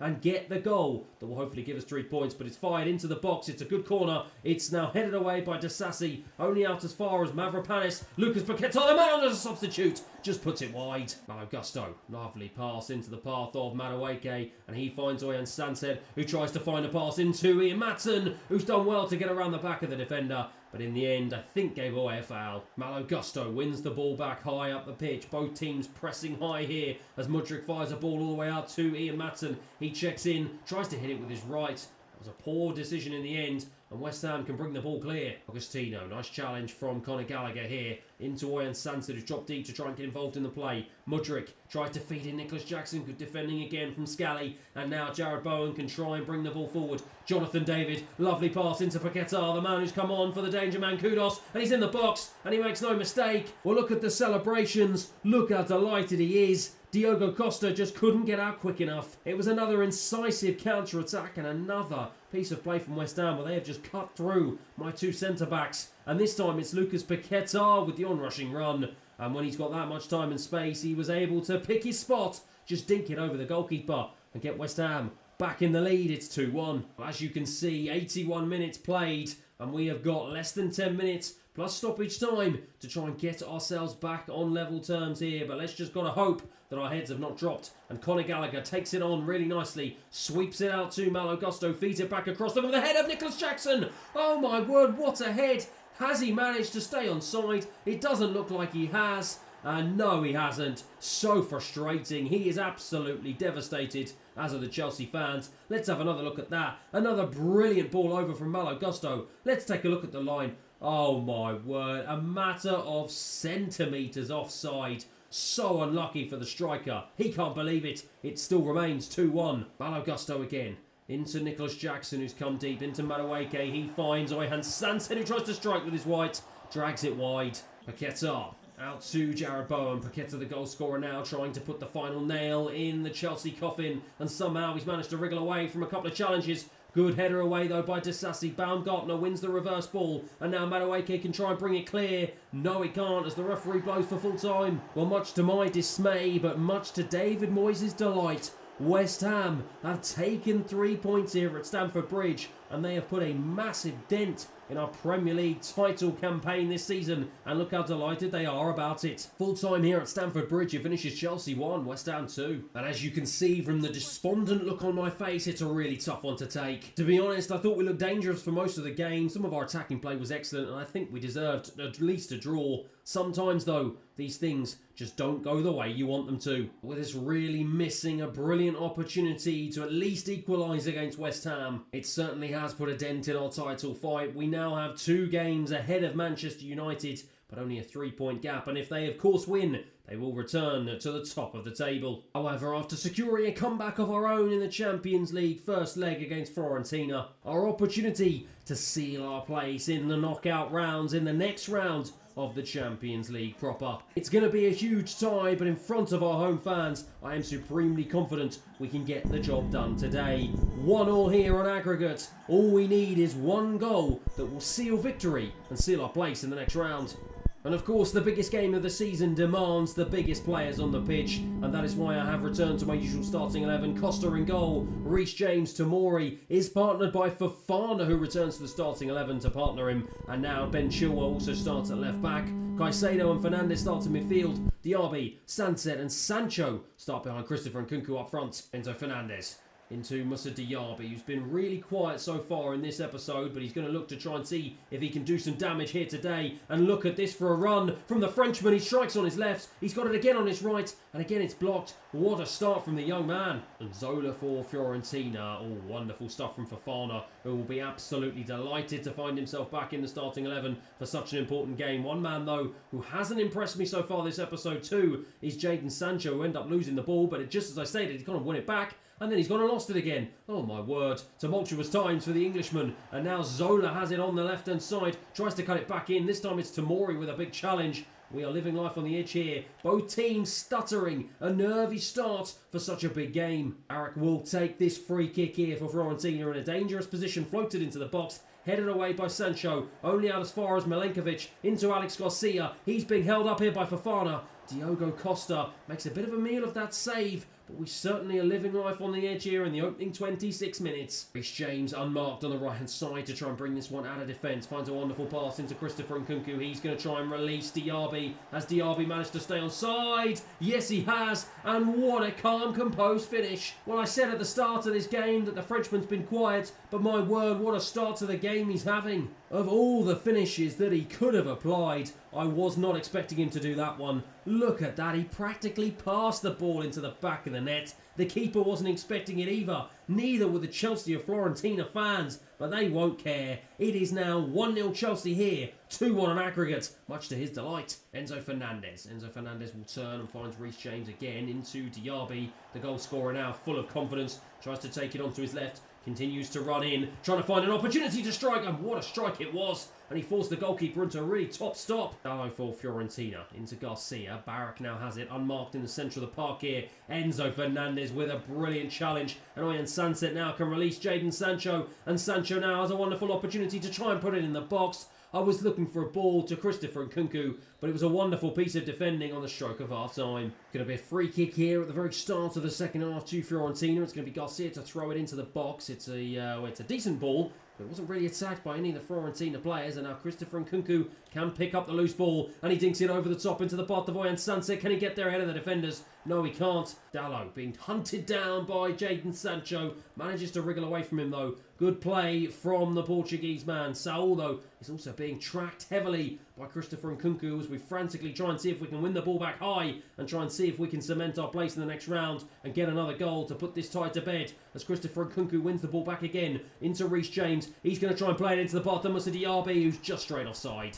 Amrabat skipped away from the challenge really nicely. Plays a ball into Gorko, and he now tries to get away from Tamori. Doesn't manage to, though. Brilliant defending once again from the Englishman. Ben Chilwell fires a wicked ball all the way out wide to Reece James on the right-hand side, and he skips away from a challenge, and he finds Christopher Nkunku, who bursts into the box here, and Christopher Nkunku to strike. Another huge save. The RB will take the resulting corner. I'm going to try and fire it into the penalty spot. Fofana wins the head. Another huge save. Well, I don't know what it is about the goalkeepers on this episode, but they're having an absolutely stellar time here in front of my attackers. We just can't seem to break them down. But in the end, it's cleared away that Mudryk will manage to get on the loose ball on as a substitute. He finds Fofana. Fofana's going to try and lift it over to Ben Chilwell on the left-hand side. He's going to try and cut it back into Enzo Fernandez. He finds Nicholas Jackson on as a sub. Oh, he's put it wide into the path of Ben Chilwell on the left-hand side. Cuts back inside for Moises Caicedo. Tried to feed a ball back out wide to him. Doesn't manage to. Now Saul on the break here for Fiorentina.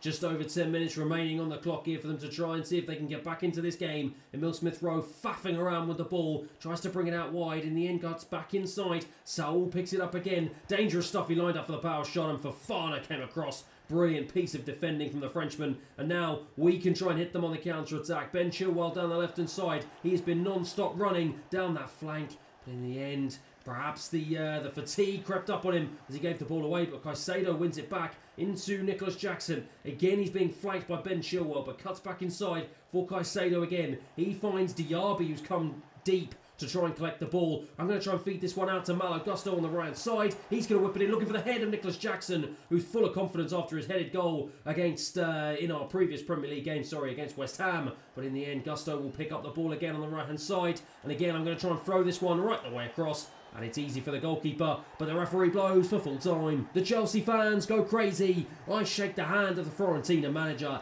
It was a hard-fought 2 legs in the Champions League round of 16, but I salute the support from the Chelsea fans. That man's goal was the difference maker here today. He's been quiet all episode, but stepped up when I needed him to. As at full time it finishes Chelsea 1, Fiorentina 0. And that result means we will be sailing through after a 2-1 aggregate win. And sailing through to play another Italian team who managed to knock out our English rivals Liverpool 3-1 on aggregate, as we have been drawn against Napoli in the quarter-finals of the Champions League. But of course, we're still in the latter rounds of the FA Cup, and despite a little bit of drop-off in momentum, we are still in the fight for the Premier League title as well. And so that is it for today's episode. Thank you everyone for watching, and I'll see you again next time. Last episode saw us progress through to the quarter-finals of the Champions League and bring us ever closer to our European dream. But defeats in the Premier League saw our league form stutter, and now things are going to get interesting heading into the final stage of the season. But as ever, if you're enjoying this series so far, please feel free to like and subscribe, and let's get into today's episode. Now, I mentioned after our 1-0 win against Fiorentina in the round of 16 in the Champions League, we have been drawn a very tough round in the quarter-finals against the Italians Napoli. However, being fortunate enough to be able to avoid the giants like Real Madrid, Munich, City, Dortmund, Atletico Madrid and Barcelona,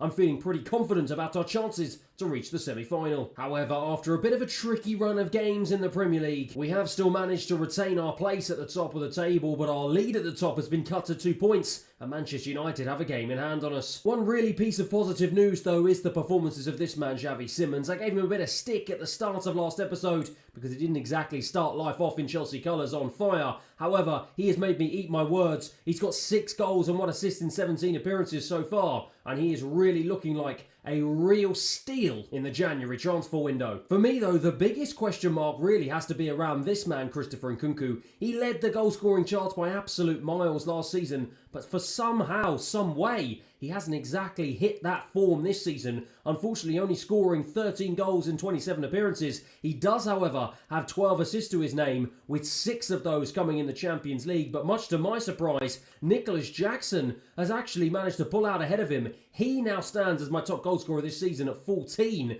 and for the man who's supposed to be deputising for Christopher Nkunku, perhaps he continues to knock on the door for a starting place instead. And having knocked Ipswich out of the 5th round of the FA Cup and drawing Southampton in the quarter-finals, he is going to get the opportunity to try and impress yet again as we head over to St Mary's for a huge game at Southampton that will hopefully see us keep our FA Cup dream alive. He's not the only one that will get a starting berth here today though, with this giving me an ample opportunity to try and bring in some fringe players. Robert Sanchez takes his place in goal for the first time in several games, in place of Diogo Costa. Malo Gusto, Badiashile, Canate and Matson make up the back line. Conor Gallagher's partnered by Baumgartner in the centre of midfield. Madueke, Xavi Simons and Mudryk will start, of course, behind Nicholas Jackson up front. Kyle Walker-Peters tries to play it down the line, but Ian Matson does a really good job of trying to win it and then loses it in the centre of the park. And he gives it to Amo here, who plays a wonderful ball through into the path of Mara. He cuts it back for Aribo. He brings it inside, and Kalmadin Sulemana, within 7 minutes, gives Southampton the lead. Well, I hedged my bets on my reserve players coming in today and trying to do a job for us in the FA Cup, but they fell asleep within the opening 10 minutes, and that is not the way that we wanted to start this game. And frustratingly for me, Southampton lead 1-0. Kalmadin Sulemana again the goal scorer to pick it up. Southampton have started this game far better than we have. We have completely fallen asleep here in the opening 15 minutes. They're just passing the ball round us, but fortunately enough, Conor Gallagher won that one well. And now Xavi Simons, oh, that's a lovely ball into the path of Nicholas Jackson. And look at him drive away. This is a man full of confidence, and that is a confident finish to bring us level. Look at the celebration. Look how much the goal meant to him. Absolutely fantastic. Look how much it meant to the fans. They go absolutely berserk, and they know how important that was to get us back on level terms here. A brilliant piece of play from Xavi Simons to lay it on a plate for him, and he did the rest of the hard work himself, drove into the heart of the Southampton penalty area, and that is a calm finish, full of confidence that man is. Beautiful goal, 1-1. Armstrong for Southampton to try and burst through the centre of my midfield, and he finds the goal scorer Kalmadin Sulemana, who just drives past Malo Gusto like he's not even there, but Gusto does a really good job of tracking him back, and in the end winning the ball and gives it to Madueke. He finds Baumgartner. End-to-end stuff here in the opening 20 minutes here as Mudryk plays it on to Ian Matson down this left-hand side, and he will try and drive down. I'm looking for some sort of option in the box, cuts it back into the path of Xavi Simons, who just smashed it against the defender. Malo Gusto goes in field for Xavi Simons, who's been influential so far in this game. He plays it off to Conor Gallagher though. He finds Madueke, who's come central. Xavi now will play it all. I was going to play it all the way out wide to Malo Gusto. Good piece of defending there from the Southampton defenders as Kalmadin Sulemana goes past Baumgartner. He does a really good job of tracking back though. Brilliant defending from the Austrian, and he can now try and release Madueke. End-to-end stuff here at St Mary's into Nicholas Jackson again, who strikes. It's off the post this time, so unlucky. Matson will pick up the loose ball, finds Conor Gallagher. He tries to strike, blazes it against the Southampton defenders, and they get it clear. Kalmadin Sulemana will try and go again. He does go again, and this time he feeds the ball all the way out wide to the right winger, switches the play beautifully. Canate comes across to try and defend. Good defending from the Frenchman. Mudryk into Conor Gallagher. My word, this has been an electric opening half here at St Mary's, and both teams eager to try and continue to get on the score sheet as Mara tries to strike.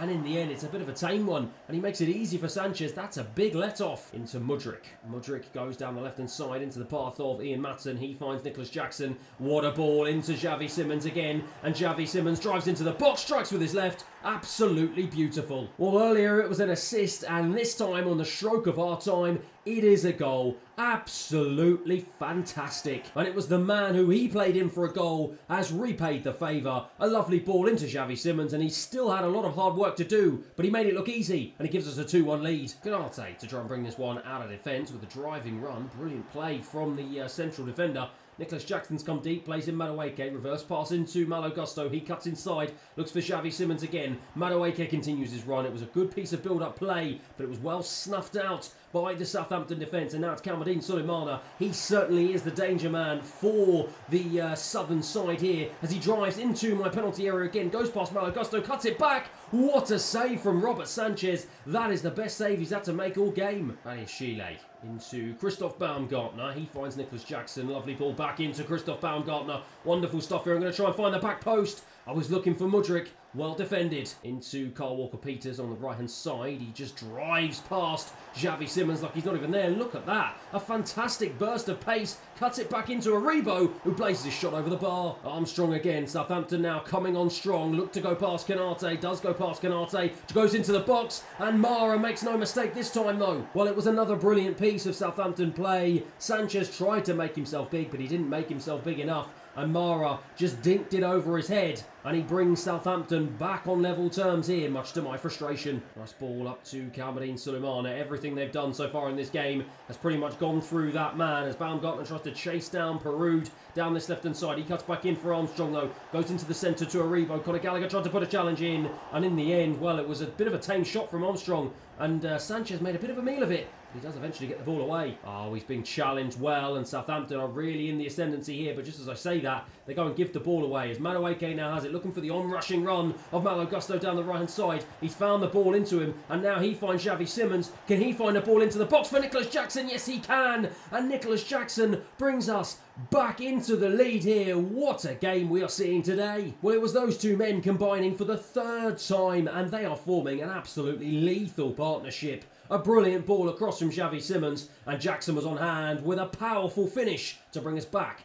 3-2 Chelsea. Bella Kotchap tried to dink that one over, finds Armstrong. Southampton are surely now, with only a few minutes remaining in this game, just going to pile everyone forward as Kalmadine Sulemana tries to throw it into the box. It's going to be a Southampton corner, and it's going to be one that Armstrong's going to take. As you can see, the goalkeeper is up. He's hanging on the edge of my 6-yard box. It's thrown in, headed away by Conor Gallagher. All of my players are back here. Armstrong has it, though. He will try and throw it back in for another time. Sanchez, though, makes himself big, takes control of the situation into Baumgartner. Can we now try and hit Southampton on the break here as Reece James on as a substitute has the pace and the stamina to drive past the left back, dinks it in, looking for the on-rushing run of Madueke, can't find him, but it doesn't matter because we fly the flags high. That man Reece James celebrates as the referee blows the whistle, much to Southampton's dismay. What a game we have seen before us today, but that man Nicholas Jackson was on fire yet again. Another 2 goals to his name, and it's another 3 goals to ours as it finishes here at St Mary. Southampton 2, Chelsea 3. It's another brace for the Senegalese, and with him now being 3 goals ahead of Christopher Nkunku in the goal scoring chance this season, it really is getting to the point where I may have to consider permanently putting him in my starting 11. The man of the moment, Xavi Simons, was once again on fire though. He laid on another 2 assists and another brilliant goal. There just does not seem to be any stopping the Dutchman. And just like Nicholas Jackson is doing, those fabulous performances are edging Xavi Simons ever closer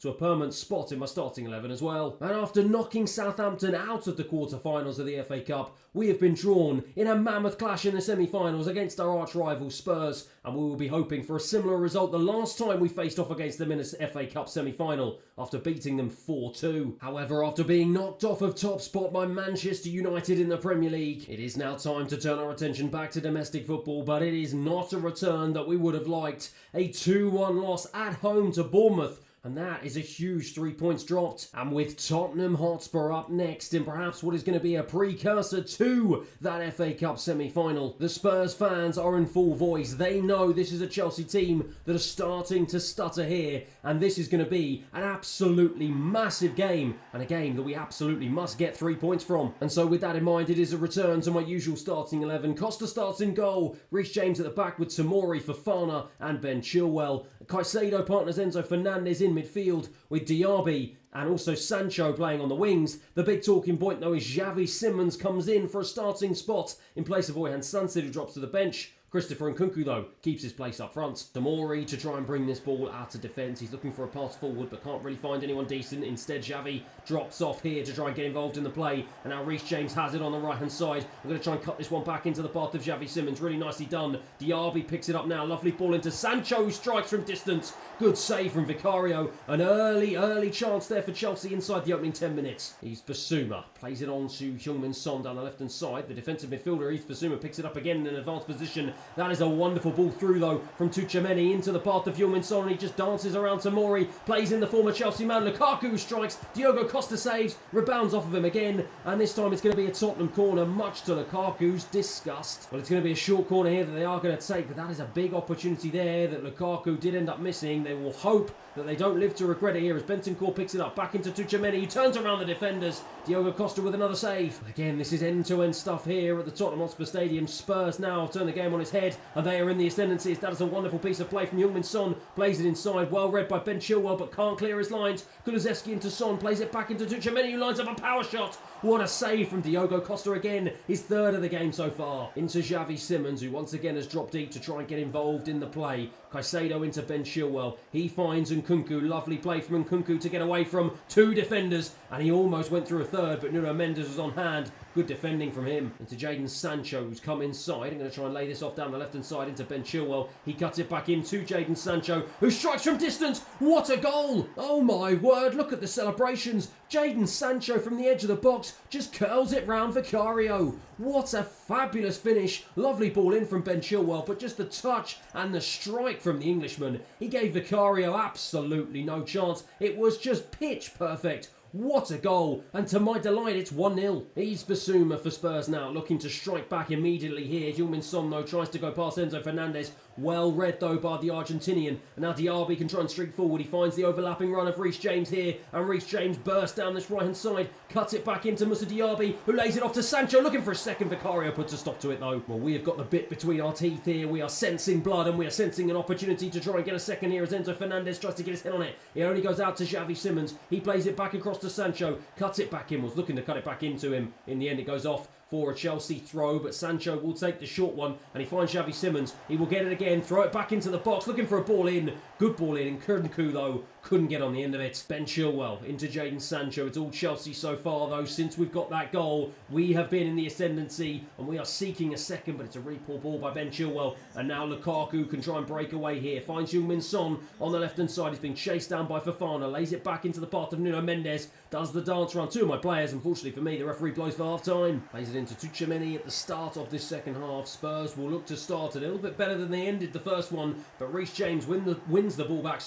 wins it back well. And now it's Xavi Simons, who is played in by Christopher Nkunku, and Xavi Simons to strike. Oh my word, it's fabulous. Well, there is just no stopping this Dutch wonder kid this season. He is in absolutely electric form. And whilst Christopher Nkunku perhaps hasn't been amongst the goals as much as he would like, he lays on another assist. This time it's to Xavi Simons. And look at that for a finish. Two fabulous finishes from the Chelsea men. It's 2-0. Nice ball into Christopher Nkunku, and he just lays it off into the path of Xavi Simons again. And Xavi Simons continues his run into the box. Is it 3? It is 3. Thank you very much. Well, he's on the phone, he's calling everyone he knows to just tell them what good form he's in. But since the start of this second half, Spurs' heads have dropped, and they are just leaving gaping holes now in the heart of their defence. Xavi Simons was just able to drive into it after another little lovely layoff from Christopher Nkunku, and Vicario could do nothing about that one. It is 3-0 Chelsea, much to that man's delight. Nice ball into Lukaku, who holds it up well, gives it back to Basuma, who ends up going back to David Garcia.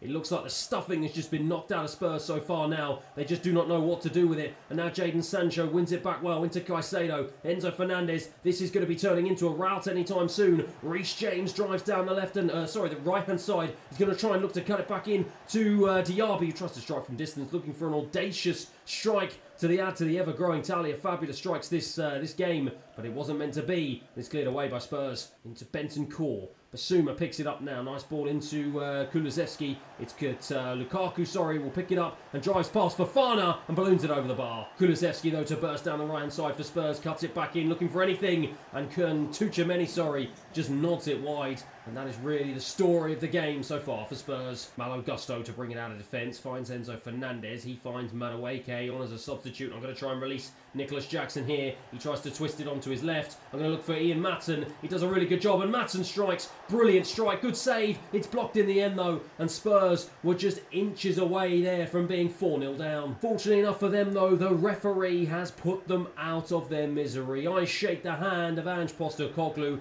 and I salute the Chelsea support. That man, Xavi Simons, he is on absolute fire at the moment. Another 2 goals from him and another 3 goals from us as it finishes here at full time at the Tottenham Hotspur Stadium. Spurs 0, Chelsea 3. And look at the confident look on my face, the wry smile. That was a result that I know we desperately needed. And I know, of course, Xavi Simons' performances and goals is what caught the eye, but I think it's important to credit the rest of the team. At Chelsea, we know we're all in it together. And that win was an important morale booster for the squad, and a really important 3 points in our fight for Premier League glory, as Manchester United, on a fantastic run of form, have now built up a 7-point gap at the top of the table. But we do have a game in hand, and it's another game that we absolutely have to win. And fortunately enough, we do win it as we smash Nottingham Forest 3-0 at home, courtesy of a hat-trick from Noni Madueke. And while some of our attacking players may be getting the plaudits, I think it's important to note this man's impact on our team. Diogo Costa, what a sensational signing this man has been since joining the club.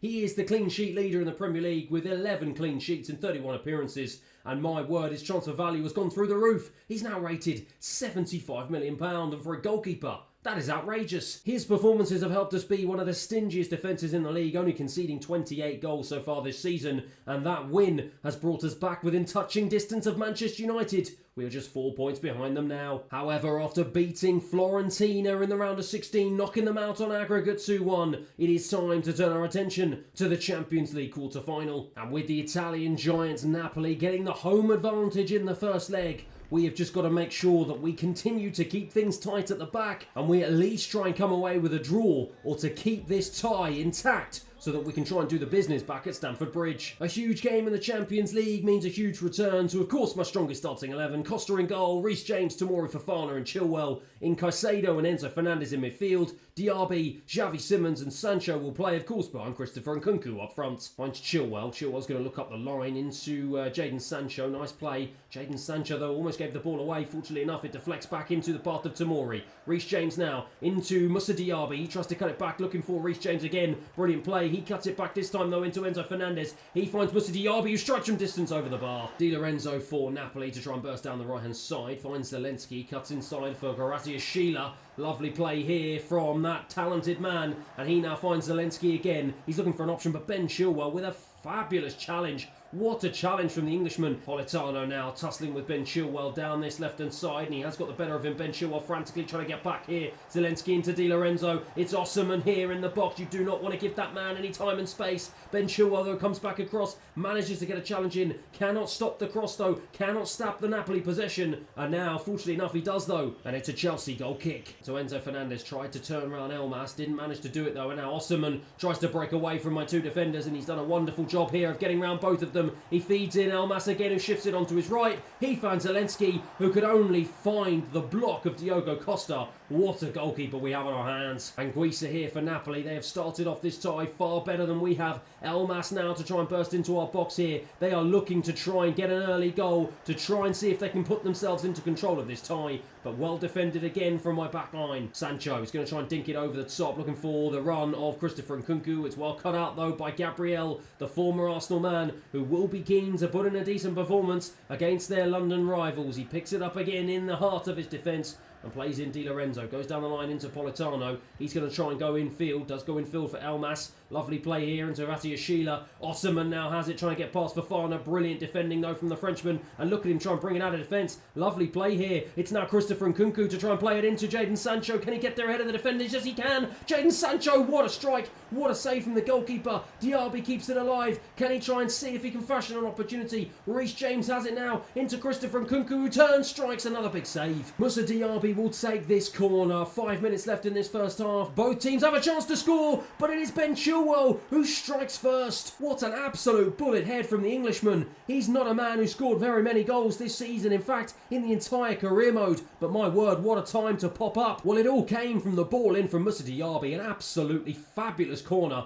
and it was Ben Chilwell who rose highest, met it in the air, and that was an absolutely bullet header. Gave the goalkeeper no chance. It was in the top right-hand corner. He says thank you very much. We say thank you very much. It's 1-0 Chelsea. Elmas, nice pass into Zelensky. I'm sure Napoli will be desperate to try and get a goal back here before the end of the first half. What a save again. Going to be a corner here. They have bounced back immediately. What a reply here from Napoli. They fire it into the edge of the box. It's headed away by Ben Chilwell again. Only out as far as Gabriel. He plays it back out to Politano. Lovely step over. Drives into the box. Ben Chilwell with another big challenge. That man's been fantastic. But Osimhen now has it. The man that I do not want to have it who strikes. He is blocked again by Diogo Costa. Going to be a free kick here inside our half. Every man except the Napoli goalkeeper is within our half as they look to start this second half exactly the way they finished the first. But Moussa Diaby with a brilliant challenge, and now Nkunku into Xavi Simons, plays it back into Christopher Nkunku now, and does he have the pace? No, he doesn't, to get away from the defenders. I thought he was going to be in, but it just wasn't enough. Into Moises Caicedo in my midfield, and he gives the ball away really cheaply there.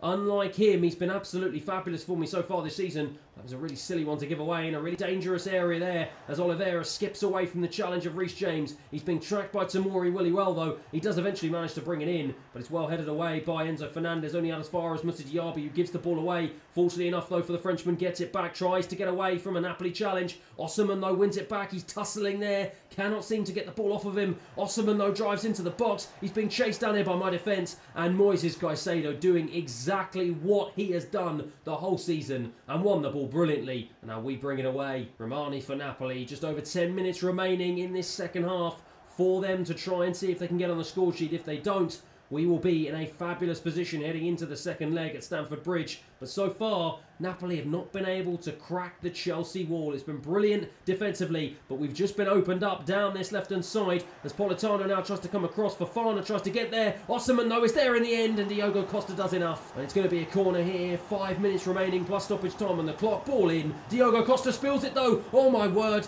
I thought he was going to be able to claim it. It was his first mistake of the game. One of his first mistakes of the entire season. But now we can try and hit them on the counter-attack. It's Christopher Nkunku to drive into the box here. Nkunku to strike. Nkunku to score. Well, look at the celebration. He knows just how important that goal was, and he knows just how important it was for his Chelsea career this season. Well, look at the celebrations. We go absolutely crazy. Even I'm getting involved. What on earth is going on here? From one end to the other, just when I thought Napoli were about to score, we hit them on the counter-attack, and Christopher Nkunku had the pace and the guile to get away from the defenders, and that is a fantastic finish from the Frenchman. It is 2-0, much to his delight. Unfortunately enough for me, that turned out to be the last attack of the game. A brilliant performance from all the Chelsea men, and it is a brilliant game that puts us in total control heading into the second leg. That man, Christopher Nkunku, finally gets back on the score sheet as his goal makes sure that we win the first leg. It finishes Napoli 0, Chelsea 2. And with Ben Chilwell scoring his first goal of the season, Christopher Nkunku getting his goal-scoring boots back on, and us being in a really strong position heading into the next leg, I am confident of our chances of progressing to the semi-finals. For now though, with Manchester United losing their extra game, we are now 1 game behind them and 4 points, and it means that we must get a result in our next Premier League tie. That is not going to be easy though, because of all the teams we have to play. It is Manchester United's arch-rival City who we will play away from home at the Etihad Stadium.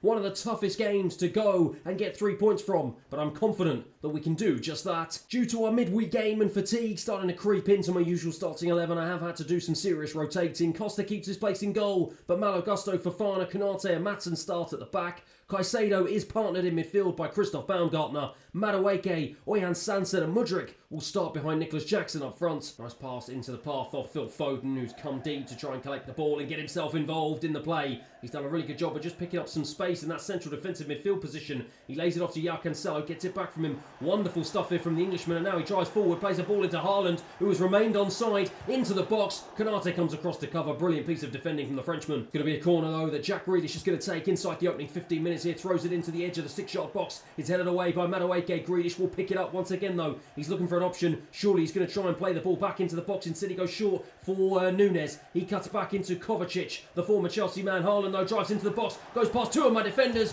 What a brilliant piece of play from Haaland, and somehow he couldn't apply the finish. He hits the post, and that is a huge let-off for us. Noni Madueke here to try and pick the ball up. I'm going to try and play a diagonal, a beautiful diagonal, all the way over to Ian Maatsen, who takes it down brilliantly. He finds Nicholas Jackson, who finds Mudryk, who finds the back of the net. That was absolutely fantastic. Well, we ripped the Manchester City defence to shreds, and that man Mudryk celebrates a beautiful finish after a beautiful piece of build-up play. Lovely little one-touch passing, a beautiful diagonal right the way across the box, but it was a lovely deft touch from Nicholas Jackson, and that is a beautiful finish from the Ukrainian. Just curved it round Ederson, gave him no chance, and he gives us a 1-0 lead here at the Etihad Stadium. Fana being chased down by Haaland, but does a beautiful job of just spinning him. Absolutely fantastic play, and Kanate does the same to get away from the Manchester City press here. Ian Maatsen now to try and surely play this one down the line into the path of Nicholas Jackson. We've beaten the City press beautifully into Mudryk. He turns. Oh, he finds Sanset. I was looking for a ball into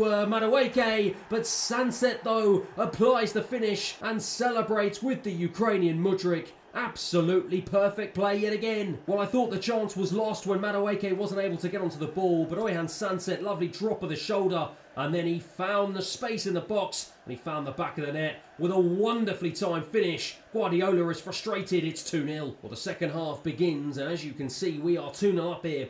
We are in a perfect position here to try and take advantage of Manchester City's failings and also Manchester United's failings in the league. And now it's Maatsen down the left-hand side. Can we try and add a third here to put the icing on the cake at the start of the second half? We were inches away from managing to get a ball across to my striker. Wasn't able to though. It was a good piece of defending by Manchester City, and then we go and give the ball away, and then they go and give the ball away, and then we go and give it away. What on earth is happening here at the start of the second half? McAtee down the right hand side. Nice play there to get past Ian Maatsen. Beautiful stuff from the Manchester City winger. Maatsen frantically trying to get back. He sold a dummy into Haaland. It's Kanate who blocks him again. City keep the ball alive with João Cancelo though. He tries to strike, and Kanate is there with the block yet again. Going to be a corner here that Jack Grealish is going to take, and of course he's going to throw it into the box looking for the head of Haaland. He does manage to reach him, but Diogo Costa snaps up the loose ball. Phil Foden to pick it up for Manchester City. He's blocked off really nicely by Christoph Baumgartner, and now Mudryk can bring it into the centre here, and in the end he's challenged. A really positive move breaks down, and City now can try and hit us on the counter-attack. Haaland has got the strength to keep Caicedo at bay here, and he just turns him beautifully. Lovely stuff from the Norwegian. He's still got the ball, and in the end he gives it away, and somehow he manages to bundle into our penalty area, and Diogo Costa bundles him over though and wins the ball back. Fantastic goalkeeping yet again. Well, we've got a free kick here in a dangerous position that Oyhan Sanset is going to take, and he's going to try and throw this one into the box. It's a looping cross. Haaland in the end with an acrobatic clearance. Not often you see that man back defending. Now Cancelo for City into Kovacic, the former Chelsea man, who plays the ball into Foden, who finds Haaland. Lovely little dink pass into the path of another former Chelsea man in Sterling, who I sold back to Manchester City at the start of this season. Jack Grealish though comes across, and Kanate also comes across to put in another challenge. And now we have an opportunity to break it with Madueke. Where on earth is the Manchester City defence? Nowhere to be seen, but no players of my attack are in the box, and in the end we go and give the ball away really cheaply. It does not matter though, because the referee blows the whistle. I shake the hand of Pep Guardiola. The Manchester City players are crestfallen. They fall to the floor, and they cannot quite believe what they've seen here today. That man Oyhan Sanset with a goal, and his performance helped us along to a 2-0 victory here at the Etihad. And one more win and another 3 points means we have clawed back that gap to Manchester United to just 1 point with only 6 games remaining. This title challenge is going right down to the wire, and with a huge second leg quarter-final clash in the Champions League to kick off the very next episode,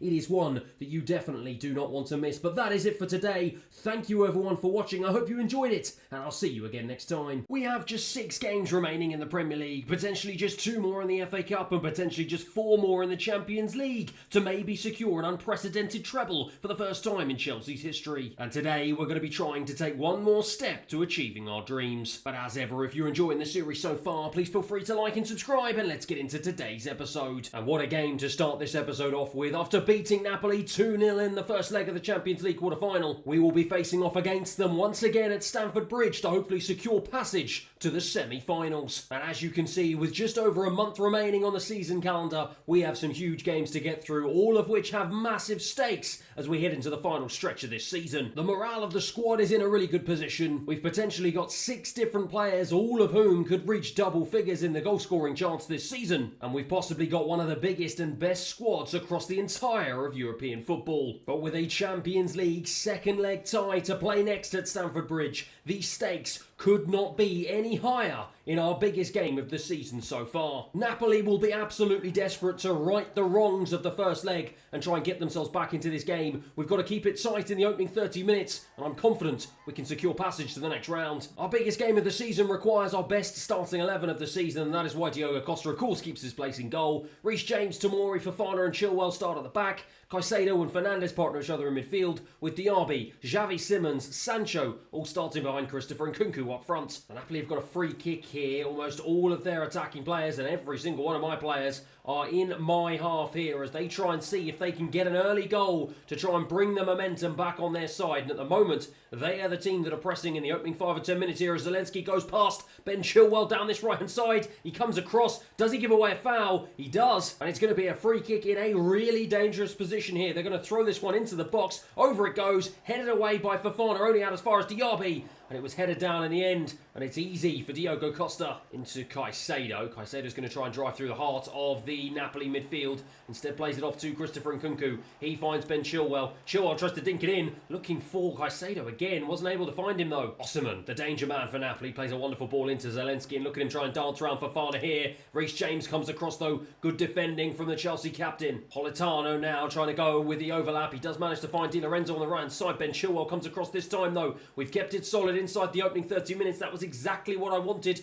from my Chelsea players. And Sancho now has the chance to release Nkunku. Nkunku's, I was going to try and play it back into the path of Jadon Sancho. He got the pass all wrong, but Xavi Simons comes across and he tries to play it down the line, gives it away. It's been a really, really tight opening 30 minutes here. Neither team able to get control of the game. There are some nervous legs out here in this second leg, but it is Napoli now who are going to try and bring the ball forward. Zelensky just dances around Tomori here, drives to the heart of the edge of my box. Tomori comes across. Good defending, and he does manage to win the ball back. He almost gets taken out there and eventually does manage to clear his lines. Anguissa into Elmas. Elmas finds Zelensky, who's picking up some really nice pockets of space so far in this game. And it's now Kvaratskhelia into the box. What a finish. What a goal. Napoli are right back in this game. Well, it was Zelensky who was the danger man. He was the architect, but he played into Osimhen. Lovely little flick into the path of Kvaratskhelia. And look at that for a finish. Diogo Costa had no chance. Napoli 1-0. Well, we did have a 2-0 lead, but as you can see, that has been cut down to 2-1 now, and there is only one goal separating these two teams, and we haven't even reached the end of the first half yet. We have got to try and keep this one tight,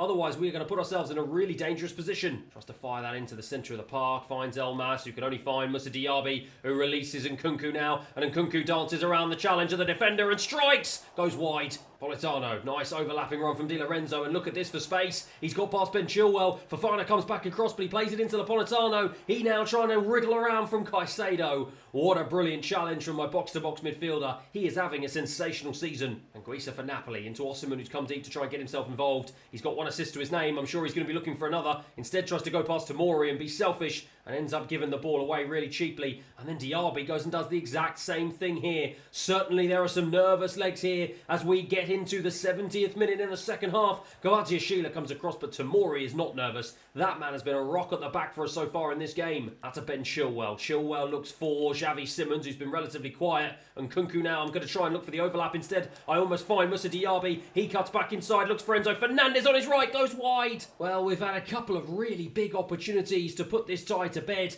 and we haven't taken them, and I've just got to hope that we do not live to regret that here with just 15 minutes remaining on the clock. Napoli are still very much in this tie. Tomori tries to come across to cover. He does not manage to win the ball, and now Osimhen comes deep yet again. He plays it into Guri. He now tries to drive forward into the heart of my defence, goes past a couple of players. Fofana's going to try and come across, doesn't manage to get the challenge in, and he's just danced around several challenges. Oh my word, it is absolutely beautiful. What a stunning goal. Look at the replay. He went round about 4 players. What on earth was my defence doing? And he struck it from the edge of the box. Diogo Costa had absolutely no chance. What a substitute appearance from that man, much to my disgust. Well, from 2-0 up in the first leg, we are now 2-0 down in the second, and we have absolutely thrown this lead away. Just as I was saying that I hope we don't live to regret those missed chances, we have gone and done just that, and now we've got less than 5 minutes on the clock to try and see if we can find an answer as Diaby strays offside. Romani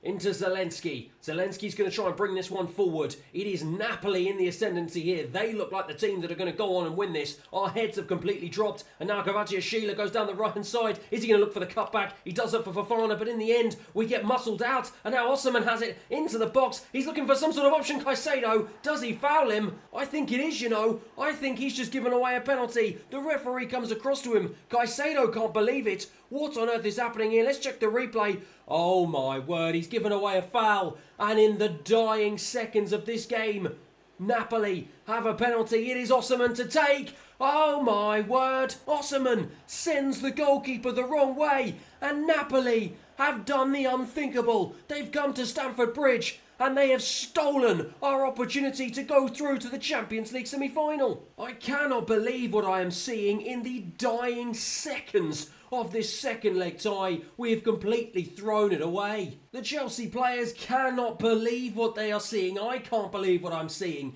In front of our home fans, we have completely gifted this second leg tie to Napoli. That man Osimhen is the hero for the Italian side. He gets the winner in the dying seconds. As a full-time era finishes, Napoli 3, Chelsea 0. And look at the disappointment on my face. I cannot quite believe that we have completely and utterly thrown this game away. I don't even know what to say at this point. We had everything going for us in the first leg, and we just didn't turn up. I don't really know what to say, to be honest. Well, from just being a few games away from a potentially unprecedented treble in West London, Napoli have come along and completely ruined the party, and just like that, we are out of the Champions League. We have failed one of the major board objectives. My status has now suddenly dropped down to weak, and I can already feel the stress and the pressure starting to mount on my shoulders. And as we head to Wembley Stadium for our next huge game of this season, it has just become even more important here against Tottenham Hotspur, our arch rivals.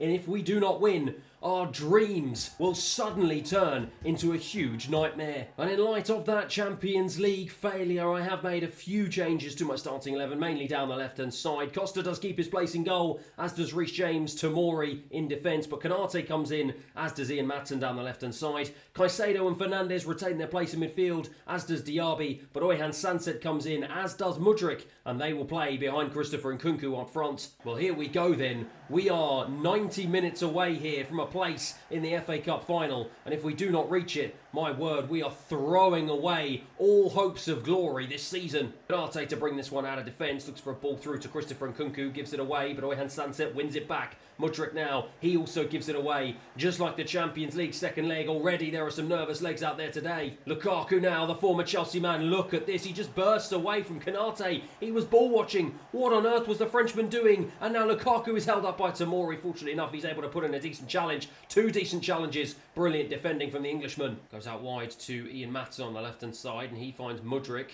Mudryk to try and drive down, looking for some sort of option. Instead, just continues his run. Really nice play from the Ukrainian. He checks back, though, looks for Oyhan Sanset. He's going to try and line up a shot. Here he does. Good save from Lloris. Mudryk picks up the loose ball, finds a pass out to Tomori, who finds himself on the edge of the box, into Reece James. He's going to look to the left-hand side to Ian Maatsen. Tries to play it in, finds Oyhan Sanset again. It's come across, but well done, Caicedo, for picking up the loose ball. He plays it into Enzo Fernandez. We are trying to look for some sort of option here. Diaby now, he's been relatively quiet so far in this game. Finds a ball back to Reece James. We're just searching, probing, looking for some sort of opening here. Diaby now has it again. This Spurs defence are watertight. Reece James now to try and bring it into the box. He finds Enzo Fernandez, who will strike. The Frenchman Lloris with a wonderful save yet again. Well, the former Spurs captain unlikely and surprisingly finding himself back in the starting 11 today as Diaby throws it back in. Oyhan Sanset with an acrobatic bicycle kick. And my word, that would have been a stunning goal. Bentancur for Spurs. Into Lukaku. They've got men over here. It's 4-on-4 as Lukaku brings it into Basuma. Basuma goes out wide to Nuno Mendes. He tries to knock it past Reece James. Doesn't manage to. Does win a free kick. And it will be one that Heung-min Son is going to take. And it looks like he's going to try and dink this one to the box. He does. Diogo Costa comes out, big goalkeeping. It certainly was a nervy opening 45 minutes here. Neither team able to break the deadlock, and we've got to try and see if we can put a stop to that here at the start of the second half as Ian Matson drives down the left-hand side, throws it in, looking for the head of Diaby. Good cross, couldn't meet it though. Heung-min Son to burst down the left-hand side. As you can see, whatever reason, I've had a glitch and I've lost the scoreboard and the timer, so I've got absolutely no idea what on earth is going on, but Lukaku certainly does as he now drives into the centre, strikes from distance and sends it wide. Kanate, nice pass into Mudryk down the left-hand side. He's going to try and throw it over into the path of Ian Matson. Really nicely done. Ian Matson, though, gives it away. It's really cheap, and that has been the story of the game so far. Neither team having the quality to open the other one up, but it's Tchouaméni who's going to look to try and change that. Nice pass into Bentancur. He finds Lukaku, certainly been the danger man so far for Spurs. He drives into the box. Tomori, though, has been his match all game so far. Brilliant defending from the Englishman, and then Caicedo goes and gives it away. Lukaku strikes again, and this time he forces Diogo Costa into a smart save. It's going to be a corner here that Spurs are going to take. They looked to go short, instead they threw it in, and it was Enzo Fernandez who headed it away. Only out as far as Bentancur, though, who took it down really nicely. Lo Celso on as a sub, tried to go past several of my players. Ian Matson, though, releases Madueke, who is also on as a sub. He tries to dink it over, finds Nicholas Jackson. He's going to try and release the pass into Sancho, can't get there. Tried to hit them on the counter-attack, but it wasn't meant to be, and now Tchouaméni will release Giovanni Lo Celso, who tries to go past Reece James. The Englishman covered it off well, though. Tomori almost lost it, but did a good job of just passing that one out of defence and regaining control into Xavi Simons, who's on as a sub. Caicedo, he finds a ball into Madueke. Madueke turns really nicely. He's going to try and find a ball into Nicholas Jackson. Instead, manages to get it back off the rebound. Really nicely done. Reece James now turns. He finds Caicedo. Caicedo to strike, blazes it against the Tottenham defender. Giovanni Lo Celso finds Heung-min Son on the left-hand side. Neither team still able to break the deadlock here, and to be honest, neither team looking likely to do so. With 10 minutes remaining on the clock, anything can happen though, as our second leg Champions League tie can attest to. As Xavi Simons plays a wonderful ball into Jadon Sancho, and he bursts into the box now. Jadon Sancho! What a goal from Jadon Sancho! The Englishman is potentially the hero here in the FA Cup semi-final. What a goal, and what a finish! Fabulous piece of play from the Chelsea forwards. Diogo Costa celebrates. Look how much it means to the players. Well, what an unbelievable goal. A fabulous ball in from Xavi Simons, who practically with his first touch gets an assist. But Sancho with the calmness to find his spot, and look at that for a celebration from me. It is Chelsea 1, Tottenham 0. Well, what a time for Jadon Sancho to get on the score sheet with just a few moments remaining in this game. The onus is now on Tottenham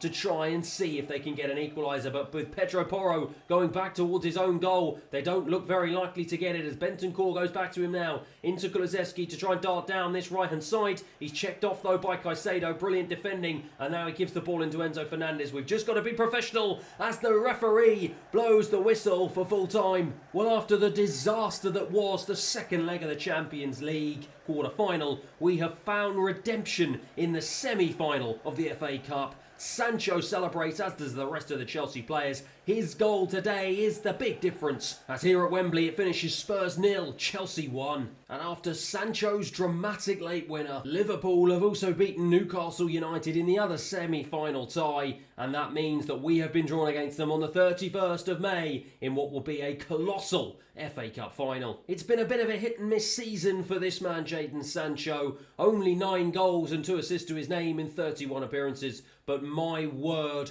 when I needed him to, he stepped up in the most important moment, and that goal could have massive ramifications to the rest of our season. But after playing in 2 cup competitions, it is time for us to turn our attention back to the Premier League, and as you can see, we still sit in second place, but with Manchester United winning their spare game, they have now chopped up a 4-point gap to us at the top of the table, and it means we absolutely have to win our next game to keep in touch with them. And fortunately enough, we do, courtesy of a very early Conor Gallagher goal and a very late Nicholas Jackson goal. Those 2 goals are enough, though, to secure 3 points and secure a 2-1 away win against Crystal Palace. And with just 5 games remaining in the Premier League, and with just 1 point separating the top 2 teams, wouldn't you just know it, as we return to Stamford Bridge, it is our title rivals Manchester United who we will be up against in what is going to be an absolutely colossal top of the table tie, and one that most certainly will surely define who is going to win the Premier League title this season. And with that midweek game against Palace meaning that a bit of fatigue has crept into the camp,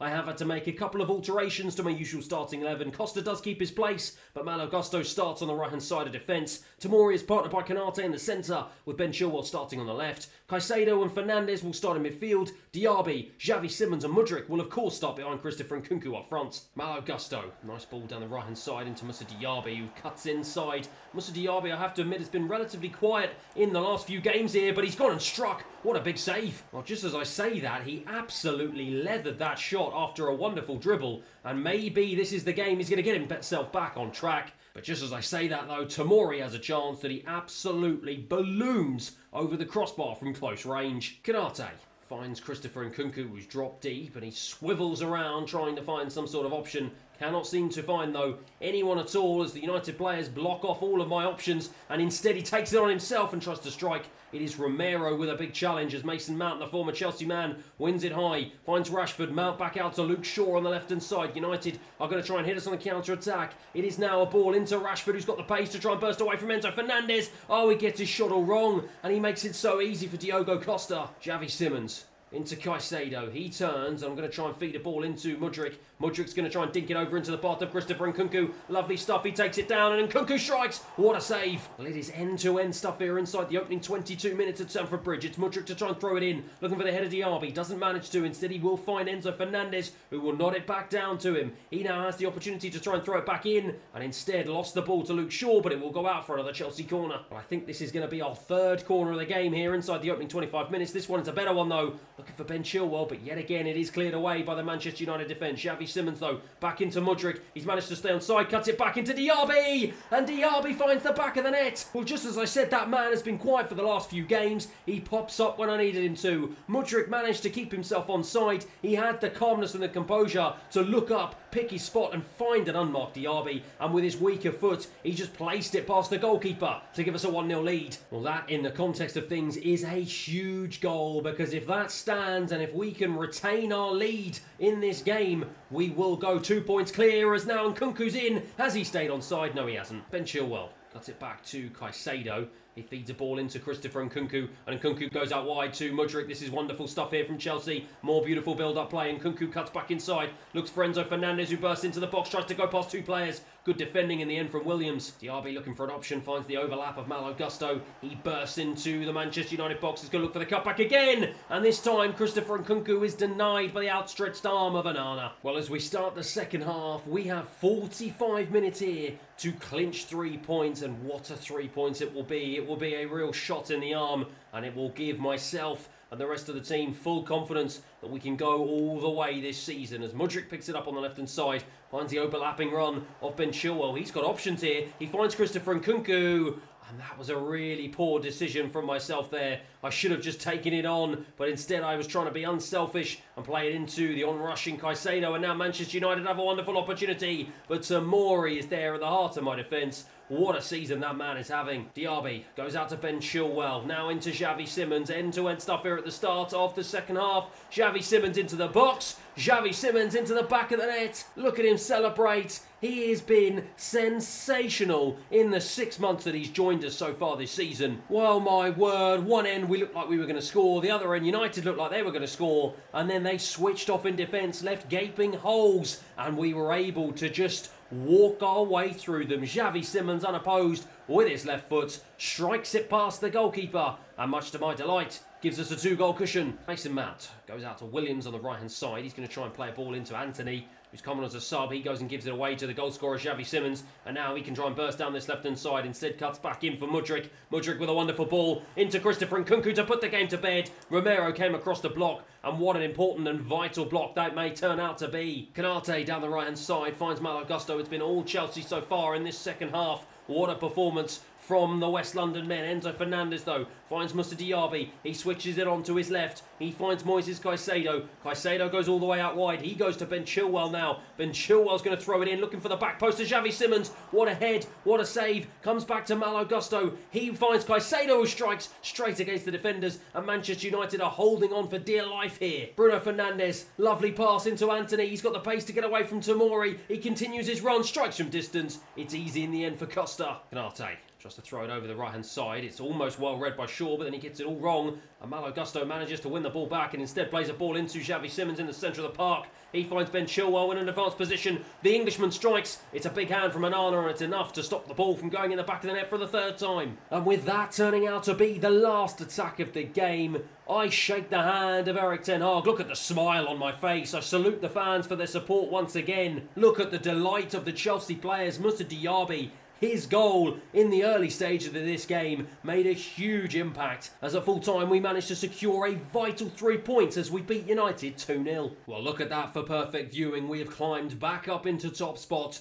2 points clear of Manchester United, and with what some people might define as more favourable fixtures coming up over our next 4 games, I am feeling confident that we can achieve our Premier League dream this season. Now, I spoke about Jadon Sancho popping up at the right time in the FA Cup, but this man, Moussa Diaby, popped up when I needed him to in a magical moment in the Premier League. Overall, his stats are actually pretty decent. 10 goals and 8 assists in his debut campaign for Chelsea. Certainly makes for some good reading, but he has had a few struggles in the last few months. He has gone pretty quiet in front of goal, but again, when I needed him to step up, he did. And what an important goal that could be in the grand context of things this season. And so, as I call a press conference to try and rally the troops ahead of our final 4 Premier League games this season, we are going to be facing off against another London rival in Brentford, up next at the G-Tech Community Stadium, and I'm sure they will be equally as desperate as Manchester United were to put a dent in our title hopes this season. And with some players making their way back into my starting 11, Costa starts, Reece James, Tomori, Canate and Chilwell will start, of course, at the back.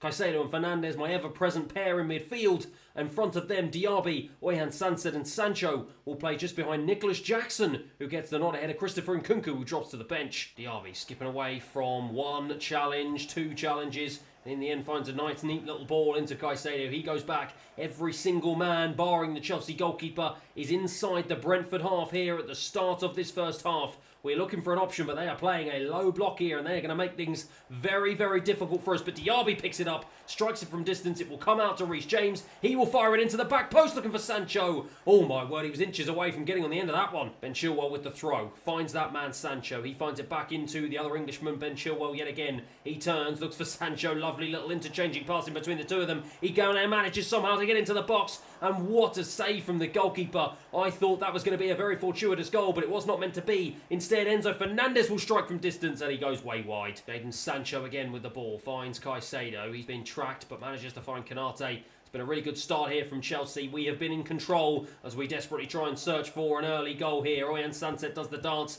but ends up giving the ball away as Enzo Fernandez loses it in midfield. And now Diop can try and bring it forward. Oh, he dances around Tomori. Really nice job from the Brentford attacker. And in the end, Caicedo comes back across to make amends for an earlier mistake. And Arte to try and bring the ball out of defence. He's under pressure, but wriggles away really nicely from it and finds Jadon Sancho. He finds Nicholas Jackson. What a turn! What a turn! And then he ends up turning too many times and losing the ball, as Mbuemo now has got the pace to try and drive down this right side. But Nicholas Jackson, he lost the ball and he won it back. What a piece of defensive play there from the striker. That is exactly what I want from a man leading the line here, as Moussa Diaby now finds Reece James down the right hand side. I'm going to try and cut this one back into the path of Enzo Fernandez, looking for an option on the edge of the box. Finds Oyan Sancet, who turns on to his left and strikes. What a strike! What a save! Brentford will keep it in play. They're playing very dangerously in their box there. Caicedo wins it high. Finds Oyan Sancet. He will find a ball out. No, he will not find a ball out. It was a poor pass in the end. I don't know what on earth the Spaniard was doing there. And now Brentford will try and hit us on the counter-attack down the line. And Mbuemo's got the pace to get away from Ben Chilwell. No, he doesn't.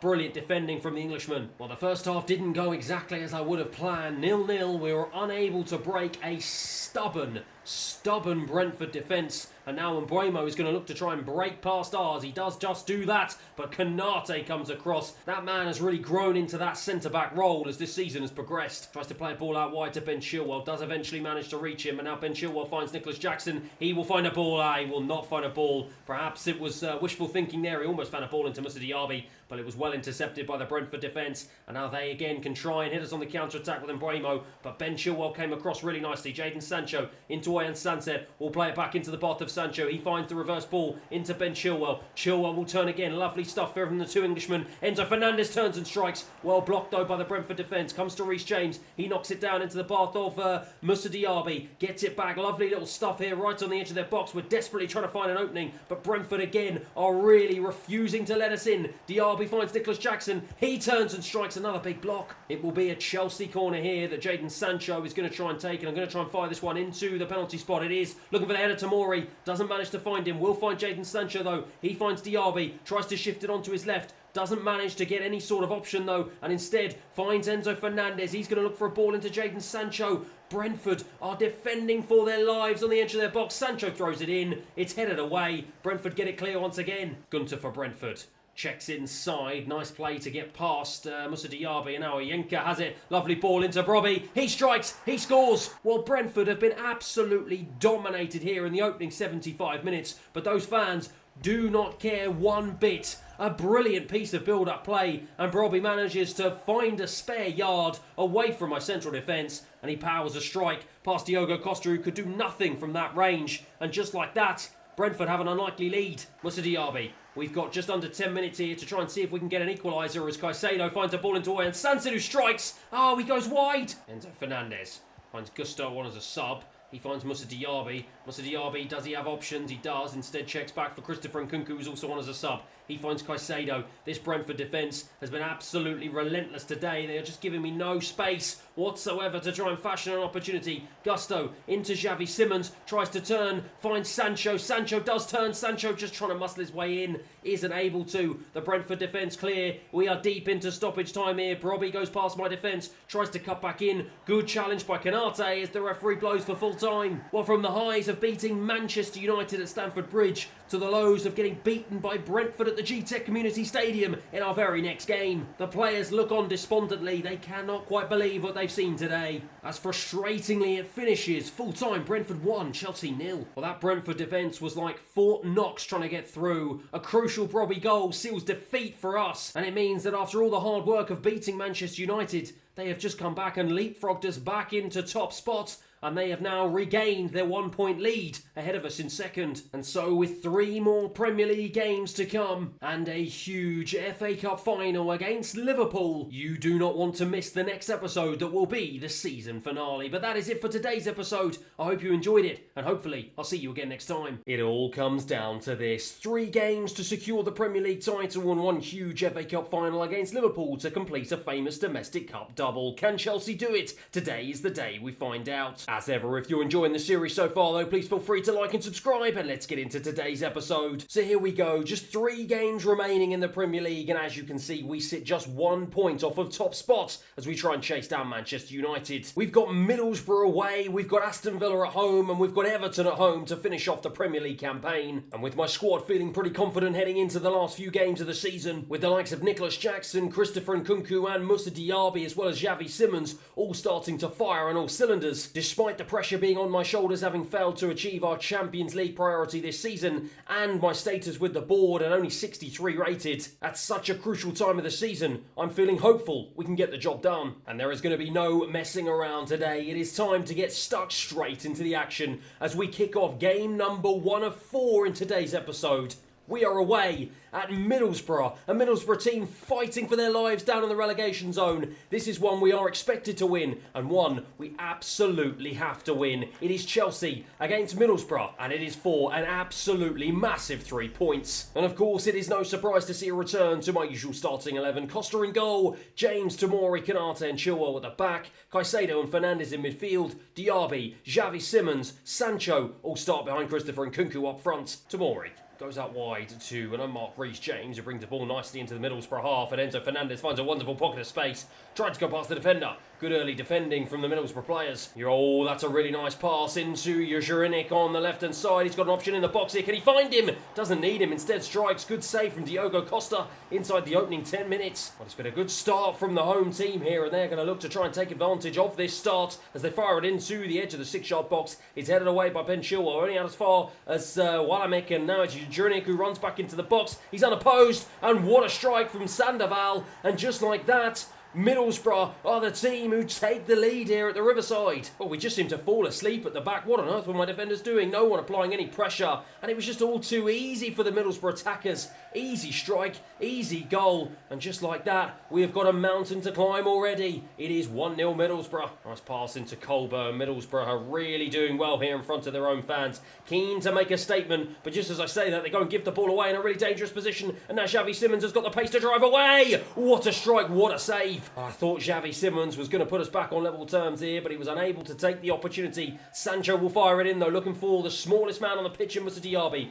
Doesn't surprise him, doesn't find him, unsurprisingly. And now he picks up the ball again. Diaby plays it into Konate. Konate goes out wide to Chilwell. Chilwell across the box into Nkunku against the defender. It's fired away by the Middlesbrough defenders. Sandoval now to bring it forward for Middlesbrough. They've got 4 up here, and that's a beautiful pass right round the corner of Reece James. Jurinic now has options in the box. Can he find it? He fires it across. Diogo Costa with a diving save. My word, he needed to get there in the end, and he did. They still got it alive, though. It's Walamark, well intercepted there by Ben Chilwell, and now we can try and hit them on the counter-attack, and Nkunku doesn't have too many options ahead of him, though. Jadon Sancho will try and get it. He's almost challenged, but he manages to give the ball back to Ben Chilwell. He goes infield looking for Xavi Simons. Simons is looking for an option. He strikes, doesn't manage to find anyone. Enzo Fernandez, though, back into Reece James. He's turning, tussling, trying to get an option into Xavi Simons against the post. Oh my word, that was a huge opportunity for the Dutchman. Well, we've got 5 minutes remaining in this half. How on earth are we still going to potentially go in at 1-0 down? We have absolutely battered the goal of Middlesbrough. We've had a couple of really decent opportunities.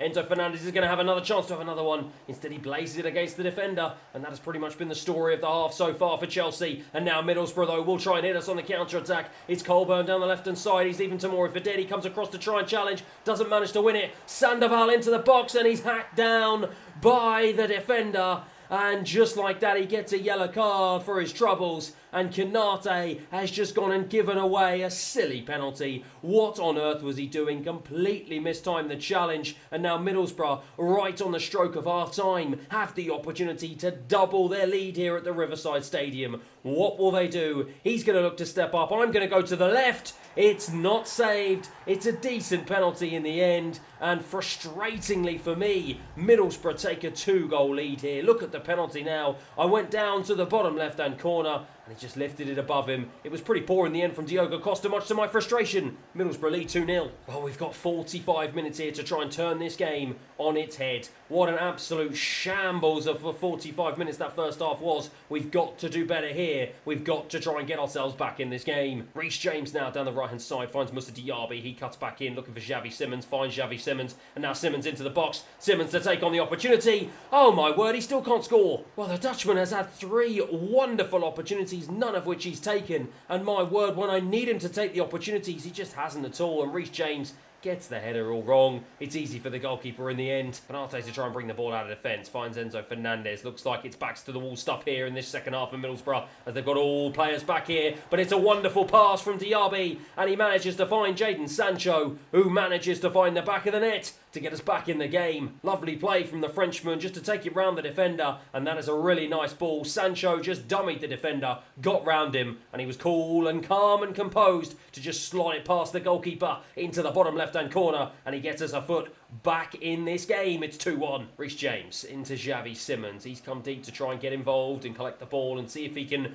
do better than he has done so far in this game. As Sancho, the goal scorer, finds Enzo Fernandez. He finds Moussa Diaby. He tries to strike with his right. Instead, he blazes it against the defender. We do still have the ball. Ben Chilwell keeps it alive. He turns back into the path of Xavi Simons. He finds Caicedo. Caicedo into Sancho. Sancho to strike. This time he goes against the defender, and Enzo Fernandez sends it wide. Oyhan Sanset on as a substitute for the fortunate Xavi Simons, who's had the opportunity to get us in the game, and he just hasn't taken it. And now he's been subbed off for his troubles. But Caicedo feeds a ball out wide to Ben Chilwell. He cuts inside, feeds it back to Caicedo. Really nicely done. Moussa Diaby shifts it onto his right, lines up a shot. Another good save from the goalkeeper. He has been an absolute wall at the back so far for Middlesbrough today. Out wide to Reece James. Only about 10 minutes remaining in this game here for us to try and find the breakthrough into Enzo Fernandez. He finds Nicholas Jackson on as a sub. He's twisting around. Cannot get away from the Middlesbrough defence. They hack it clear. Ben Chilwell now into Enzo Fernandez. Enzo Fernandez feeds in Moussa Diaby. He shifts it onto his left. Another big save. Well, we have absolutely peppered the goal of Middlesbrough today,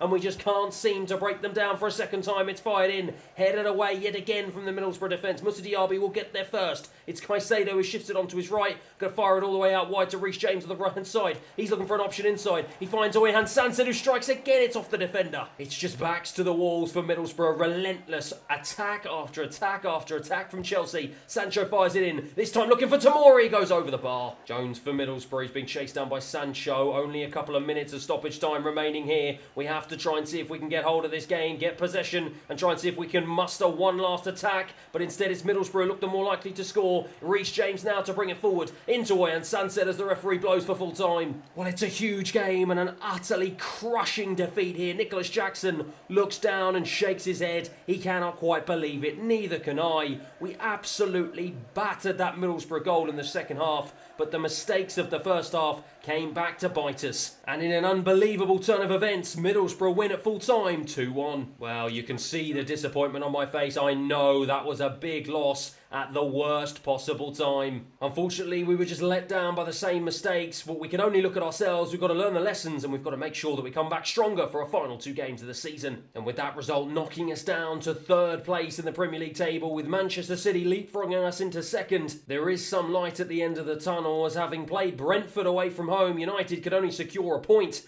and that means they are now only 2 points ahead of us with 2 games remaining. It is still anyone's to play for. And so with that in mind, we are getting stuck straight back into the action here as we return to Stamford Bridge in what is going to be an incredibly difficult tie against an Aston Villa side who are looking very dangerous in the Premier League, both in this career mode and in real life as well. It is do or die for us today. Go big or go home. We absolutely must win this game. Our entire Premier League title hopes depend on it. If we don't, then it's bye-bye the Premier League title. Due to a bit of fatigue creeping into the camp, I have had to make a couple of enforced changes. Costa does keep his place in goal, as does Reece James and Tomori at the back, but Fofana and Maatsen return to the starting 11. Caicedo is partnered by Enzo Fernandez in midfield. Diaby keeps his place, but Oyhan Sanson comes in for a Xavi Simons who didn't play particularly well in our last game, and Mudryk comes in on the left-hand side in place of Sancho. Christopher Nkunku does in fact keep his place as he starts up front. Reece James to try and bring this one into the centre of the park. He's looking for options, but Aston Villa playing with a low block,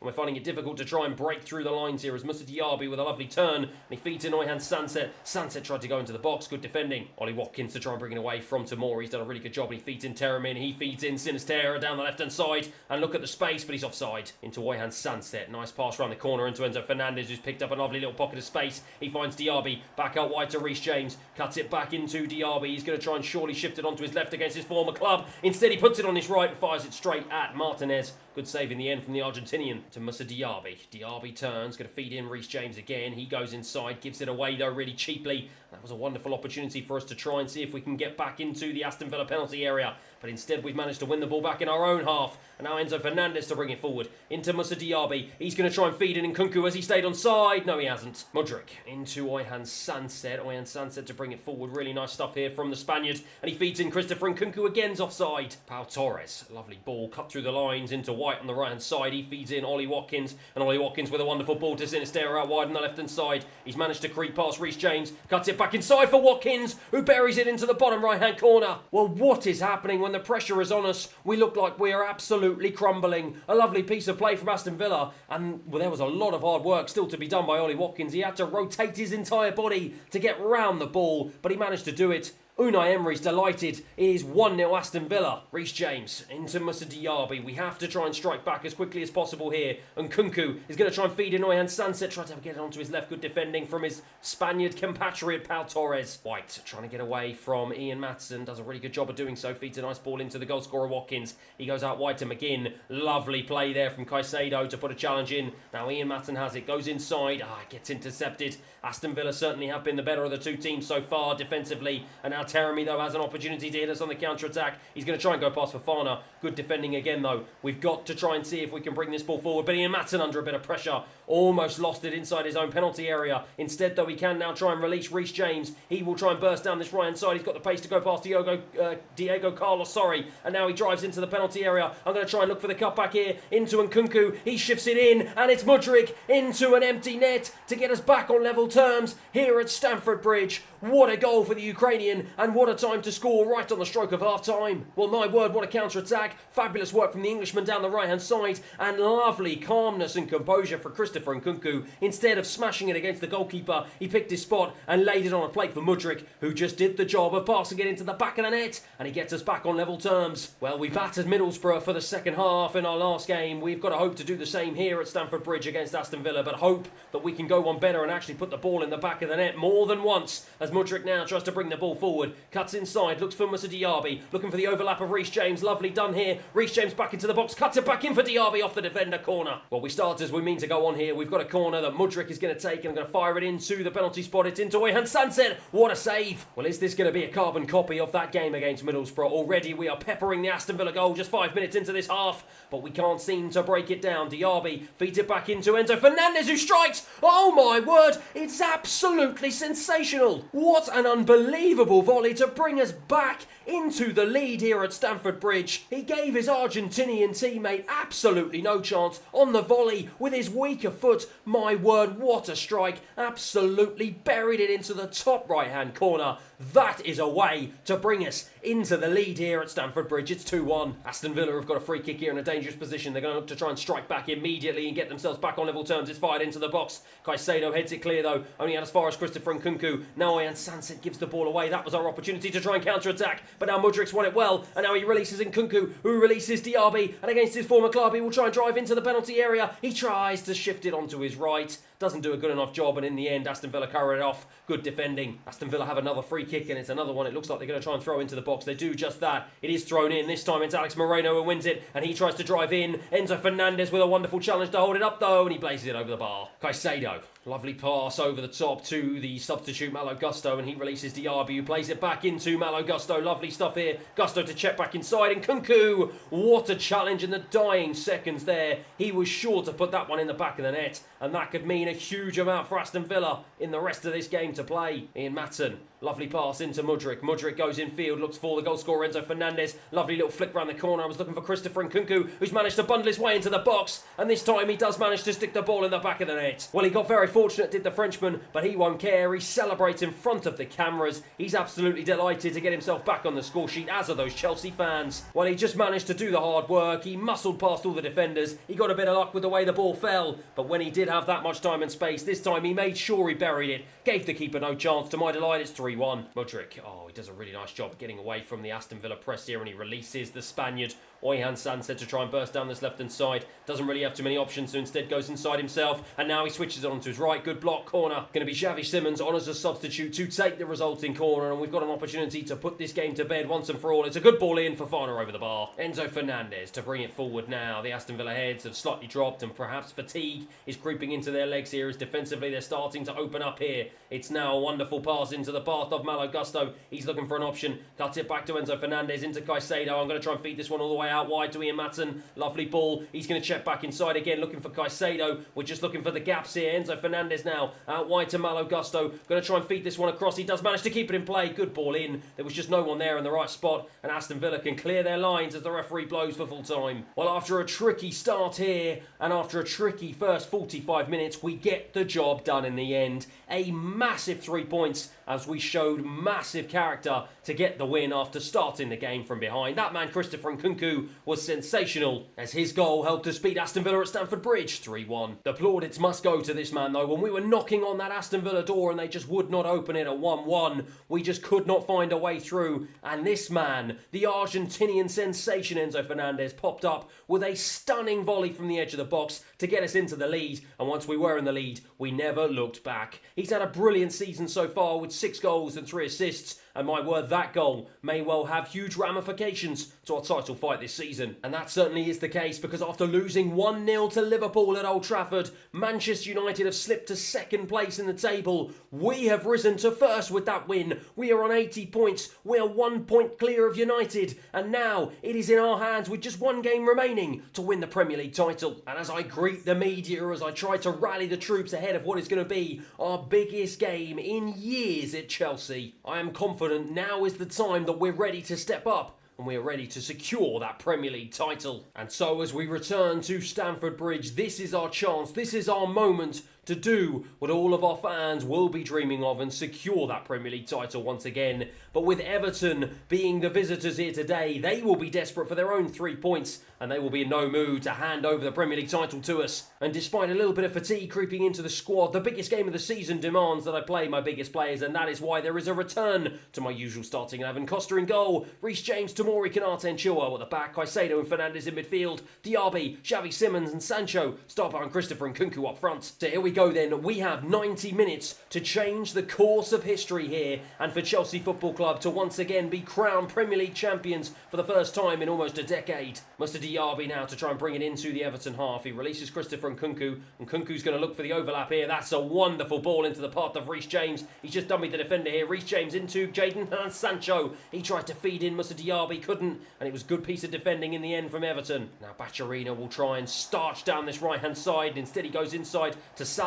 Lovely turn around the defender. Beto into the box. Oh, it's a beautiful finish. And McNeil was laid on a plate and he just smashed it into an empty net. And within the first 10 minutes, we're about to begin to crumble in front of our own fans. Beto with a lovely calm finish, and in the end the goalkeeper did just about manage to get his foot to it, but it wasn't enough. It fell to an unmarked McNeil and he was not going to miss from there. Inside 10 minutes we're down 1-0 already. Well, we came from 1-0 down against Aston Villa. We're going to have to do exactly the same thing here today. The biggest moments call for the biggest performances, and we've now got just under 80 minutes to try and answer the call. Reece James into Nkunku, he's come deep, and Nkunku releases Enzo Fernandez. Enzo Fernandez into Xavi Simons. He strikes straight against the goalkeeper, but it's much better from Chelsea. Enzo Fernandez again, everything good has come through that man so far today. Nkunku though, gets it onto his left, feeds it into Xavi Simons, who strikes against the defender. Dorsch for Everton, he's trying to look for some sort of attackers in front of him, and he finds Garner, but Tomori with a thumping challenge wins the ball back, and in the end Enzo Fernandez gives it away. Garner has it, but Enzo Fernandez wins it back. Brilliant play from the central midfielder. Sancho now into Xavi Simons. He's going to try and burst forward. I'm looking for some sort of option. I can't find any option. Instead, I'm just going to try and take it by myself and bring it all the way out wide to the right hand side. Cuts back inside for Moussa Diaby. He's going to try and shape up a shot onto his left ear. He does. He strikes. What a goal. What a strike. It's absolutely brilliant from the Frenchman. And that is exactly what Chelsea needed inside the first half an hour to get ourselves back on level terms. Well, I thought the momentum was gone when Xavi Simons had to drift all the way out wide to the byline, but he cut it back in for Moussa Diaby. And my word, it wasn't even into the corner. Absolutely horrendous goalkeeping from Jordan Pickford. He will not want to see that one again. What was he doing? He completely flapped at it. But I don't care. Neither does Moussa Diaby. We are back on level terms. It's 1-1 here at Stamford Bridge. Ben Chilwell, almost all of our players are inside the Everton half here. It is backs to the wall stuff from the team from Liverpool as Jadon Sancho now whips in a good strike.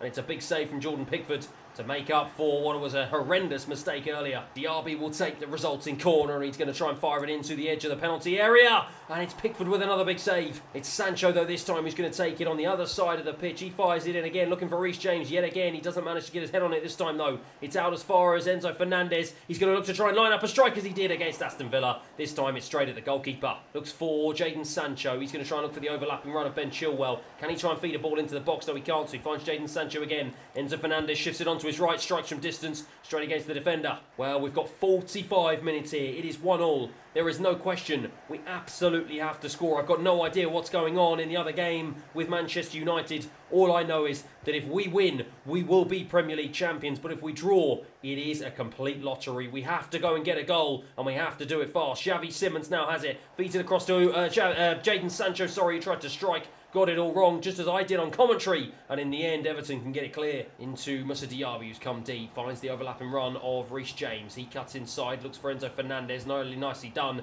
And it's into Christopher Nkunku, who turns the defender really well, drives into the box. He's cut off though by the Everton defence, really nicely done. Diaby though has it again. He's going to try and look to get it onto his left, as he did earlier on in the first half, but he doesn't manage to. Instead feeds Ben Chilwell, turns really nicely, going to try and look for a ball in. He does. Good defending again from Everton. We can't quite break them down inside the opening 15 minutes of the second half. Salah for Everton into Bacharina in field now. He's going to try and look for an option ahead of him. Does find Garner. Garner into Beto. Beto's going to surely go out wide. He does to Salah. And this is really nicely stuff here. And Ben Chilwell with a great challenge though. We have to try and hit them on the counter-attack. Xavi Simons out wide to Moussa Diaby. He's got options on the right hand side. Can he find them? No, he can't. It's a really poor pass. Now Everton can go, but it's Caicedo with a brilliant challenge. And now he can feed Jadon Sancho down the left hand side. And Jadon Sancho surely into Christopher Nkunku. It's off the bar. Everton have a free kick here just inside our half. All of their players forward. Less than 20 minutes on the clock here for us to try and see if we can get the winner. So far it has not been enough though. Caicedo now has it. He's going to try and see if he can feed out a ball to Ben Chilwell. Really nicely done.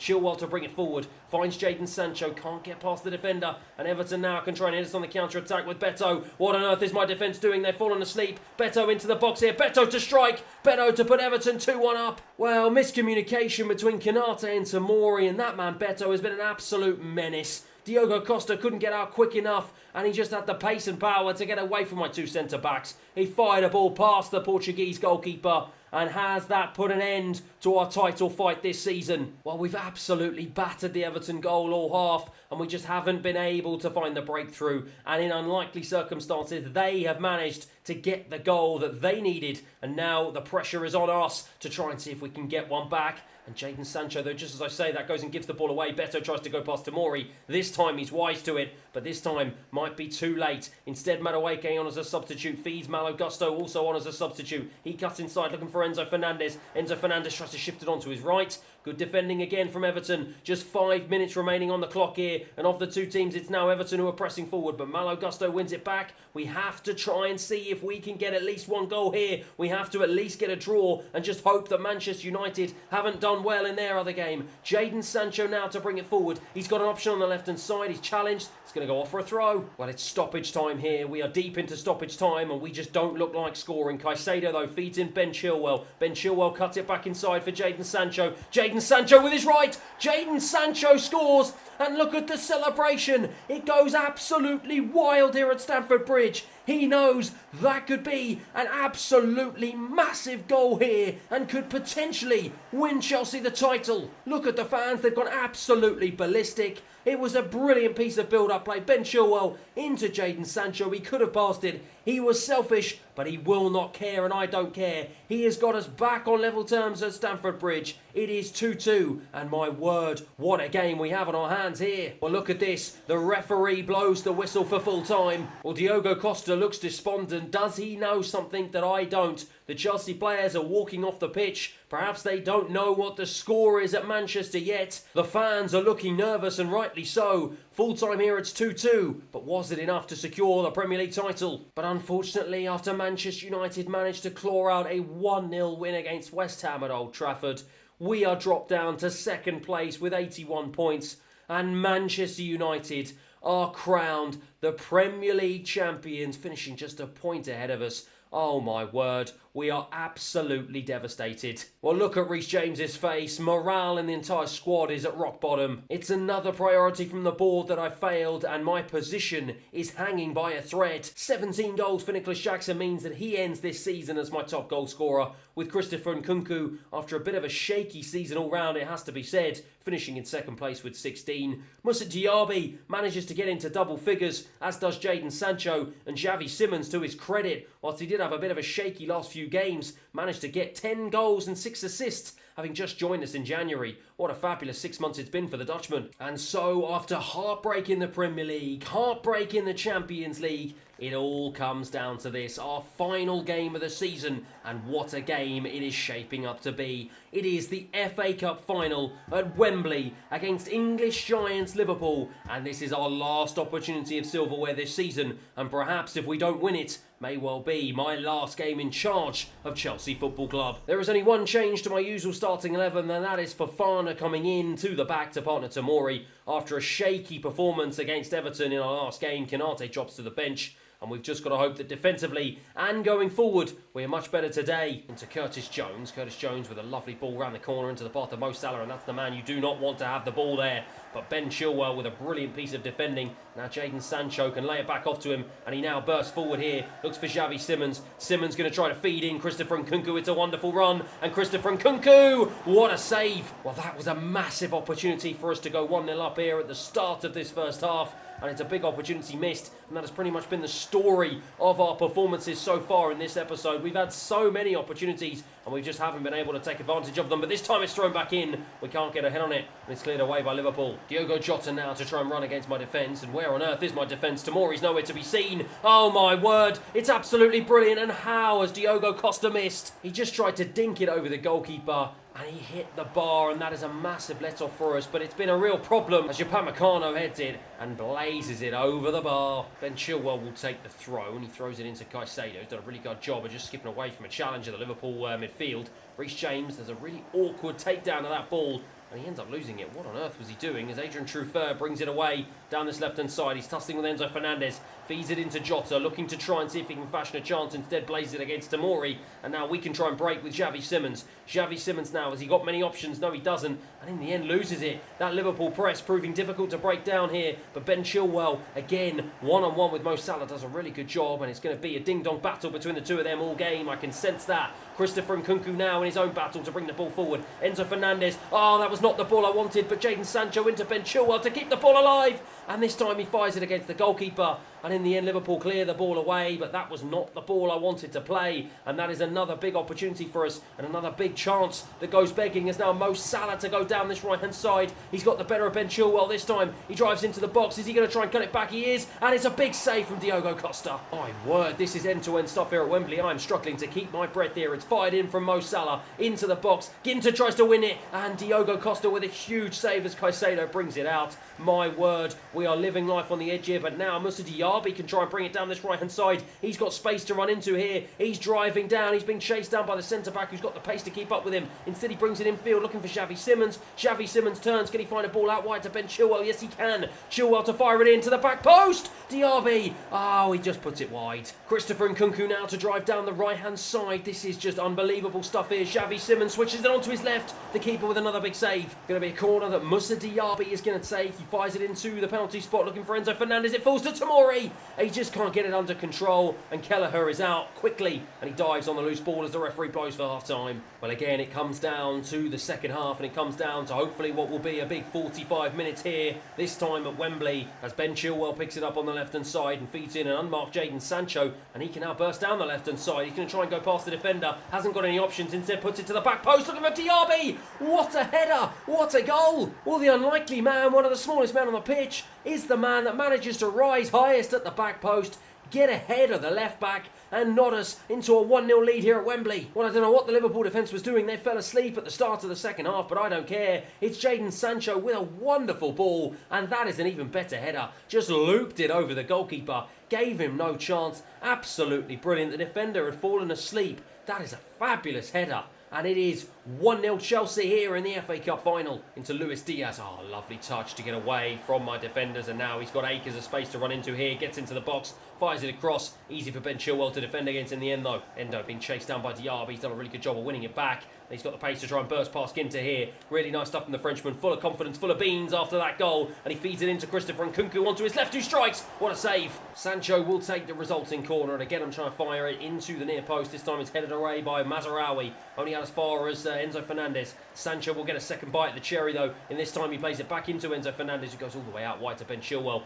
That wasn't the pass I was initially planning to play. But eventually, though, we have managed to keep possession. And Enzo Fernandez picks it up again. Tries to wriggle away from several challenges. And he's going to try and feed it all the way back out wide to the right-hand side. Stretching the play here on the edge of the Liverpool box here. But we can't seem to break them down as we try and go in search of the second. Now Ben Chilwell on the left-hand side. Feeds it back in for Moussa Diaby. Really nice stuff. Diaby into Nicholas Jackson on a sub. Oh, and the goalkeeper with with a big save. It's cleared away by the Liverpool defence, only out as far as Diaby, and he's just straight offside. Liverpool have got just over 10 minutes here to try and see if they can get an equaliser, and they are going in search for it. It's Mo Salah down the right-hand side, tries to get away from Caicedo, does, feeds it across, looking for Gakpo, back into Jones, switches it onto his right, tries to strike, good block from Fofana, it's headed clear. Liverpool still have possession though, the pressure has ramped up here, and Enzo Fernandez with a big block, but Liverpool still have it. It's Gakpo into Martinelli, Martinelli strikes, it's too powerful, and Diogo Costa cannot do enough about it. Well, it's the first real time this half that Liverpool have put any sort of pressure on my goal, and we have wilted just like that. It's so poor from my defence. It's been the story of this episode. We have been so poor. Diogo Costa, well, that man has been brilliant for us all season, but that was horrendous. Flapped at it. Klopp delighted. 1-1. Well, after we worked so hard to get ourselves into the lead, we're going to have to do it all over again here. But Martinelli pressing high on Reece James. Have our heads dropped. We have to stay strong. We have to try and see if we can get back into this game. It is 1-1. We are still in the game, to be fair, but we've got to try and see if we can find a winner. But of the two teams, it looks like it's going to be Liverpool who are, as the Botzai now to bring it forward. He's being chased down into Jones. Jones strikes, big save. Well, it's amazing what one goal will do, because we are under the cosh here with just a minute plus stoppage time remaining. It's fired into the box to the head of Calabria. Enzo Fernandez. My word, that is calmness personified. Then Chilwell down the line into Caicedo. Surely this is going to be the last chance of the game. Nicholas Jackson now down the line. He's going to try and see if he can fashion an opportunity here. Cuts it back onto his right. Looking for a ball into Oyan Sansen. He turns. He finds Jadon Sancho. Jadon Sancho feeds it into Diaby. Diaby strikes off the post and in. Look at the celebrations. The Chelsea players and the fans go absolutely wild. I'm in there celebrating. We cannot quite believe it. In the dying seconds of stoppage time, we have done the unthinkable. And it is that man, Moussa Diaby, who's done it yet again. But the build-up play was nothing short of spectacular. The ball through into him was absolutely pitch perfect. And the finish from Diaby on his left foot against the post and in. He's been a sensational Chelsea signing. And my word, he's just gone and won us the FA Cup. Well, the referee blows the whistle for full time. The Chelsea fans go absolutely berserk. They fly their flags high in celebration here. The Chelsea players go crazy. The subs are running on the pitch.